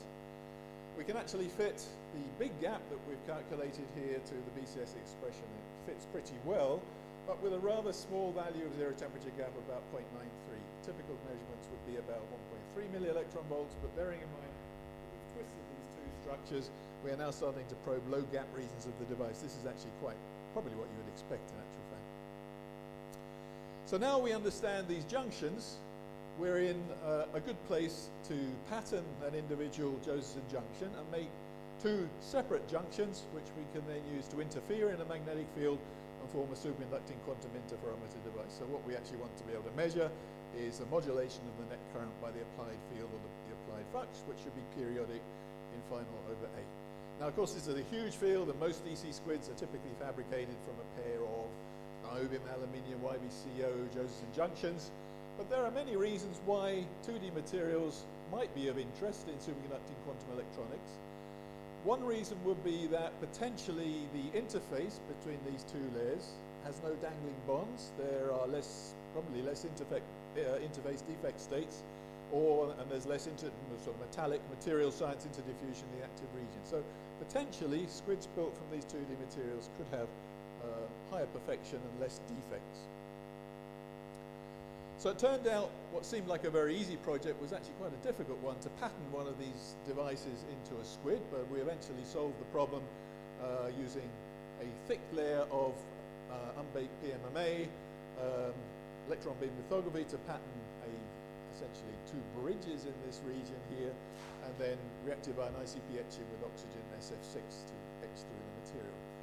So what I'm showing you here is one of our devices. You can recognize the two flakes here on left and right, and what we've done in these lighter regions here, we've actually etched away the material in these two rectangular regions and leaving the two bridges here. You can see where it looks slightly darker. So just to highlight that, so these two bridges here form our two junctions in our superconducting squid. And the typical junction area is about 1 by 2 micron squared, and the typical loop area is about 10 by 2.5 micron squared. So we would expect the total supercurrent to be modulated on a field scale of something like 1/2 to 1 Gauss. It's very easy to reduce these dimensions still further. We haven't really pushed the limit of that at all. So this is what we actually see. So we see a very strong modulation of the critical current here. Depending on how we bias the structure, these are 3 different bias conditions. This is a high voltage bias at 900 microvolts. You can actually increase the modulation if you go to a lower voltage bias down here at 10 microvolts, or you can use a current bias here around 50 microvolts, all of which give you, as you can see, very nice oscillations. The period of the oscillations experimentally is about 0.78 Gauss, which is very consistent with what you expect theoretically for the junction area, about 0.84 Gauss, given that you get flux focusing effects of these structures. So that's all extremely reasonable. The modulation itself, you might expect this to be 100%, but in fact the modulation is always limited by self-inductance effects in the squid itself. And if we now plot, let's take the modulation as being characteristic for this one here, which is about 36% at 900 microvolts. That's this red line here. And if you fit that to a model, you find that this is characterized by a parameter beta L, which allows you to extract the self-inductance of our squid ring. And that comes out to be about 30 picohenries, and that's about twice the geometrical estimate that we made based on a model by John Clem, and that's extremely reasonable. So they are not, of course, ideal in every respect, and the last thing I want to show you about the squids is the asymmetry of them. So what I show you here is the modulus of the critical current as a function of the sign of the drive current. I think the red one is a positive drive current, the blue one is a negative drive current, and they have the same amplitude. And what you can see is here that the maximum of the critical current is actually slightly shifted by amount delta phi in terms of flux. This is plotted in terms of field, but you can obviously convert that into flux. So we went back and looked in the literature, and there's a very nice paper from Muller et al. From the Köln group, I think, where they've considered a Josephson junction with all kinds of asymmetries. There's an asymmetry in the critical current itself, the asymmetry in the shunt resistor, and asymmetry in the capacitance. To keep life simple, we've ignored the second two, but we've considered the asymmetry that you might get in the critical current itself, which would relate to a slight asymmetry in the area of the junction, for example, which is not completely well controlled.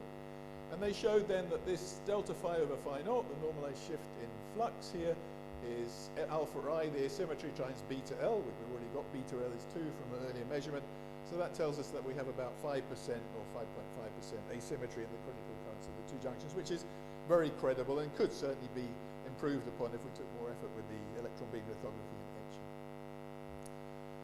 So the last thing I want to say about the superconductive devices is that we really are only scratching the surface here. There is a whole zoo of materials here, not necessarily superconductors, conductors, topological insulators, semiconductors, if you like. There's also a nice set of 2D superconductors that you can buy commercially from the standard company. Visco 2212, iron selenide, niobium disulfide, which is the one we're using. And all of these can be combined, and then many other superconducting 2D materials now. In fact, new materials are coming online commercially every day. So we've looked at a few of these just as junctions, forming twisted junctions in the way that I described before, though we weren't terribly careful about the twist angle here. These are sort of intermediate twist angles, I suppose.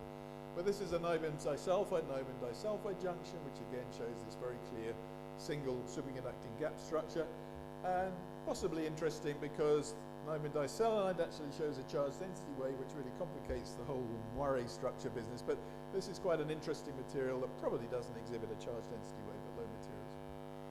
And then we've combined niobium disulfide and niobium diselenide in a heterojunction. Here, if you monitor the resistance, as I showed you in one of the earlier overheads, you can see that we can monitor the junction resistance, and it drops in 2 stages. First of all, when the higher TC of niobium diselenide is passed, and then the lower TC of niobium disulfide. And then we look at the first derivative of the IVs. We can now see 2 sets of peaks which correspond to the sums and difference of the 2 gaps in the 2 different electrons. So this is just preliminary work, but it shows you that I think there's going to be a lot more work in this direction, not from just us, but from many groups around the world. So finally, I just wanted to show you one last thing, which has really nothing to do with what I've been talking about up to now, but uses van der Waals heterostructures and uses essentially the same techniques to build them. So one of the other things we do in my group is doing magnetic imaging, and one of the things that's held back ambient magnetic imaging using scanning Hall sensors at room temperature is the lack of a very high sensitivity, or at least low minimum detectable fields Hall sensor that works at room temperature. Graphene shows great promise, and what we've been doing recently is now not just making graphene sensors, but making encapsulated graphene sensors where you sandwich them with layers of boron nitride to try and reduce their interaction with the environment. So here is a technique slightly modified from the one I described before, where you actually use what's called a hot pickup technique. First of all, you use these this polymer bilayer, PDMS PVC, to pick up a boron nitride flake, quite a thick boron nitride flake off a silicon oxide substrate. And then you use this to pick up a monolayer of graphene, which you've then heated.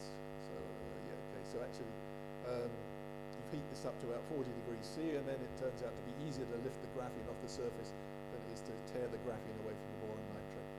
We then bring that back down onto a set of pre-patterned contacts, heat it up to release, essentially it separates the PPC from the PDMS, lift it off, we can then remove the PPC with polymer, and you've created a device which is at least semi-encapsulated, encapsulated from the top in this case. So let me show you quickly the steps. So this is a monolayer graphene flake, proved from AFM and Raman spectra on a silicon oxide substrate. That's at this stage B here. This is where we picked it up. So it's now floating free on a PDMS, a piece of boron nitride. All you can really see is the boron nitride, and underneath that is the graphene. This is where we dropped it down on our pre-patterned contacts.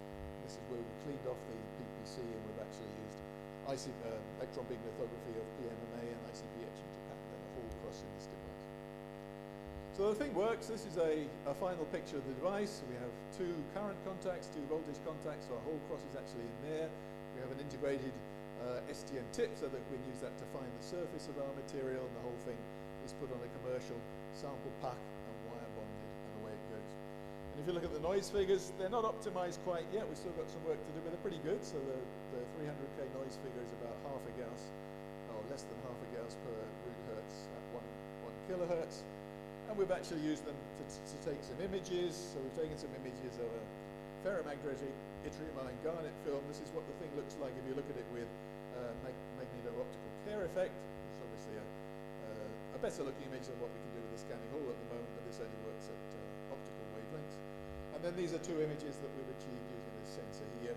This is a single scan, and you can very much improve the quality of the image by reducing the low frequency noise by averaging one scan upon another. This is the average of 16 different scans. So that just shows you another context where I think 2D van der Waals heterostructures are going to be important. They're going to be important, in fact, in many different areas, I think.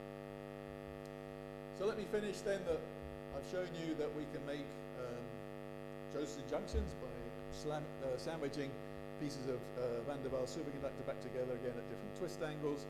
At low twist angles, our junctions look very much like underdamped junctions with distinct retrapping currents, but at high twist angles of the order of 30 degrees, these lead to reversible junctions showing clear quasi-particle gap structures. We've shown that we can fabricate these into really high quality squids and showing squid performance. There's still work that can be done to improve those. And the squid shows a reproducible periodic oscillations with typically about a 35% modulation amplitude as a function of field, which is currently limited by its self-inductance. As I say, I only think we've begun to explore the tip of the iceberg in the ways that we can use homo and heterojunctions, be they superconducting or otherwise, but I think this is going to be a very exciting field to follow in the near future. Thank you very much.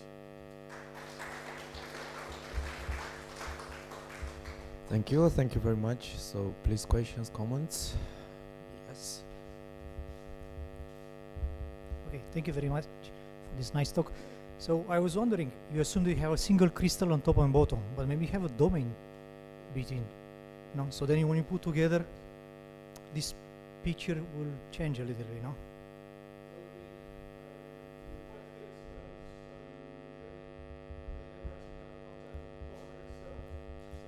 Would be for the environment in the glove box. We do know there are stray gas impurities in the glove box, but I don't think doping is going to be a major factor in these.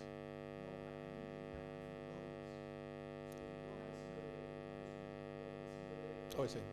Yeah.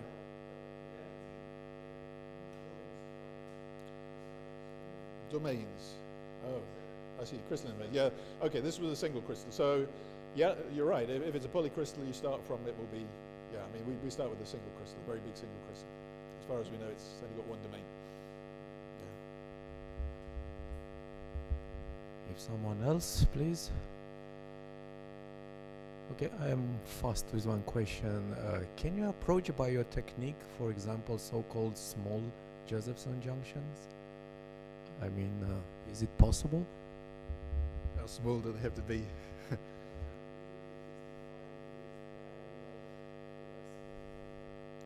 Think so.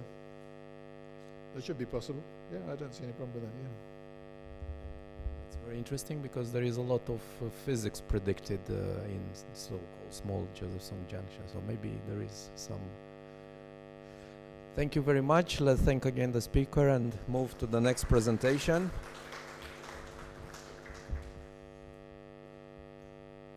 So the next talk will be from Professor Massimiliano Polichetti, University of Salerno, and the title is Correlation between the second magnetization peak and the magnetic relaxation rate in superconductors. Thank you.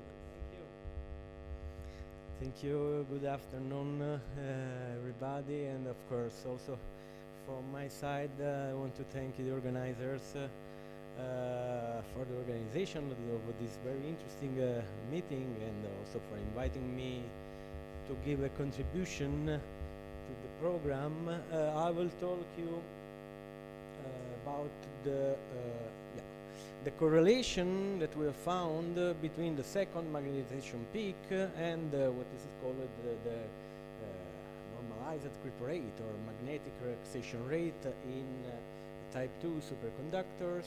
The work has been realized mainly at the Lambda laboratory, which is a laboratory for analysis of materials behavior in DC and AC fields, at the University of Salerno, of course, and some people from the collaboration group that I want to thank are Dr. Galluzzi and Dr. Dinelli for the magnetic measurements, and Dr. Grimaldi and Dr. Leo for the transport measurements.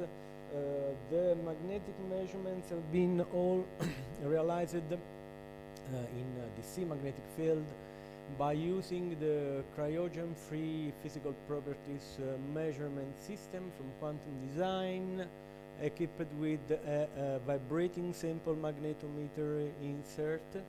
There are other facilities in the laboratory, like a homemade AC susceptometer, also homemade bolometer for measurements of AC losses in superconducting tapes, and the last is a Care effect magneto-optic magnetometer, able to work in a range of temperature between 3 Kelvin and 300 Kelvin to measure the surface magnetic properties, of course. Our work started from an iron-based superconductor belonging to the family of 1,1 iron-based, provided by the group of Professor Nazarova and Professor Buchkov from the Bulgarian Academy of Science. The sample is a twinned crystal, and it was first characterized magnetically to find the critical temperature, which is 14.5 Kelvin, and this sample also shows a non-zero signal in the zero field cooling curve above TC, and a thermomagnetic irreversibility between the field cooling and zero field cooling curve, so suggesting the presence of some magnetic impurities inside the sample. Anyway, these samples were analyzed by measuring the hysteresis loop at different temperatures, and what we found was clearly the presence of the so-called second magnetization peak, which is a modulation of the magnetization as a function of field due to the nonlinear behavior of the critical current as a function of field itself.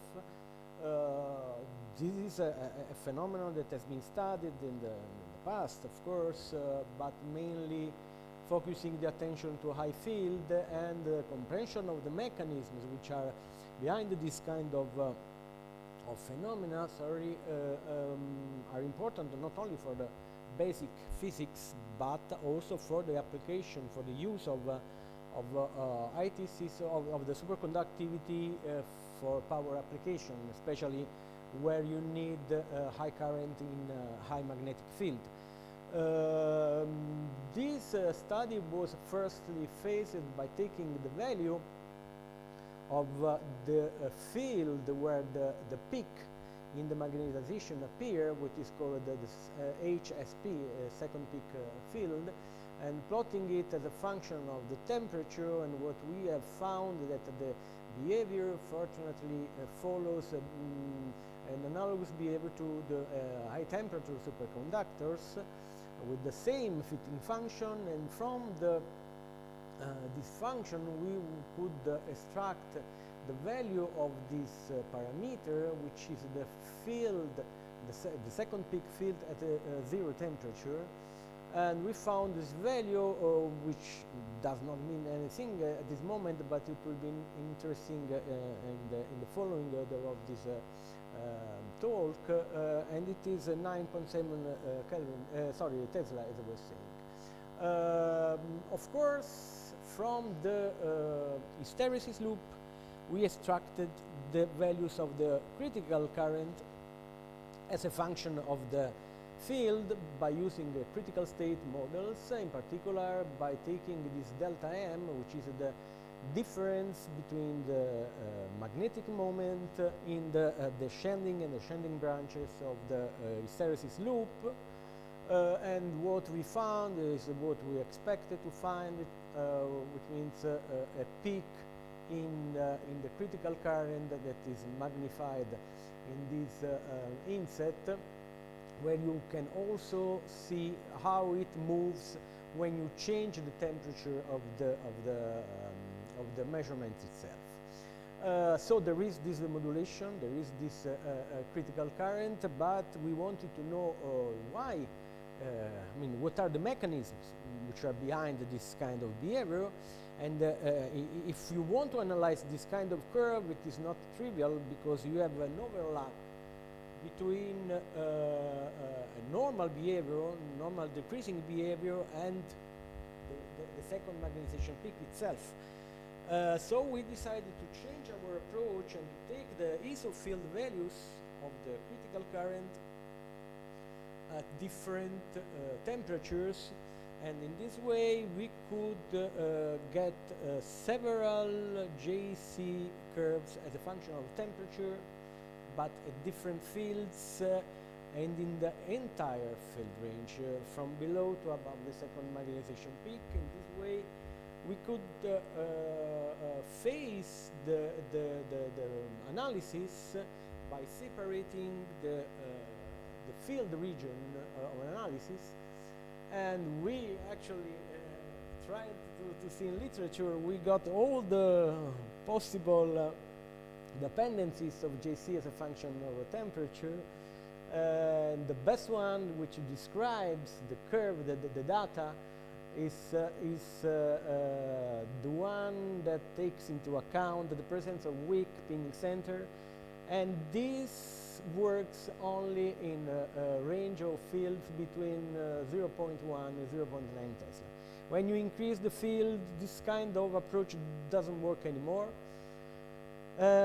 So we started again, but from the other side, from the maximum field, starting from 8.5 Tesla and going down. And what we found is that in this range of field, the best fit was obtaining by taking into account the critical current dependence in presence of strong pinning centers, and in particular due to correlated defects like twin boundaries or columnar defects or this kind of things. This is nice because when we went to have a look to the SEM image of this particular sample, but of all the other samples from the same batch, we effectively found the presence of twin boundaries which justify this dependence at high fields. So the picture started to be quite clear. There is a dependence of weak from weak pinning at low fields, and the dependence from strong pinning at high fields, and it was so quite simple to analyze the intermediate field range in terms of combination of the two behavior, one coming from the weak and the other one coming from the strong. And an interesting step in this kind of fitting process was that we were able to extract the values of the critical current at zero temperature in all the range of field. And when we did this extraction, we put them all together, and we got exactly this kind of plot. That it's interesting because first of all, it reproduces what happens also at temperature different from zero. This is at zero temperature. Second, you can see the crossover from the weak pinning region to the strong pinning region.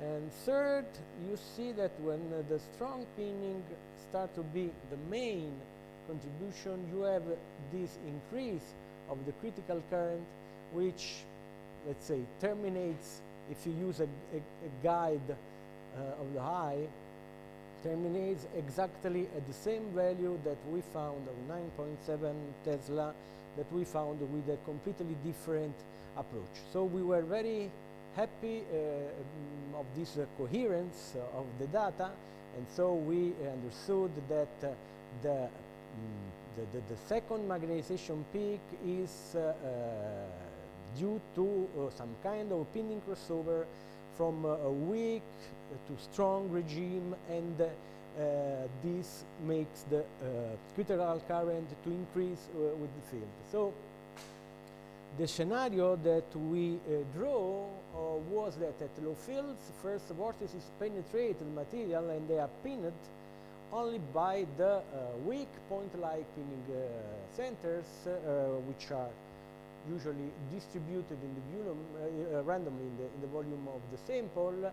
But when the field is increased, the strength, let's say, of this, the efficiency of this weak pinning center reduces, and so the vortices escape and go wandering inside the sample, so reducing the value of the critical current until they get trapped by stronger pinning centers, which still survive also at higher magnetic fields.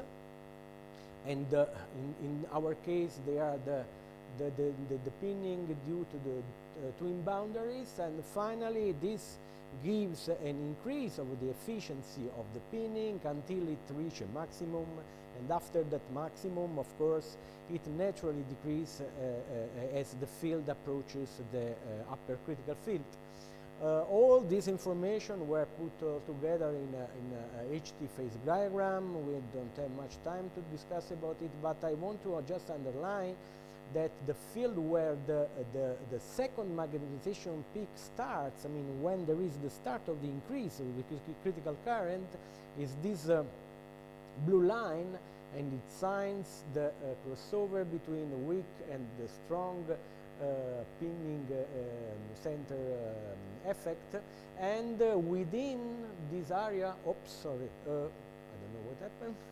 Within this area of strong pinning center, okay, there is the second, the maximum, the local maximum of the critical current, which is called the second peak field, which separates the elastic deformation to the plastic deformation. I did nothing with that. Okay, no, I don't know if this is able to make all this disaster. Okay. So we understood that there was this kind of crossover between different kind of pinning. So the next step was to understand more about the pinning itself and how it is normally done with magnetic measurements. In order to analyze the pinning, you make the magnetic relaxation measurements, which means the magnetic moment as a function of time, and we did it at different temperatures and different fields and so on. And from these curves, we extracted the so-called normalized creep rate, S, or magnetic relaxation rate, which is just the derivative of this curve, the derivative of this logarithm of the magnetization as a function of the logarithm of time. And what we obtained was this strange set of curves where you see a first increase of the creep rate at low fields, then there is a very rapid change, and the rate starts to decrease until it gets some kind of minimum here, and after that it increases again. It was quite strange, but we were starting from a sample that had also a strange behavior. I mean, the second magnetization peak is a non-monotonic behavior. So we went to look around in literature. We found several other articles in where you find both the second magnetization peak and the presence of this minimum in the creep rate. But it was strange, but nobody, our knowledge, nobody tried to correlate the two things So our question was, is it possible that there is a correlation? I mean, it's strange that every time that you find the minimum, you find also a second magnetization peak, but nobody tried to understand the correlation. We tried actually, and it was not really simple, not trivial, because if you just compare the creep rate here, the blue dots, with the critical current behavior, there is no correlation at all. You have a maximum here, which does not correspond to anything here.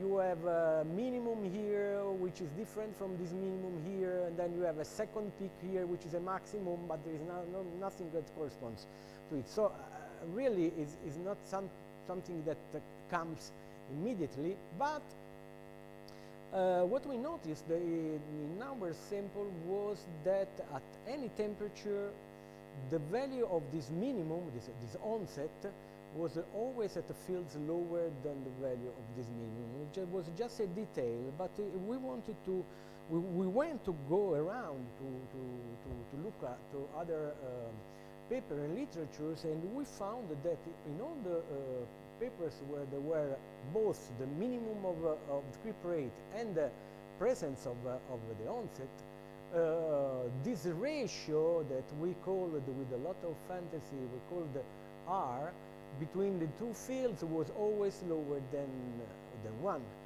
It sounds quite interesting, but the more interestingly, what we found in our case was that this ratio was even constant in temperature. If we change the temperature, this ratio didn't change. I mean, just very small change within 7% due to experimental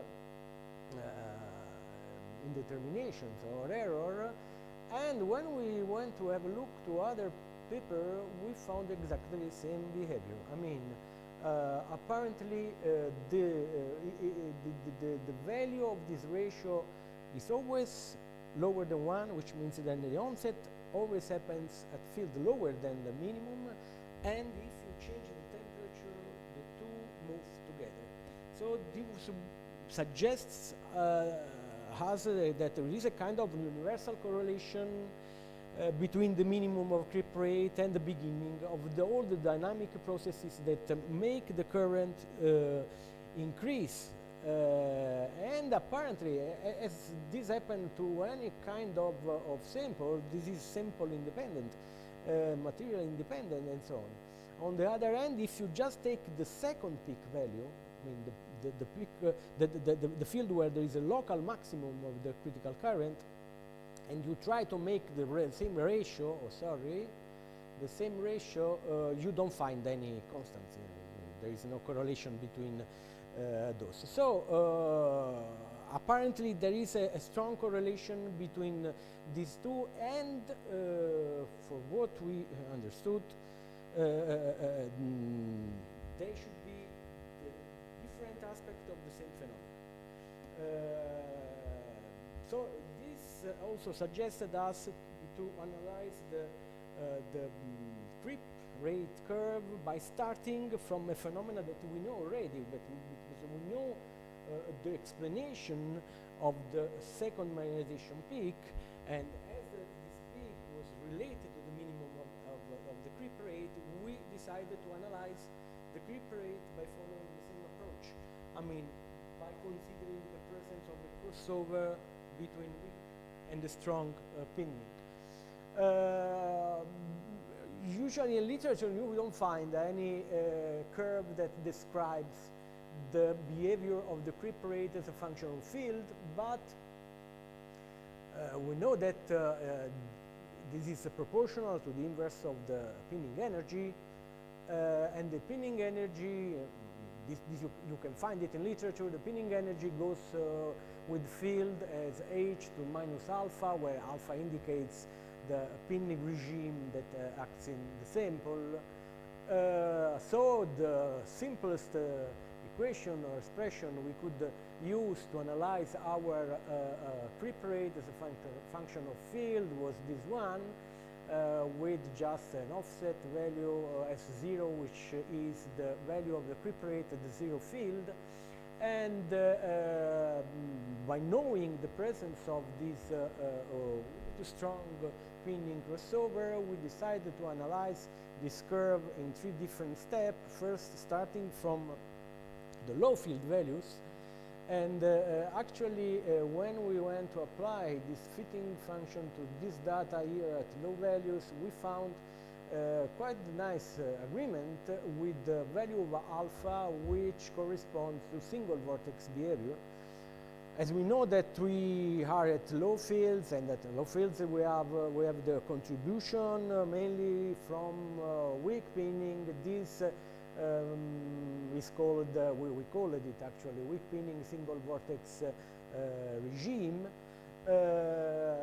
On the other hand, we went to high fields and we found again that the fitting function works very well, but with a completely different value of alpha, and this suggests the presence of a collective pinning, so the regime has changed, and it's also referred to the presence of strong pinning center due to the value of the field. So this is what we call the strong collective pinning region. And so at this point it was quite obvious to consider this intermediate value of fields in terms of crossover where the vortices that here start to escape from the weak pinning center and go to accommodate inside the strong pinning center, and this accommodation has to be described again in terms of single vortex behavior, because the process starts here. It starts where this one finished, let's say. So this behavior, this curve was used, but we started exactly from, not from zero, but exactly from this field, and we described the so-called strong pinning single vortex behavior with exactly the same value found for the weak pinning, and if the mechanism was effectively the one that considered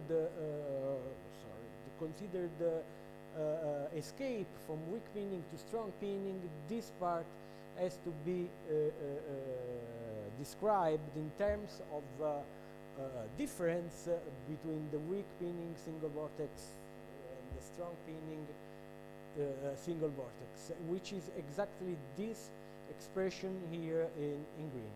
So apparently, I mean, the things works also for the creep rate. This was quite expected, but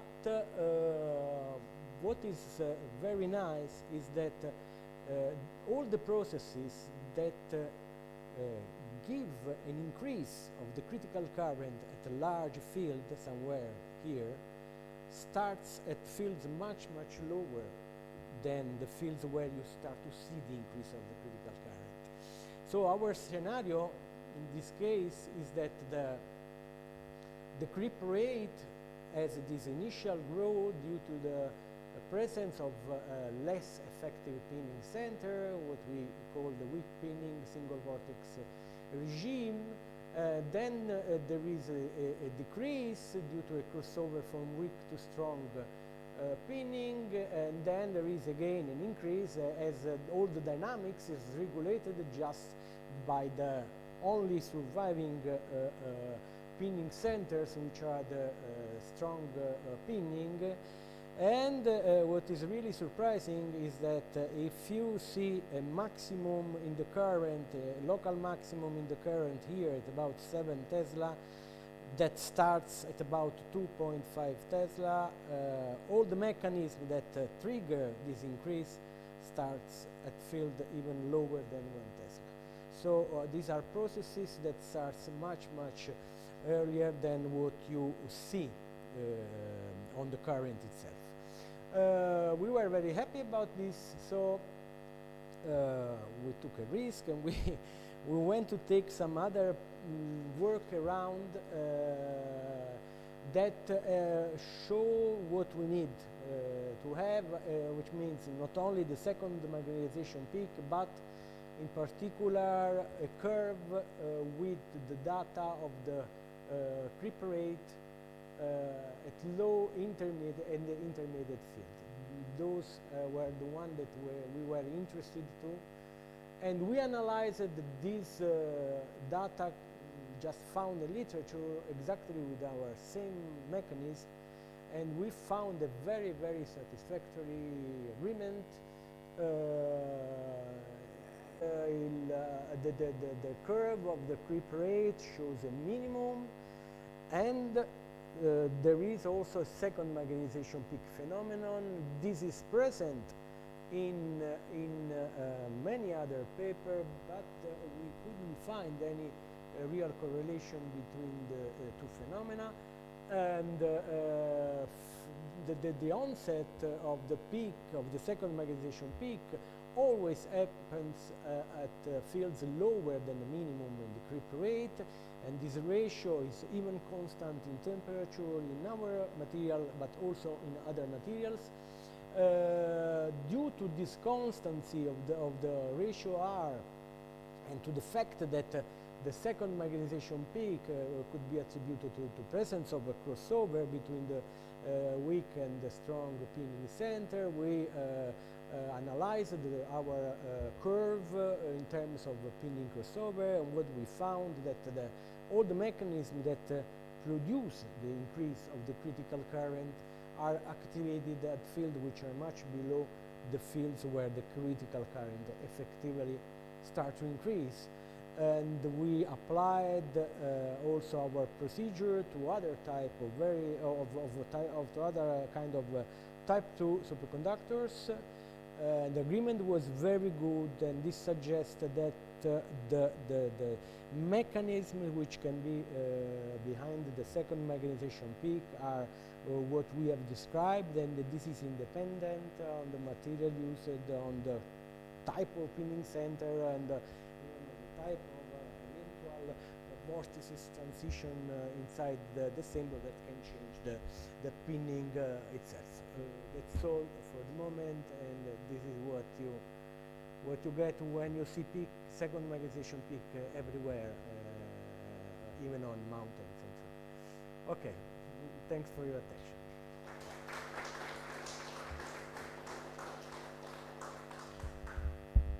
Thank you very much.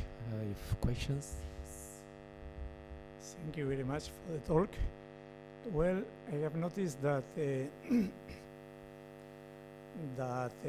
pinning is very important for vortex behavior.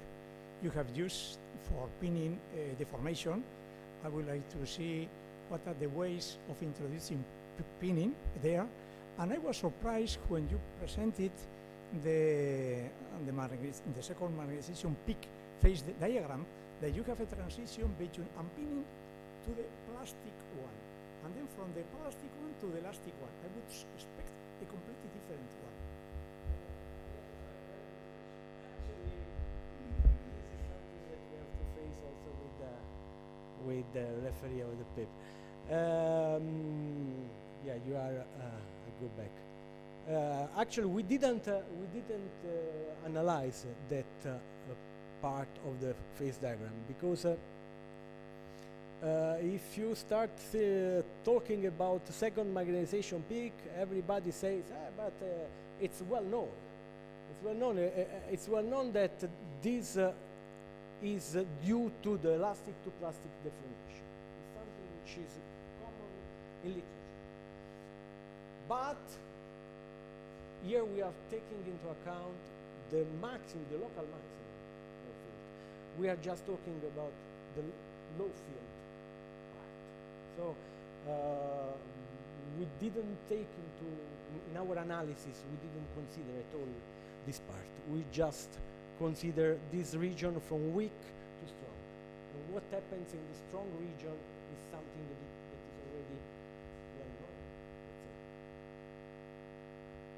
Is that okay? No, probably It's okay. Yeah.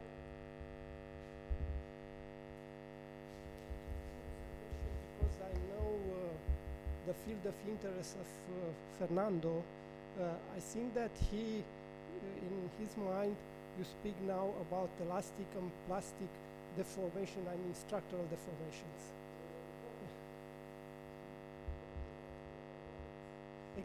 Exactly. That should be mentioned. Yeah. Yeah.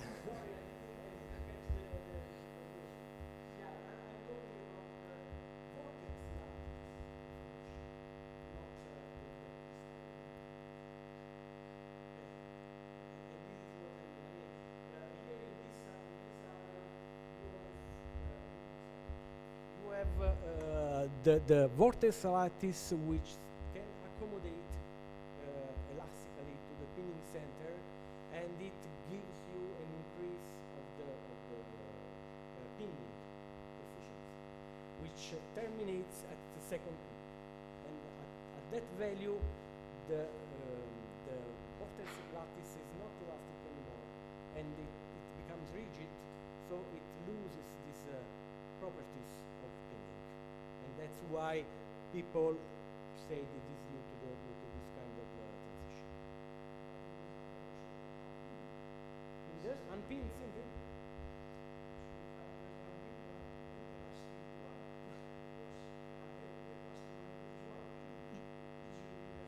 Yes, that's true. That's true. Yeah, I agree. It should happen also in the unpinned syndrome. Yeah. But as I told you before, I don't mind. I mean, it's something that we didn't want to analyze, because we are caring about the precursors of this system, of this, let's say, this area here. So just what happens in this very low field region. Okay. Thank you very much. It looks like there is no question. Just a small comment for young people. So if you go to the mountains and Professor Polichetti will say there is a treasure, please believe him, because he already found one. Thank you very much again.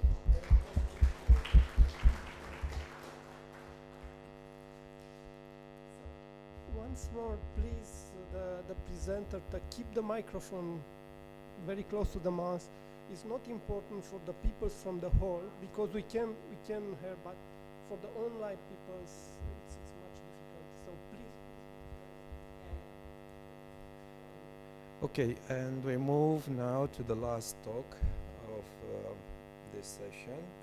It is a pleasure to introduce my colleague, Professor Adrian Crișan, and the talk will be with the title Pinning Potential in Superconductors from Multi-Harmonic AC Susceptibility Response.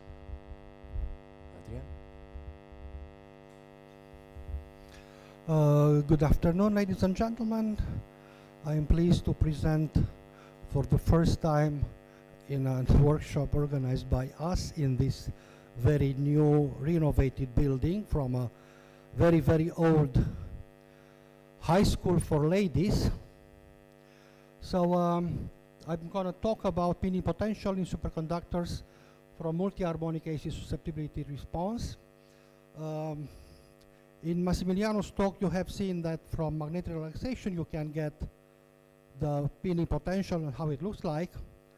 I will show you some other ways of obtaining the pinning potential in superconducting materials. Now, collaborators are Alina Ionescu, Ion Ivan from our institution, Armando Galluzzi, Massimiliano Polichetti from University of Salerno, Jesus Mosqueira from University of Santiago de Compostela, Akira Io, Shigeyuki Ishida, Hiroshi Isaki in AST Tsukuba, and Paolo Mele from Shibaura Institute of Technology in Tokyo. Funding, Romanian Ministry of Research, Innovation and Digitization, core program PN19 and so on, project 35 PFE, and European Regional Development Fund, POC project P37697, European Union cost action, high scale. Okay, the motivation. This work started as a need for a quick evaluation of the critical current density and pinning potential in YBCO films with nano-engineered pinning centers with various architectures. Now, one other way for, let's say, thin films is to go to the clean room to make lithography, to make patterns, and to measure transport for probe transport measurements to get the critical current density as function of temperature and magnetic field, and it will take you a lot of time. So I was thinking what other way is to quickly characterize superconducting film with nano-engineered pinning centers in such a way that during that try and error research we could find the best architecture, but from very fast measurements. So the starting point was the work of Helmut Brandt on flux penetration in superconductors, in which one dimension is much smaller than the other two, in the case with the field perpendicular to the larger area, which is applicable to thin films and plate-like single crystals in perpendicular geometry. Now, the problem is that there is a field of full penetration. So when you put a superconducting material in this geometry, like a thin film or a flake, you put it in a fixed temperature, and of course, for YBCO thin films, the temperature of interest was the temperature of liquid nitrogen. You apply a high DC field, in this case 7 Tesla, and we measure the in-phase and out-of-phase susceptibility as function of AC field amplitude at various frequencies. What we can see, if we choose the right window, experimental window, we can see that the out-of-phase susceptibility as a function of AC field amplitude has a maximum. And also we can see that this maximum moves to lower AC field amplitudes as we decrease the frequency. Now, from that work of Helmut Brandt, we know that that position of maximum can be correlated with the critical current density. So the actual formula is JC is that value of field of full penetration in Ørsted divided by the thickness of the film, that would be in centimeters, and an coefficient alpha, which is slightly dependent on the geometry. Geometry meaning if it is a square, a rectangle, or a disk, but that is approximately 0.9. So this is what we can see experimentally after we have chosen the right window, because if we go to much lower fields at 77 Kelvin, that maximum will tend to go to much higher values of the AC field amplitude, which we do not have. So in the PPMS machine, our maximum value for the AC field amplitude is 16 Ørsted. So we have to find the right windows in which this technique can work.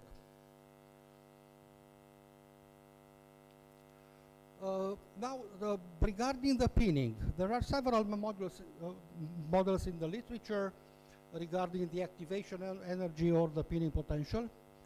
The first one is the well-known Anderson-Kim model, in which the model assumes that the flux creep occurs due to thermally activated jumps of isolated bundles of vortices, and the correlated volume depends on temperature and field. In the absence of transport current, meaning no Lorentz force, the bundle is placed in a rectangular potential well of height U0, and due to thermal energy, there are jumps over the barrier with this frequency. So it is an Arrhenius thermally activated process. So this is when there is no current. We apply a current, and one part in the direction of the Lorentz force, the barrier is decreased. And at some point, if we increase much more the current and we reach the, let's call it the critical current, where we do not have any more retention of vortices in the potential well, we have this. And after a little bit of calculations, one can get the fact that the effective pinning potential decreases linearly with the probing current, and the dependence of the critical current density on frequency or on time has this shape.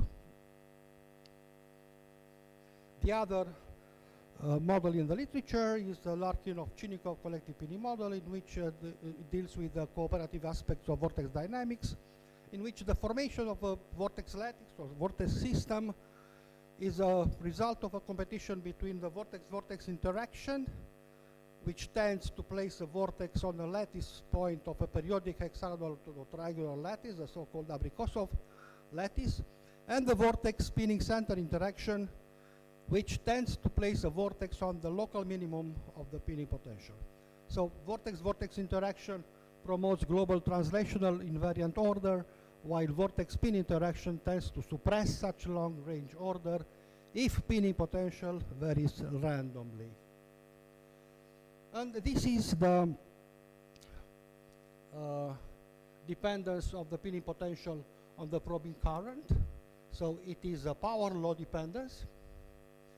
And this power law dependence leads to non-current vortex characteristics in this form.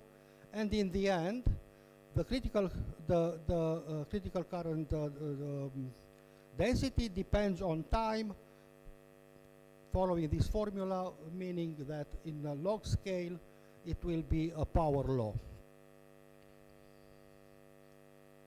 Okay, now we go back to our measurements. So we are just talking about that position of the maxima, which, knowing the thickness of the film, we translate it into current, critical current density, and we plot in a log scale critical current density as function of logarithm of f0, which is a macroscopic attend frequency, divided by the measurement frequency. So as we move from the left to the right, we are actually decreasing the frequency. What we have seen is that in this double logarithmic type plot, our experimental data are actually a straight line. And if we go back to the equations of the Kim-Anderson model or collective pinning model, and we did such fittings, we have seen that Kim-Anderson predicted something like this. So a downward curvature in this double logarithmic plot. Collective pinning model predicts something like this. So a slight upward curvature. And I discovered that a model, or actually a dependence proposed by Eli Zeldov of the pinning potential as a function of probing current, will give the right model for our experimental data. So from magnetoresistivity and IV curves of YBCO films and predicting potential well which have a cone-like structure, because we have a very, very small coherence length in YBCO, and have a cusp at its minimum and a broad logarithmic decay with the distance, Eli predicted that the effective pinning potential depends logarithmically on the probing current. So in Kim Anderson, we had a linear dependence. In collective pinning, it was a power law. Here is a logarithmic dependence. So, as I said, experimental data very well described by this type of formula. If we introduce 1 over frequency time, critical current in an absence of thermal activated flux creep, using the properties of logarithmic function, this can be also described with this data. So B is actually the slope of our experimental data, which is a straight line. In an inductive circuit, voltage is proportional to the time derivative of the current, and we get this value. In the same time, the vortex is proportional to the probability of flux jump over the barrier, which is an Arrhenius type thermal activity process. And considering logarithmic dependence of the effective pinning potential proposed by Zeldov, we have also the voltage, which is given is proportional to this value. Comparing the previous equation with this one, we have this equality.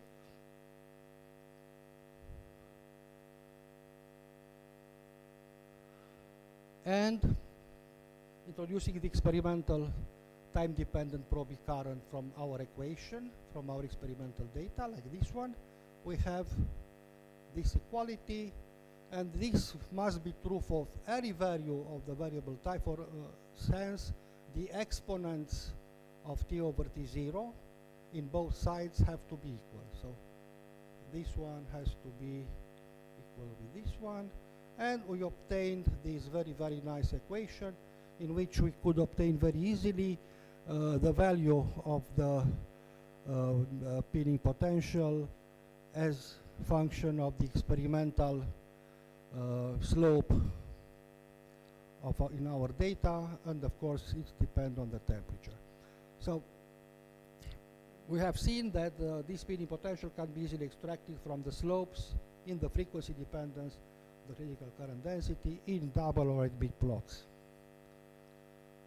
Now there are some other examples, because we have studied many types of superconducting thin films with nano-engineered pinning centers in various architectures. So here, for example, is a YBCO film doped with 4% barium zirconate, a thin film 0.3 microns. Here is a film which was deposited with on silver decorated substrate, again with barium zirconate nano inclusions, a thicker film. So in all our samples, the linear fit coming from the Zeldov model of pinning potential is much better than the classical ones. So in all cases, we were able to get the values of the pinning potential. So these are the types of nanostructured films which I will show in the following. YBCO doped with barium zirconate, a thin film, and also a thicker film. YBCO doped with a barium zirconate grown on substrate decorated with silver nano dots. A B layer in which we have two 1.1 micrometers YBCO layers doped with BZO, and between them again silver nano dots. One thin film in which we have 4% barium zirconate, which creates nano columns, and 2% yttria, and a B layer composed of two thick YBCO films doped with barium zirconate, separated by 30 nanometers strontium titanate, again grown on decorative substrates. So sample the thin films, so the 0.3 micrometer here and this one here, grown by Paolo Mele's group in Japan. The others were grown in our group. These are some TM images of the nanostructure defects. Of course, we have many more. You can see the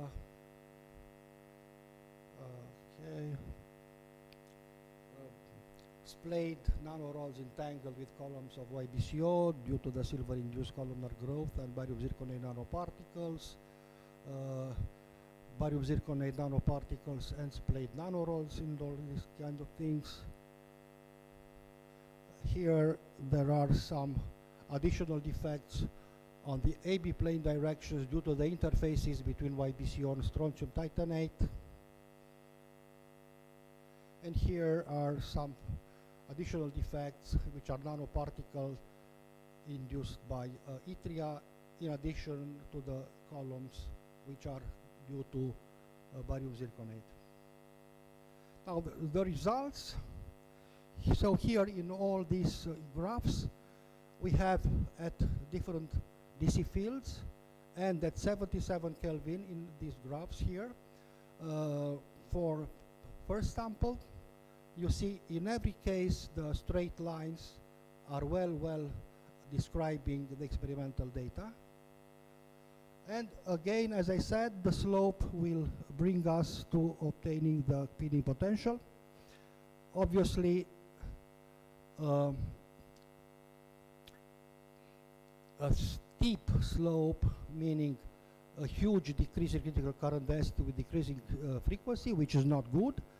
While if a slope is small, it means that our material is very effective also at low frequency, meaning close to DC applications. So other two samples, the same thing, and the other two, and these are all 6. So here are the results. If we take the Boltzmann constant equal to 1, the data for U0 are in Kelvin. So these are the samples, these are the DC fields, temperature 77 Kelvin, and these are the values of the pinning potential in Kelvin. Now, if you remember, in the rate of thermal activated flux jumps, we have exponential of minus U0 over T. So 524 divided by 77, it's quite big, and exponential of minus that will give small values. So as I said, a ratio of U0 divided by T is quite large, so probability of thermal activated flux creep very small. For example, the sample one at 77 Kelvin and 6 Tesla, we have this value, and the exponential of minus this value is 10 to minus 3. And also have some measurements of, at 65 Kelvin, so lower temperature, much higher fields, of course. Again, this the same sample one at 65 Kelvin and 14 Tesla, the rate of thermal activated flux jumps is again in the range of 10 to minus 3. This is just a guide for the eye of the values in Kelvin, in 77 Kelvin and 65 Kelvin. And I finished with superconducting YBCO films with nano-engineered pinning centers. Recently, we have tried to do similar things on a very nice single crystal from the system calcium, potassium, iron 4, arsenic 4, which is discovered quite recently and has some amazing properties among all the iron-based superconductors. So they are in fact very thin squares, the dimensions being 1.5 millimeter, 1.2 millimeter, 1.2 millimeters, thickness about 40 microns. So they are in fact very thin squares. So we tried to adopt the same methodology. Because they have a very, very huge critical current density, we were able to obtain this maximum for AC field amplitudes up to 15 Ørsted only at temperatures very close to critical temperature, meaning at 35 Kelvin.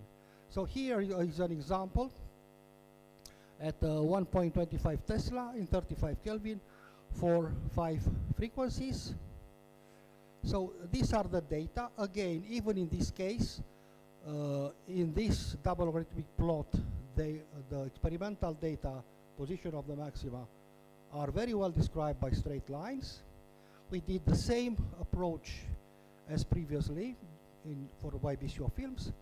So these are 4 DC fields in which we were able to obtain these kind of things. And we had these values of pinning potential. So temperature is 35 Kelvin. U0, the pinning potential, have these values between 150 and 260 in this field range. Now, what I have here, these are measurements which were done by Alina Ionescu in Germany. So we got from DC magnetization relaxation on the same single crystal. From magnetization and relaxation, we had, you can see, on a large range of temperature from 5 Kelvin to 35 Kelvin. And these are the values of the pinning potential in 1, 3, 5 Tesla. You see, these are huge values. So if we look at 20 Kelvin, which is temperature of liquid hydrogen, which is absolutely fabulous for applications in the future hydrogen economy, this 1200 Kelvin divided by 20 Kelvin, the probability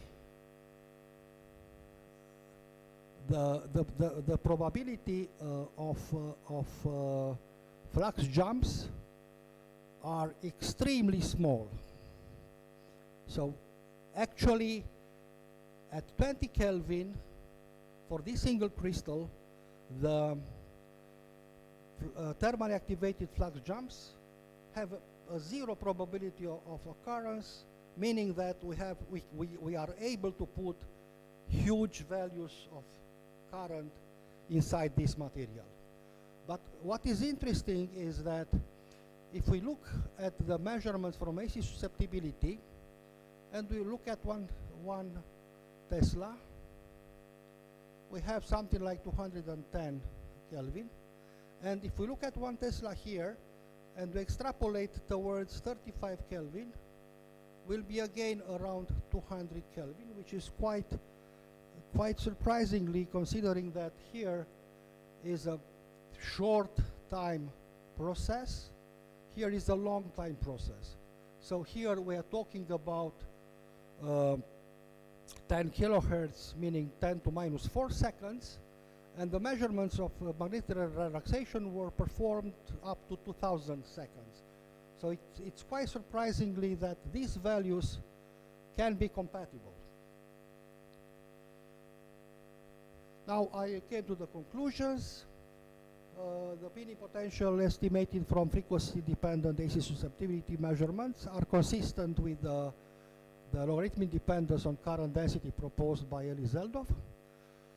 Critical current density and pinning potentials are slightly smaller for thinner films, but critical currents are much larger, but critical current density, pinning potential are slightly smaller for thinner, slightly larger for thinner films, but critical currents, not current density, currents, are larger in thick films, which is important for practical applications, because what we are interested in is in the engineering critical current, in which the thickness of the superconductor is not the main one. Values of pinning potentials in Kelvin are quite high and are impressive at 65 Kelvin. As I said, in thicker films with synergetic pinning centers, the upper limit of AC field amplitude in PPMS is not high enough to match the high value of critical current, even in maximum fields 14 Tesla at 65 Kelvin. In 1144 single crystals, critical current densities are much higher. The samples are about 40 times thicker. Hence, the limitations of the AC field amplitude allowed us to probe only regions very close to the critical temperature. And at 35 Kelvin and 1 Tesla, pinning potential from AC susceptibility and DC magnetization relaxation are comparable, with the later having very high values comparing to operating temperatures in high magnetic field, which is excellent news for high field power applications. And thank you for your attention.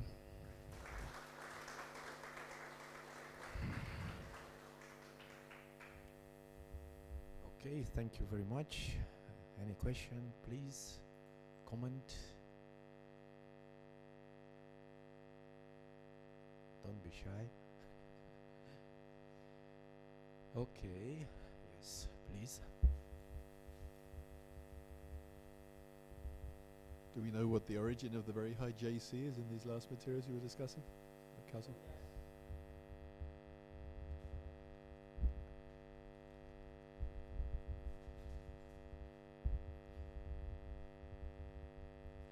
In this material, there are some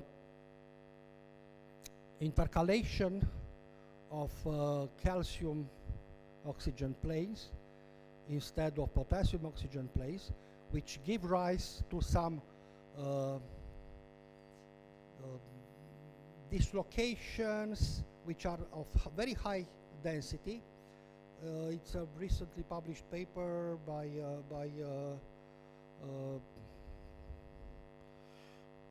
that guy. Okay, I need to go back till the beginning. So they did also high resolution TM, and it's a high density of two-dimensional defects, which are very effective pinning centers. Okay. So it's a paper with Ishida as first author, and they actually new quantum journal, new journal of quantum physics, something like that. Yes. Okay. So yeah. So it's a quite recent publication in a very new journal.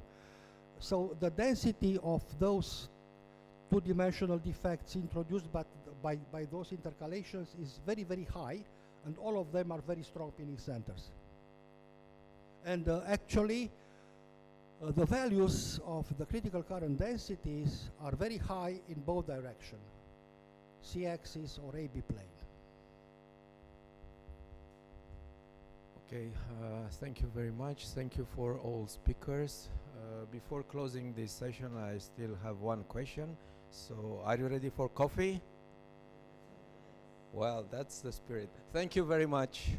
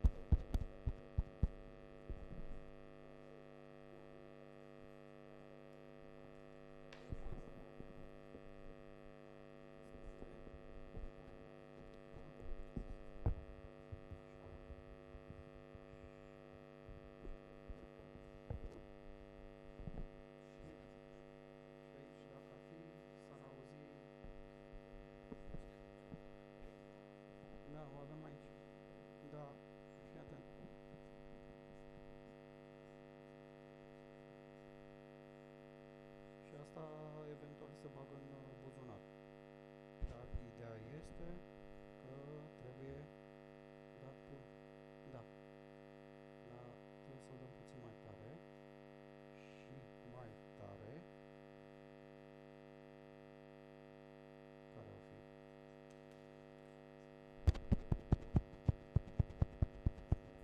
Da, asta e chiar aici. Nu știu cum. Pardon, se vine.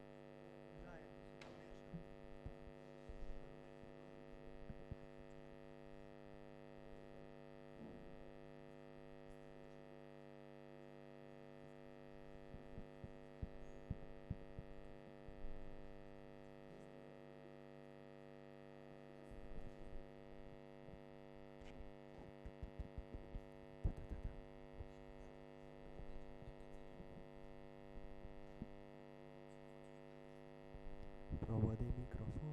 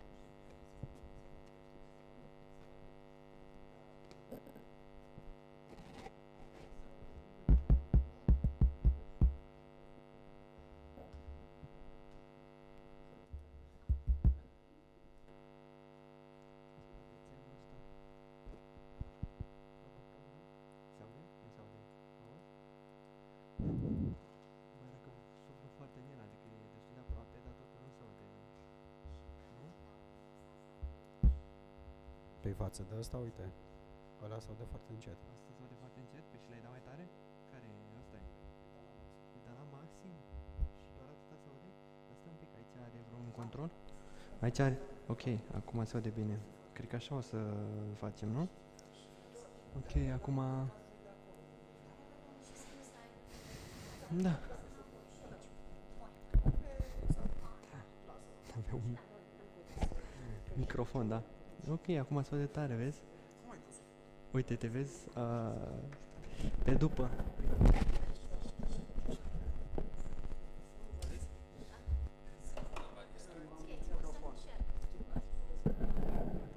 Pe asta de așa. Și se aude mai bine asta și nu mai e nevoie de microfon. Adică... Da, da, da. Da, și rămânem așa. Și asta? I-am torcit să văd cum ai pus-o. Uite-te, invers, vezi? E... Ca și cum ți-ai dat căștile pe spate. Da, exact. Și acum se aude super tare. Și nici nu mai trebuie să stai cu microfonul, e super. Wow. Super bine.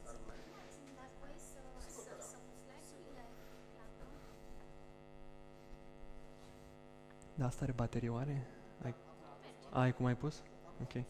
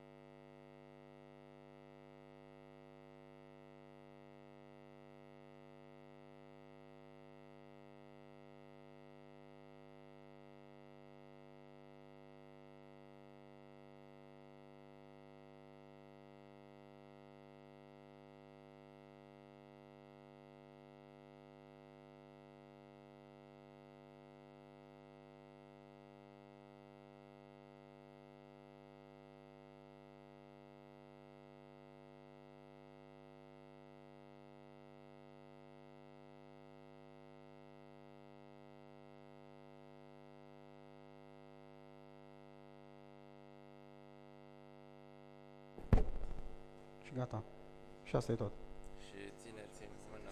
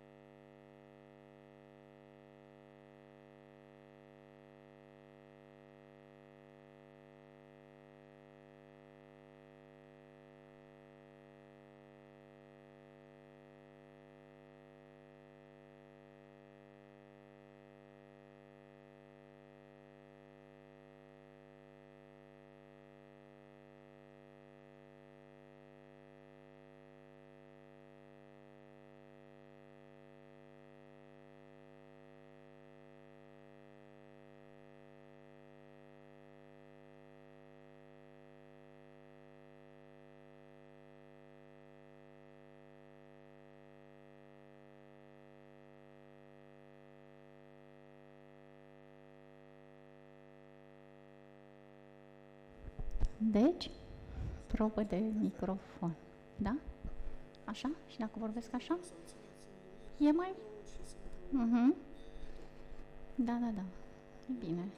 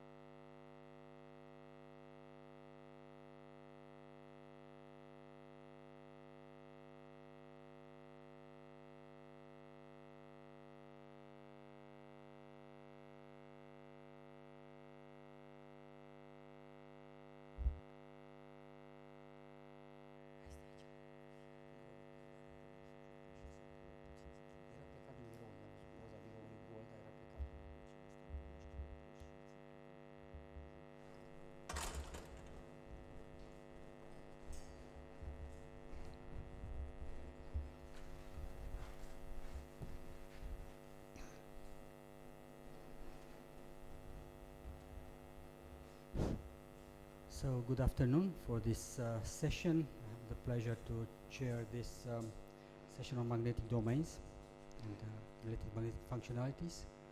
And the first speaker today is Felicia Zoller. She will talk about multifunctional ferromagnetic shape memory materials, magnetocaloric, magneto-resistive, and temperature memory effects. Thank you very much. Good evening, everybody. So my talk is about multifunctional ferromagnetic shape memory materials and magnetocaloric, magneto-resistive, and temperature memory effects. In my talk, I will point some aspects regarding magnetocaloric effect, magneto-resistive, and thermal memory effect, and also the effect of thermal treatments on structural and magnetic transition in nickel iron gallium. In introduction, let's see what is shape memory effect. If we take a shape memory alloy ring at a certain temperature, austenite final, and we cool it at lower temperature at a certain temperature, martensite final, and here we will deform it at this temperature. If we hit above austenite final temperature, our zigzag ring will become a regular ring again. And by cooling again below martensite final temperature, our ring it's again a zigzag ring, and in this case we have two-way materials, or remain at as regular ring, and we have one-way material. This thermal hysteresis, which is described by austenite start, austenite final, martensite start, and martensite final temperature, it's specific to shape memory alloys and describe so-called martensitic transformation, which undergo between high temperature austenitic phase, which is a high symmetry phase, and low temperature martensitic phase with lower symmetry. And this martensitic transformation undergo by shifting atoms on distances smaller than interatomic distance. It's thermoelastic, reversible, diffusionless transformations, and undergo, as I mentioned initially, between high symmetry phase, and here we have a L2 cubic structure specific for austenite of Heusler alloys, and will transform in a lower symmetry phase. Here we have modulated martensitic structure.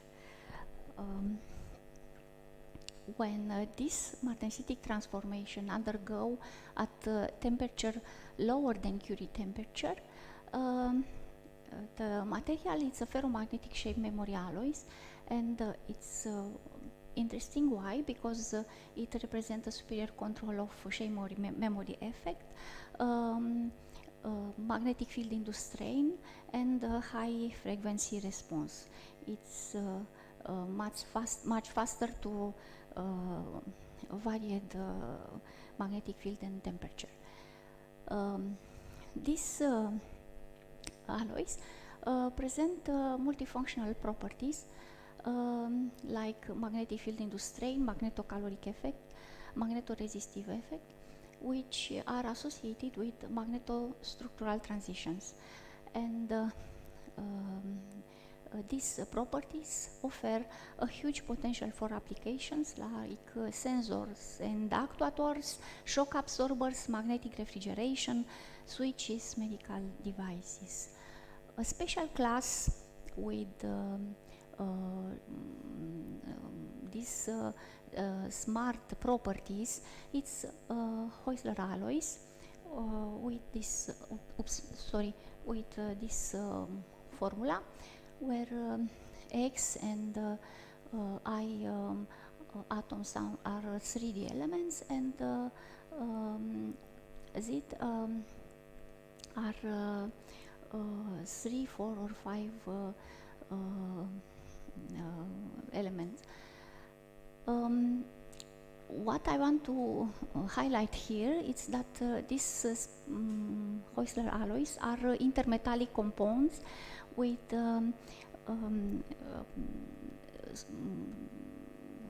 structure in ordered L2-1 structure, which is like interpreting a cubic lattice with rock salt lattice. Our objective was to investigate influence of some substitutions, preparation route, thermal treatments on magnetic properties and martensitic transformations in these Heusler compounds as bulk and ribbons as quench or annealed at 400 degree or 900 degree. And this because we can adjust the martensitic transformation and Curie temperature or other magnetic properties, adjusting the composition, stoichiometry, and via thermal treatments. This is the processing route. From pure element, we melted by arc melting in protective argon atmosphere. We obtained the massive samples, which was annealed at higher temperature. We kept some small pieces to investigate their properties, and the other species was subjected to melt spinning technique to obtain rapidly quench ribbons. In as prepared state we have as quench ribbons, and also ribbons annealed for 60 minutes at 400 Celsius degree, or for a short time, 2 minutes at 900 Celsius degree. The experimental tools is the usual: differential scanning calorimetry, X-ray diffraction, scanning electron microscopy, and magnetometry via SQUID or PPMS.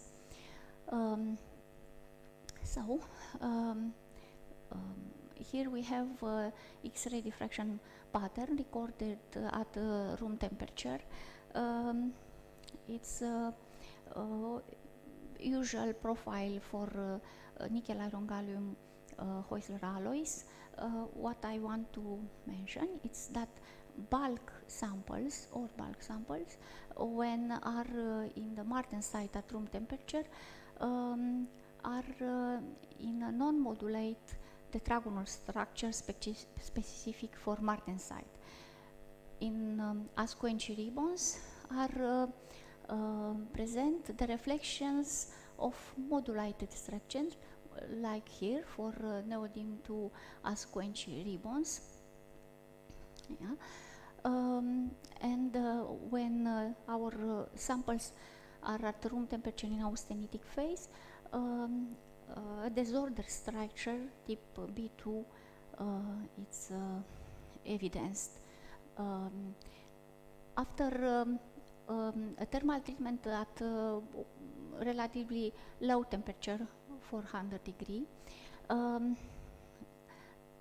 are present reflections of ordered L2-1 structure, and this is due to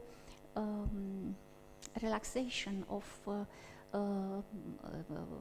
quenching tension, which was frozen via processing route, and atomic ordering undergo after this thermal treatment. A thermal treatment at 900 degree induced the segregation of a secondary FCC phase gamma. Here we have some images from scanning electron microscopy for gallium-26 asquench ribbons can show the variance of twin martensite, and in fractured cross-section are revealed high textured ribbons as effect of cooling rate gradient across their section. As can be seen on bottom at the contact with the well, the grains are equimolar and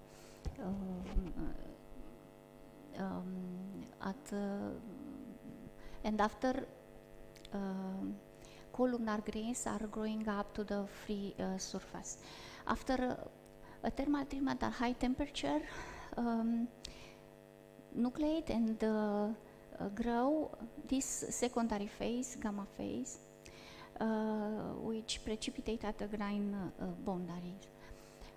Differential scanning calorimetry evidenced the influence of substitution, and here we have samples with cobalt 2 or cobalt 2 aluminum 3 or with neodymium, and it can be seen that this substitution strongly influenced the martensitic transformation's temperature and also the heat of transformation. In figure B, we can see the influence of thermal treatments on the martensitic transformation. At higher temperature, the martensitic transformation temperature is lower. Thermomagnetic scans reveal this hysteresis, which is the signature of martensitic transformations on all investigated samples. It can be observed that the samples annealed at 400 degrees shows a higher Curie temperature, and this is the effect of atomic ordering, increasing thermal treatment temperature. The austenitic lattice is depleted in 3D elements. Gamma phase is growing, and from this reason, Curie temperature of this sample decrease, and this magnetization doesn't fall on zero because gamma phase has a higher Curie temperature.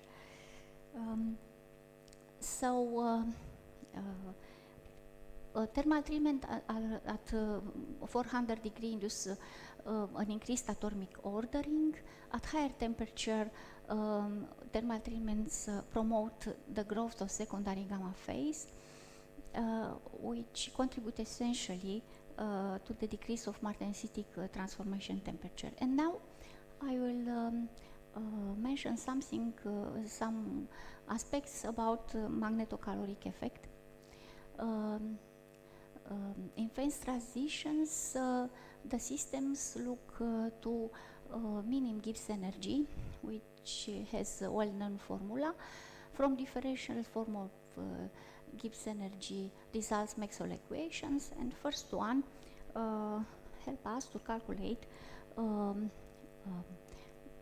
magnetic entropy variations and adiabatic temperature change. As can be observed, both are dependent by derivative magnetization in respect with temperature, and it means that the effect is higher at magnetic transition. Here intuitive explanation of magnetocaloric effect. If we have a system with magnetic domains randomly oriented, and if we apply at a constant temperature a magnetic field, Magnetic moments are aligned by this applied magnetic field. Magnetic entropy of the system will decrease, and in order to maintain the internal energy constant, the material it's heating. If we remove the field, vice versa process undergo. Magnetocaloric effect can be direct when adiabatic temperature change is positive and magnetic entropy variation is negative, and inverse when adiabatic change temperature is negative and magnetic entropy variation is positive. Magnetocaloric effect can be measured by a direct technique, but also from indirect measurements with almost the same accuracy. Why it's important, this effect? Because magnetic refrigeration is based on this magnetocaloric effect. Actually, magnetic refrigeration is used in scientific use for a long time to cooling the system below 1 Kelvin using paramagnetic salts, but there are no application for commercial use at room temperature, because magnetocaloric effect of ferromagnetic system, it's quite small at room temperature. I pointed here that magnetic refrigeration is environmentally friendly cooling technology with high efficiency. Of course, magnetic material have to, it's necessary to have a lot of properties to be a good magnetic for magnetic refrigerations, like a first order transition around the working temperature, a large magnetization in respect to temperature, also to be actuated by moderate magnetic field for application, commercial applications, to have a low thermal and magnetic hysteresis, of course to be stable and ductile, and to have a high refrigerant capacity. Quickly, I present here some data from literature. I want to highlight that gadolinium, it's the element, single element with highest magnetic entropy variations on due to a transition order disorder, magnetic transition order disorder. Also, I mention here Heusler alloy with inverse magnetocaloric effect. To evaluate magnetocaloric effect, we used an indirect technique from thermomagnetic measurements performed at different magnetic fields, and using Maxwell equation for discrete data point with the Mathematica program, we obtain the entropy variations versus temperature on heating. Here for neodymium samples in bulk as quench and annealed ribbons. What is significant here? In asquench ribbons, we have obtained the highest value for magnetic entropy variations. For annealed samples, it's remarkable. We have two contributions on magnetic entropy. One in the left side, it's specific for martensitic transformations, and the others is corresponding to Curie temperature. So, to explain this behavior, I represented here with the black curve curve thermomagnetic measurements, and differential scanning calorimetry results. Here for bulk sample, it can be seen Curie temperature, it's higher than austenite finish temperature. So for this sample, we have consecutive phase transformations at higher temperature, EQ temperature, but in closer there is martensitic transformations, and this can explain good values for magnetocaloric effect for entropy variations. In ASQUench ribbons, we have a different situation. On cooling, we obtain Curie temperature for austenite. On heating, Curie temperature for martensite.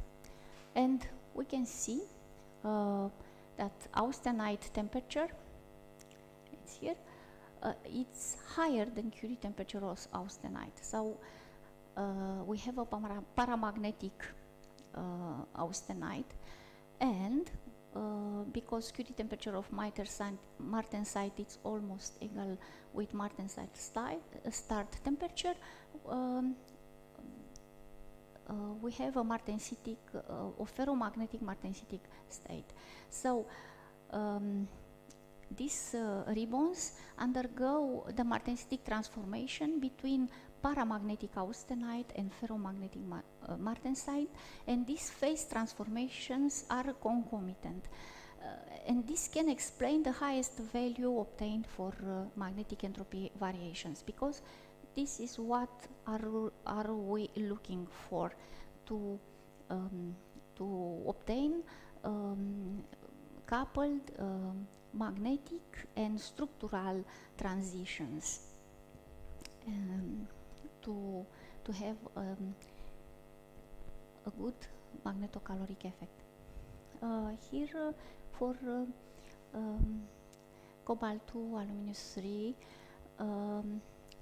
as prepared, as quench and Danield and cobalt-2, we estimated magnetic entropy variations, and also it can be seen that we have two contributions of magnetic entropy variations. One is specific for martensitic transformations, and the other for Curie temperature. So in these samples we don't have a magnetostructural coupling, and of course we have smaller values for magnetic entropy variations. And now some aspect regarding magnetoresistive effects. Magnetoresistance, it's about resistivity changes which undergo when we apply a magnetic field. There are a lot of mechanisms which can explain magnetoresistance in ferromagnets, like spin orbit coupling, intrinsic magnetic scattering, spin scattering at interface. But here we have some results from literature. Barandiaran and the collaborators evidence in nickel, iron, gallium bulk samples a minimum tagged at martensitic transformations.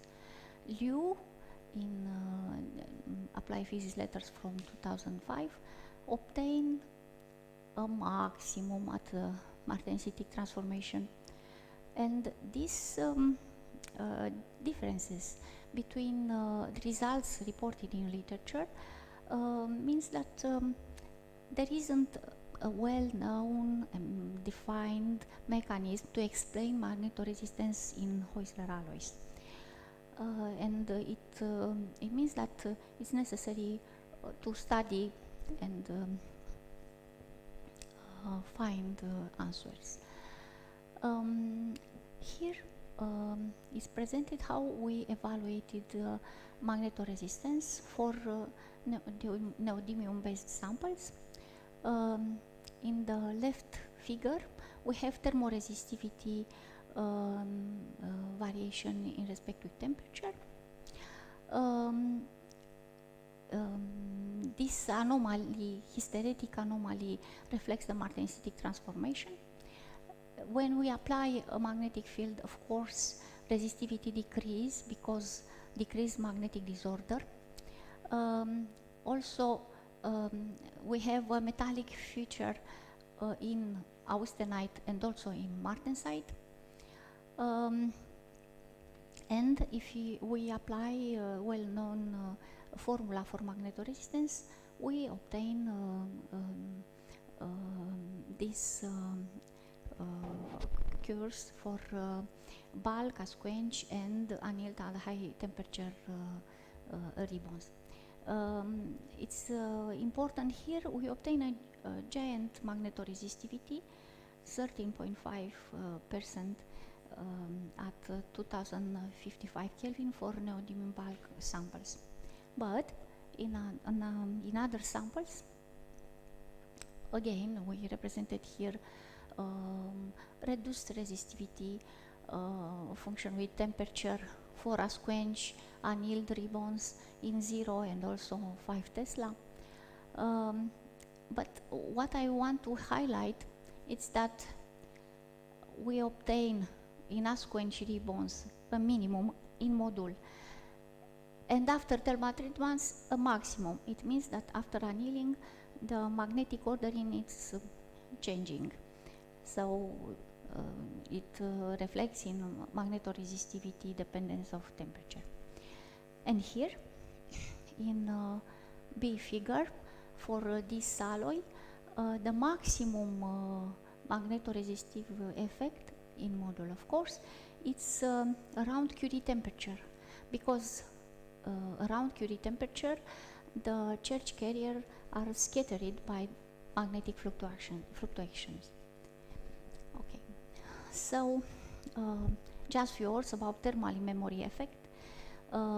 Here we have a complete typical shape memory alloys recorded by differential scaling calorimetry, cooling and heating. And what is happened if we interrupt the scan. On a third scan, we have a dip recorded in heating curve from differential scanning calorimetry scan. This is a thermal memory effect and manifests as a dip after incomplete transformation. And I will mention quickly. We try to explain this phenomenon with the 2D toy model. Departing from this picture from JOST, can be seen that cooling are formed martensitic plates, twinned morphology of martensitic plates. And what is remarkable, the first plate which is formed on cooling, it's the last plate which disappear on heating. And this was our starting point for this toy model to explain why undergo this phenomenon, thermal memory effect. So on cooling, when we induce the martensite state, the first plate which are growing are the bigger plates, and the last, the smaller. And if we heated the samples incomplete, when we cool again, of course, the geometry is changing, and the medium plates are less than in a normal scan. So we obtain also, we highlight also double thermal effect in shape memory alloys. Thank you very much. Thank you very much. So the talk is open for questions, comments. A question, it was a very nice talk. Yes. Thank you. Very related to the one I will give just after. And nickel, iron, gallium, particularly, you were studying that. Yeah. One of the problems of these alloys is they are very brittle. It's difficult to work with them. And many people have said that, okay, nickel, iron, gallium has better mechanical properties. One of the reasons is that there is a gamma phase you see there. But you can produce the samples in two ways. One is by spinning, ribbons, and the other one. Just the structure of the two ones and the mechanical properties of the two types of samples is the same? No, I don't think. We don't have investigated mechanical properties, but indeed, gamma phase improved mechanical properties of nickel, iron, gallium, and confer better ductility properties than nickel, mangan, gallium. But we don't have investigated, I don't know, maybe Vickers duality, or we don't try it.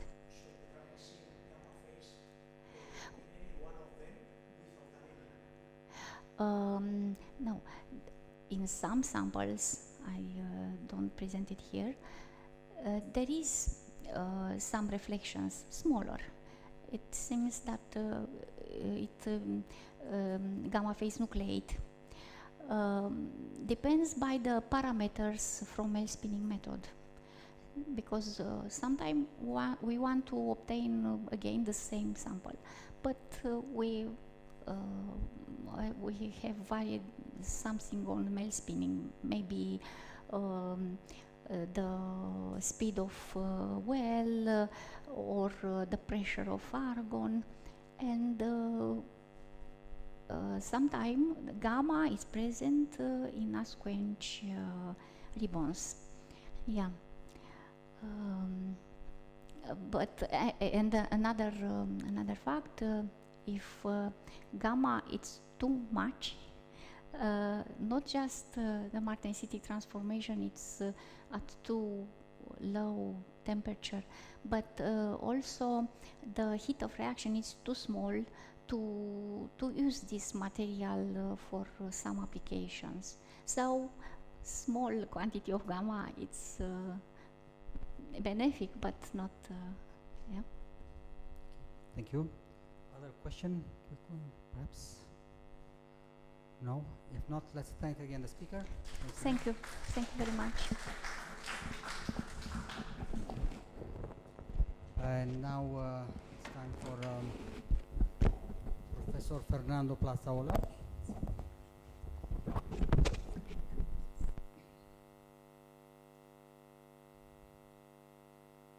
From the University of Basque Country.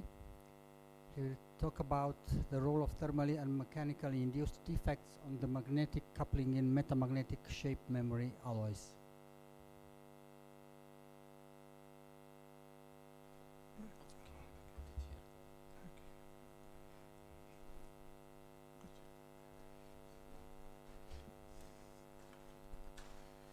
Well, first of all, I will give just my great felicitation just to the organizers, and particularly to Victor. It has been just several years I couldn't be present in a meeting, and this is going to be the first one. And for me also it's very interesting. So I thank very much just to the organizing committee for allowing me to give this talk. Well, it was good to have just before just the talk of Felicia, because many of the things I'm going to talk, they have been already told, so they are complementary ones. And even though the direction of the talk is completely different one. Well, I must say that we are working together people from the University of Pública de Navarra and from the University of Basque Country, located in Bilbao, and we work in this area completely together. It's very close. So all the results are just of all the two groups, and I am Fernando Plazaola, as I have been told. Well, as Felicia said, Heusler alloys. Why one of the definitions of Heusler alloys that they present a structural transition from high temperature to low temperature. High temperature, symmetric structure, very symmetric one, cubic one. To low temperature, a less symmetric one, monoclinic, tetragonal, or whatever, or modulated, whatever it is. And then there is a temperature that is martensitic transformation temperature. And for practical application, Felicia say, it's very important to locate in the particular application in the proper temperature range. That is very important. On the other hand, we are going to talk about metamagnetic alloys. Metamagnetic alloys, they are alloys in which if you apply a magnetic field, there is a sharp increase of magnetization, and the typical ones, they are thus these ones. Well, I have to say also, excuse me, that this transition, the martensitic phase inherits the austenitic atomic order, because I am going to talk a lot about atomic order in this case. And the magnetism of these alloys is particularly in manganese atoms. In the stoichiometric composition, the manganese atoms, they are not nearest neighbor. The distance between them is more than 4 Armstrong, let's say. It means that indirect exchange coupling is very important. It means that the different distance, the interdistance between manganese atoms plays a big role in these materials. When, as you know, and some of the things have been presented here, there are many multifunctional properties out of them, but there are some mechanical drawbacks, big ones. Well, now the trend is how we use just the property of this material in a proper or better way. One of the things is to make composites. Composites in which you have a ductile polymer, and then you put inside just microparticles of these alloys, microparticles. Just the polymers gives the integrity, and these microparticles just the functionality. Or is becoming in fashion just 3D printing for making a complex magnetic system devices. And for that also this system could be interesting. But what I'm going to show, I am not going to show the composites. I am not going to show just the 3D printing. I'm going to show, because we need to know very well what are the situation of these materials. Because we are going to make microparticles. We produce a lot of strains, a lot of defects, and we need to know about them when we are working with them. And that's the reason we are talking about microparticles. And in particular, I'm going to tell different ways of making producing defects thermally or mechanically. And another point that is very important is cobalt. Well, as Felicia has shown, the addition of different elements can change the transitions. It means just you can tune the functionalities of the system. And cobalt is one very used on that, and I will work in that. I will talk in that direction if I have time, at least at the end. Well, this is a typical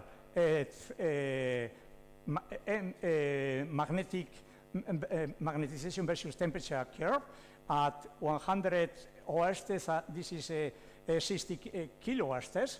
Well, you see the first, when you are at high temperature, we have a paramagnetic, then you are in the austenite phase, you have just the first magnetic transition in the austenite, then you come, this is very important, if you make this point is related to this one, in each one. This is the second order phase transition, but if you go down in temperature, you see a hysteretic transition. It means that you have a first order transition, and this is very important. And you see that it's more or less the same, but for example, in the gallium, at low temperature, but a low field, 100 oerstes, a low field is a jump down. But if you apply 60 kilohertz or 60 or less, you see this increasing. What it means is that you have a high anisotropy in that case. And that's the reason that you have a magnetic anisotropy higher in this case in the martensitic structure or phase than in the austenite one. In this case, it's completely different one. Well, we are going to talk about, as she did, about quenching. What is quenching? Quenching is you are producing, you expect at least, you have an equilibrium of vacancies at high temperature, and you are trying to cool them at low temperature. You are disordering the alloy. This is what you are doing. And then we want to see what is the disordering and the recovery of that disordering. To see that, it's very interesting to use neutron diffraction experiments. In this case, this is the typical cubic diffractograms of the austenite phase, in which the 1 point reflection belongs only to the austenite structure L21. And from there, we can get the order parameter. If we look at the other parameter, we see that when we are decreasing temperature, increasing temperature, the order parameter is increasing a little bit, then decreases, and in that case, because in this case, there is an order transition in this case between L21 to B2. Felici also shown in one of the cases. And in this case, it's completely different. We have two samples, one that has been quenched and the other one that has been slow cooled, very little by little. So we see the same behavior. That the main behavior is that let's say this is the disorder after quenching, and this is the order. This is the disorder after quenching. This is the order. They meet around 700 Kelvin. If we look at calorimetric measurements, we see that below the temperature there is an exothermic peak, that is not related to the Martensity transformation or the Curie temperature, is above that. And we think that is related, why? With the ordering for two reasons. One, because in the second heating it doesn't appear, and second, because of these order measurements, they say that at that temperature is where the ordering is happening. So we have done, in this case I show just four different samples in which they all show an exothermic peak, and if we look at this exothermic peak in both of the samples, we see a very interesting phenomenon. When we are just heating after quenching at temperatures lower than the starting of the exothermic peak, there is no variation of the Martensity transformation of the Curie temperature. But if you age or anneal at higher temperatures, we see a high increase of that. That in the case of the Indian one can be just different. It happens the same, but in this case, the Curie temperature, like in this case, is increasing, but in this case, the Martensity transformation is decreasing. So order is related with what is happening there. So we are talking about quenching. If we are talking about quenching, we are talking about vacancies. So the first thing we can do is go to a technique in which we can measure vacancies.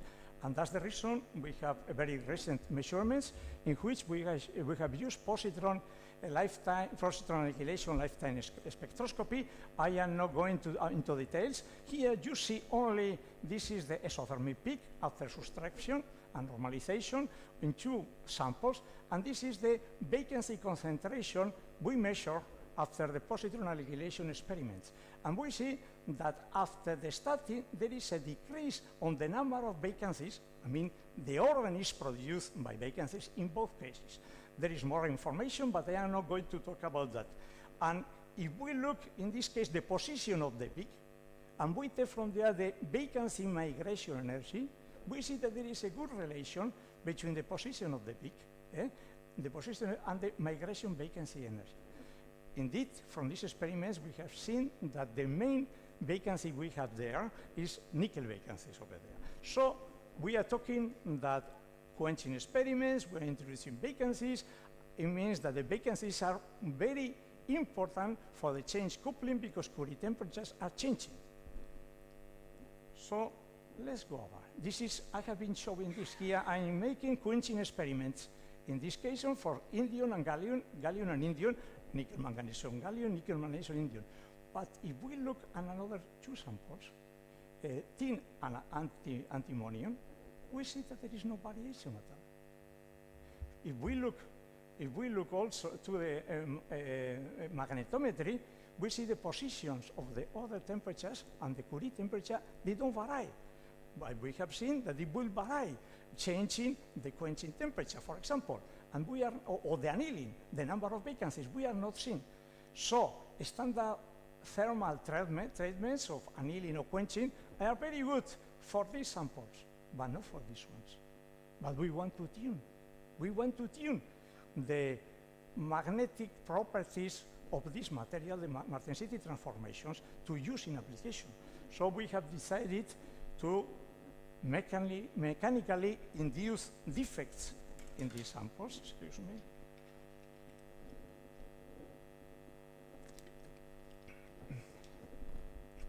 And this is the procedure we have followed.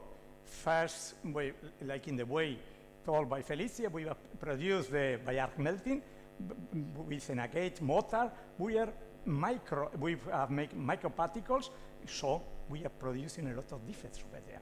Then we have annealed after milling for 5 minutes at the different temperatures, and each one we give this value, this number.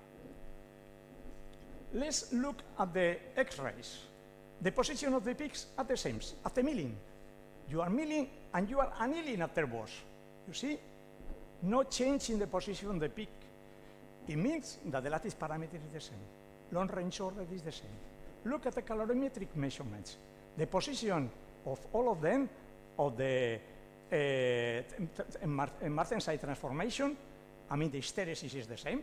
Excuse me. It has not changed the hysteresis, the position is the same. Curie temperature is also the same. No change at all. It means long range order is present there. It's present there. It hasn't changed at all. And the only differences we see first is that after milling and after annealing, just the peaks are getting narrower. If they are getting narrower, it means that at least we are producing local strengths in the material.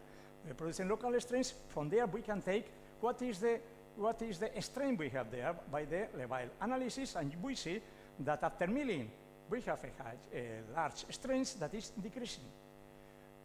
Taking into account this variation, and this we get that the variation of the width of the Martensity transformation is proportional to the local strengths measured by X-rays. It means that these are correlated.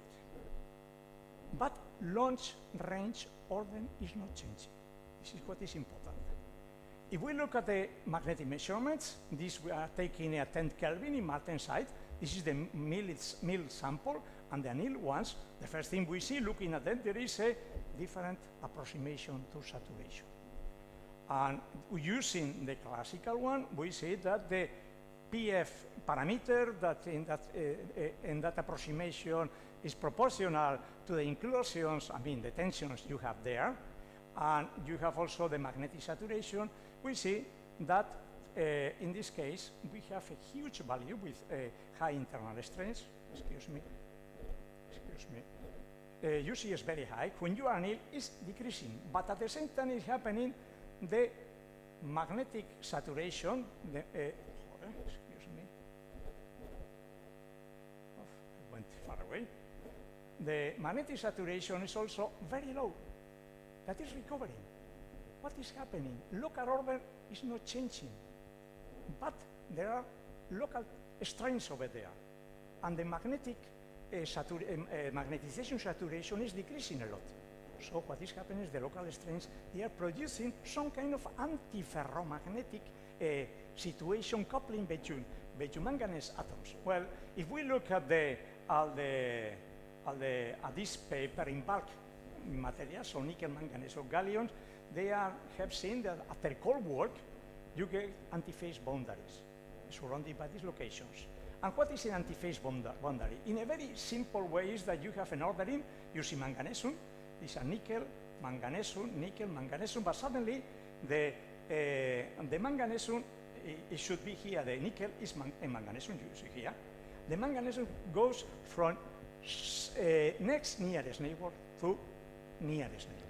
So it's changing. The distance between these two magnetic atoms is changing. If we look, we are talking about the indirect exchange coupling. We can go to Bethe-Slater approximation RKKE one, we see that depending on distance, we can have ferromagnetic or anti-ferromagnetic coupling. So we expect that maybe the reason is that we have anti-ferromagnetic coupling between manganese atoms due to the antiphase boundaries produced there. For that, the best thing is to go to make, again, neutron diffraction experiments. And again, we notice that not atomic order or lattice parameter variation after milling is the same. But if we look at the site occupancies, we see that they are the same. If we have in the milled ones, in the annealed ones, they are the same in the 4A and 4B ones. No change. Order is maintained there, but as you see here, there is a antiferromagnetic coupling in the milled samples. And when you are annealing it at a temperature, say 673, that is above the temperature in which you expect to recover the antiphase boundaries, it becomes positive. It's a ferromagnetic behavior over there. So, means that the local tensions are being relaxed, and after relaxation, the antiferromagnetic coupling is becoming ferromagnetic one. Well, let's go to Mossbauer spectroscopy. We have Mossbauer spectroscopy, it's the same sample, tin ones, and we are the milled ones and recover annealed at different temperatures. We see that in the milled ones, particularly, we have a singlet one, a very narrow peak, a little bit white here, but when you recover completely, you go to 173 Kelvin, we see that it becomes wider. So it means that we may have two contributions, one non-magnetic one, another one a magnetic one. So indeed, in this case, the non-magnetic one is in the milled sample is around 30%. And the question is, but tin is not a magnetic element, but you are seeing just magnetic contributions. Well, but it's possible that should be a hyperfine field transfer from the manganese atoms to the tin ones. And what you are seeing is the magnetism of the tin atoms, not because they are originally magnetic, but they have an hyperfine field transfer from the manganese ones. But let's look at the recovery. If you go to the line width, we see that there is a major recovery, particularly at these temperatures, in which we know that the antiphase boundaries are going away, are disappearing. But looking at this value, we see that there is a further recovery after the APVs are disappear. It means that there is a very good linearity, and this is not produced by the APVs, by the new order produced by them. It has to be for local, another kind of defects we can have over there. Indeed, looking at this, we have just the internal strain, and we see that this is a very good relationship. We have seen that this is related also to the width of the mass density transformation. So we see that measuring this area, this contribution, no magnetic one, what we are saying is that we have local tensions, then the transfer of the hyperfine field of the magnetism to tin atoms is disappearing. We see that it can be just a good signal to the tuning of these materials. Now, we are going, as I told you, to the cobalt addition. Let's see what happens with cobalt. Well, I have decided to start with cobalt because the last one, it was also Mossbauer spectroscopy. I'm going to start also with Mossbauer spectroscopy. Well, here we have this alloy, that is a different one to the previous one, but the result is the same, measure at room temperature. These ones measure also at room temperature.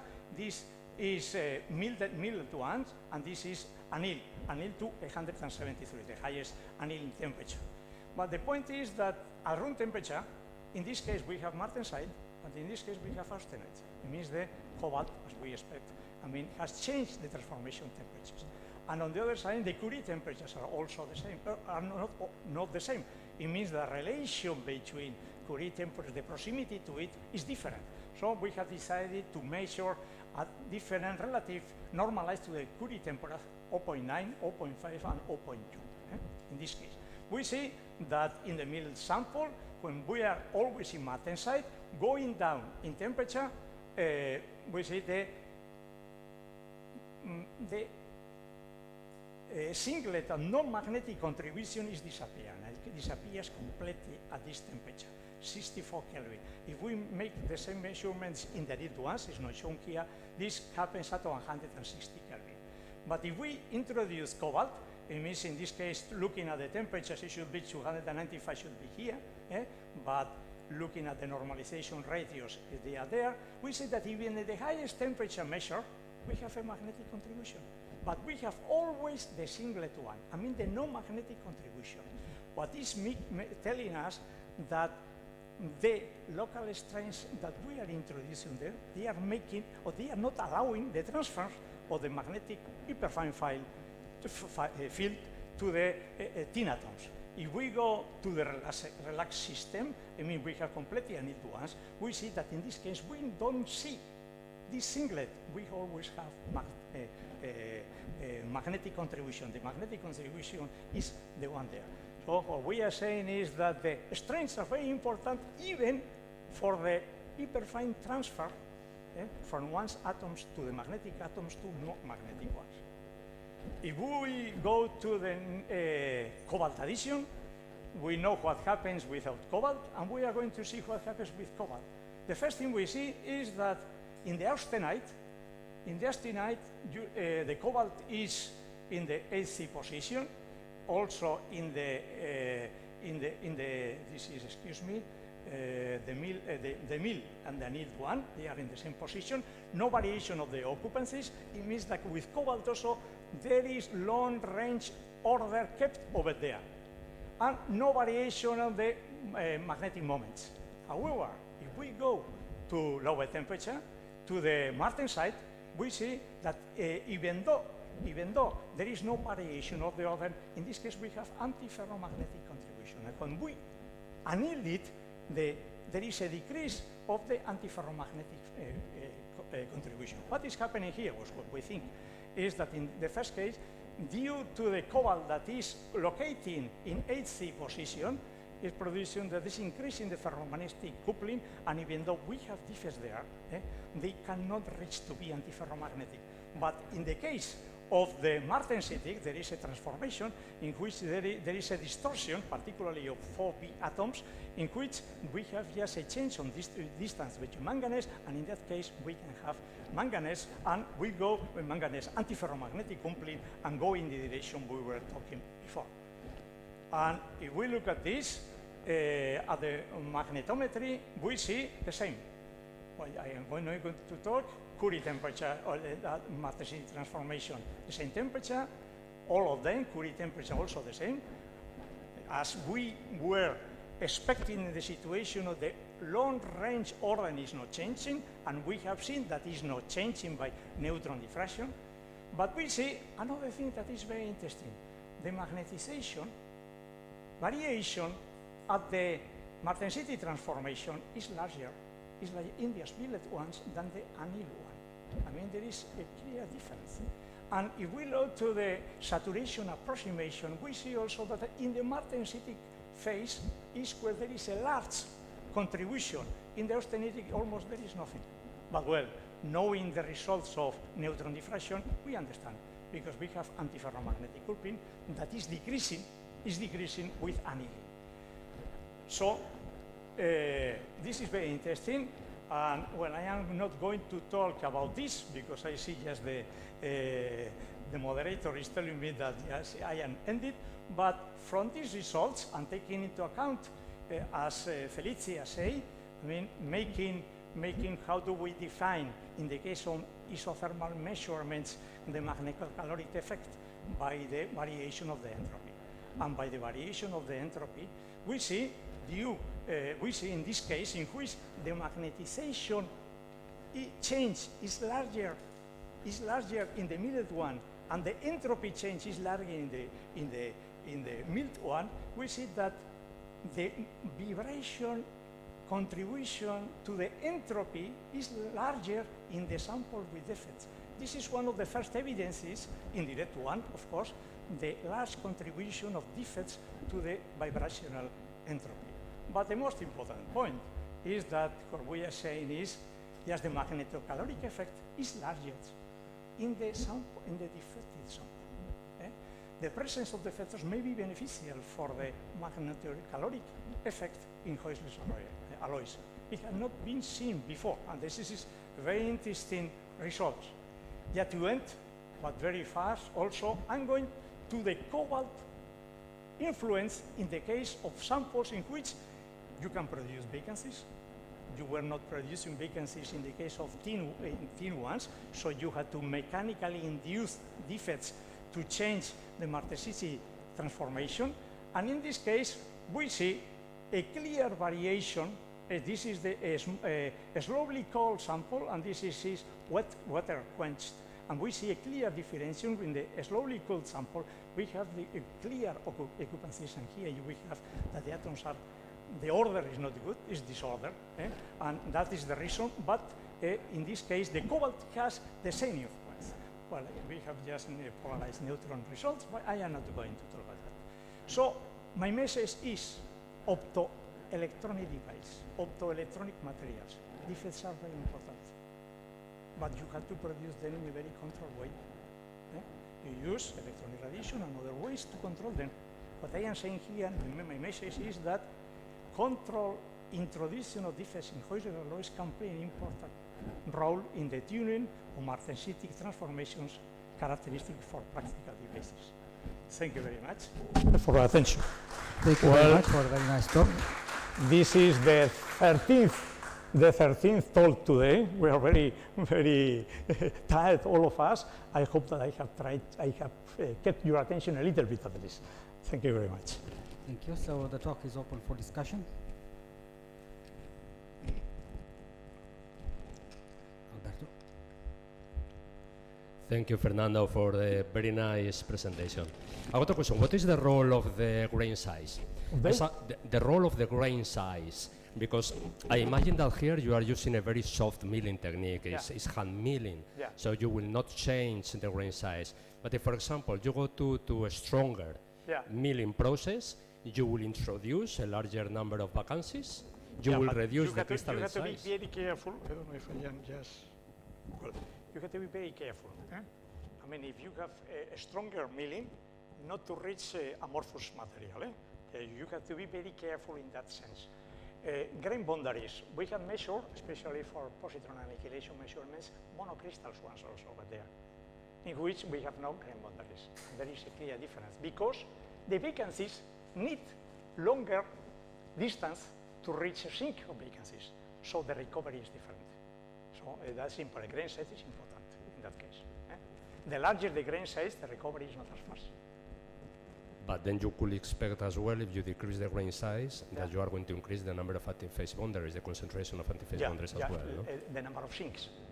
The sinks, yes, is what you are doing. Okay, thank you.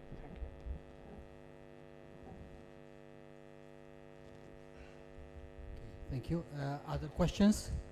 Maybe from the online audience?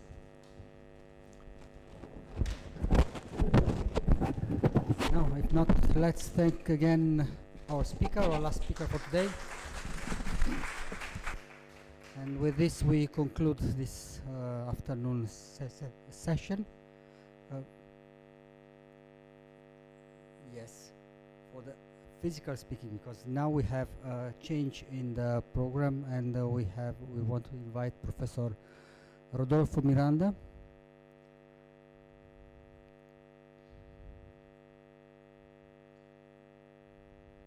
Yes, we can see you.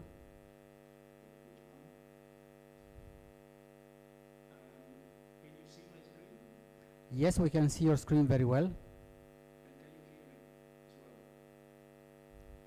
Yes, Rodolfo. Yes, we can hear you, and we can see very well your screen. Okay, thank you. Okay. Please. First of all, let me thank the organizers for the invitation. And in particular, I would like to thank Bogdana Borka for arranging the changes in the schedule for my talk to take place during my meetings. Well, the purpose of my talk is to try and limit this afternoon into a short visit to the zoo of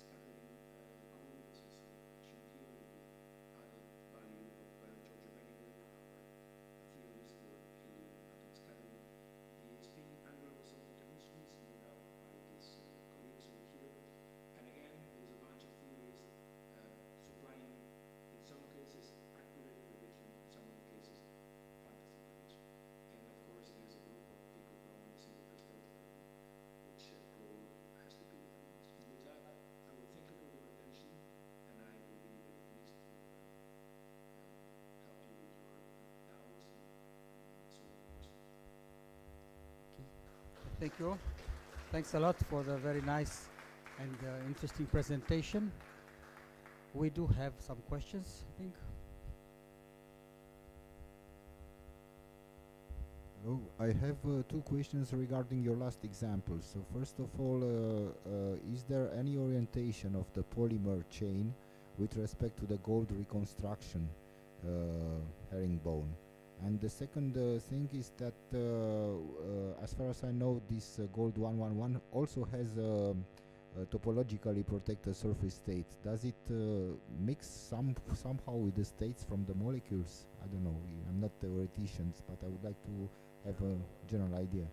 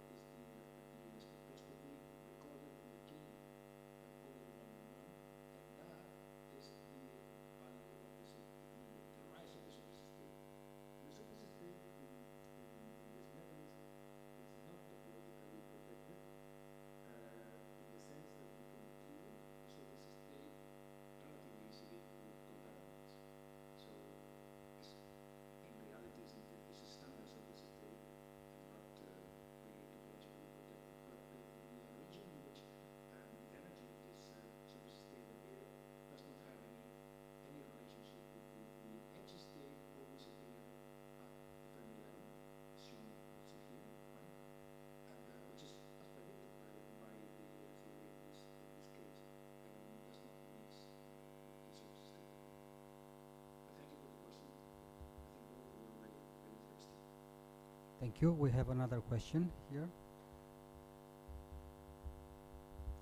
Well, thank you very much for the interesting talk in this too. But I like it, the conclusion you were giving, that one thing are models and the other thing is real materials. But I was really surprised because in one of the materials you have produced, you have a huge number of anti-side defects, 5 or 10%, I don't remember how much it was. So there is something else. It means that it's difficult to produce these materials. I mean, the technique that you are synthesizing or producing the materials, I don't know what is the reason. Maybe it could be the atoms that the radius are completely different, or what is the reason for that, for such a large one?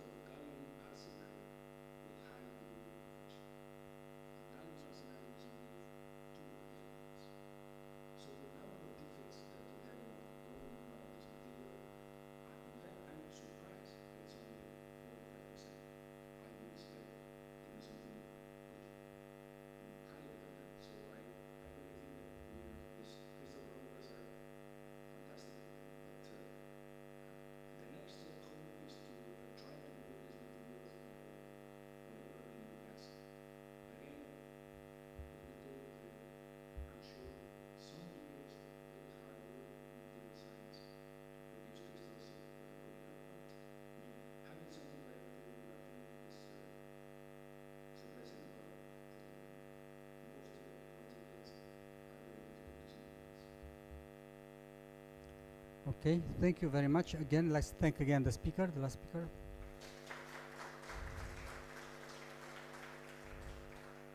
And with this, we conclude this session. Thanks a lot, all the speakers. And thanks for the online presence.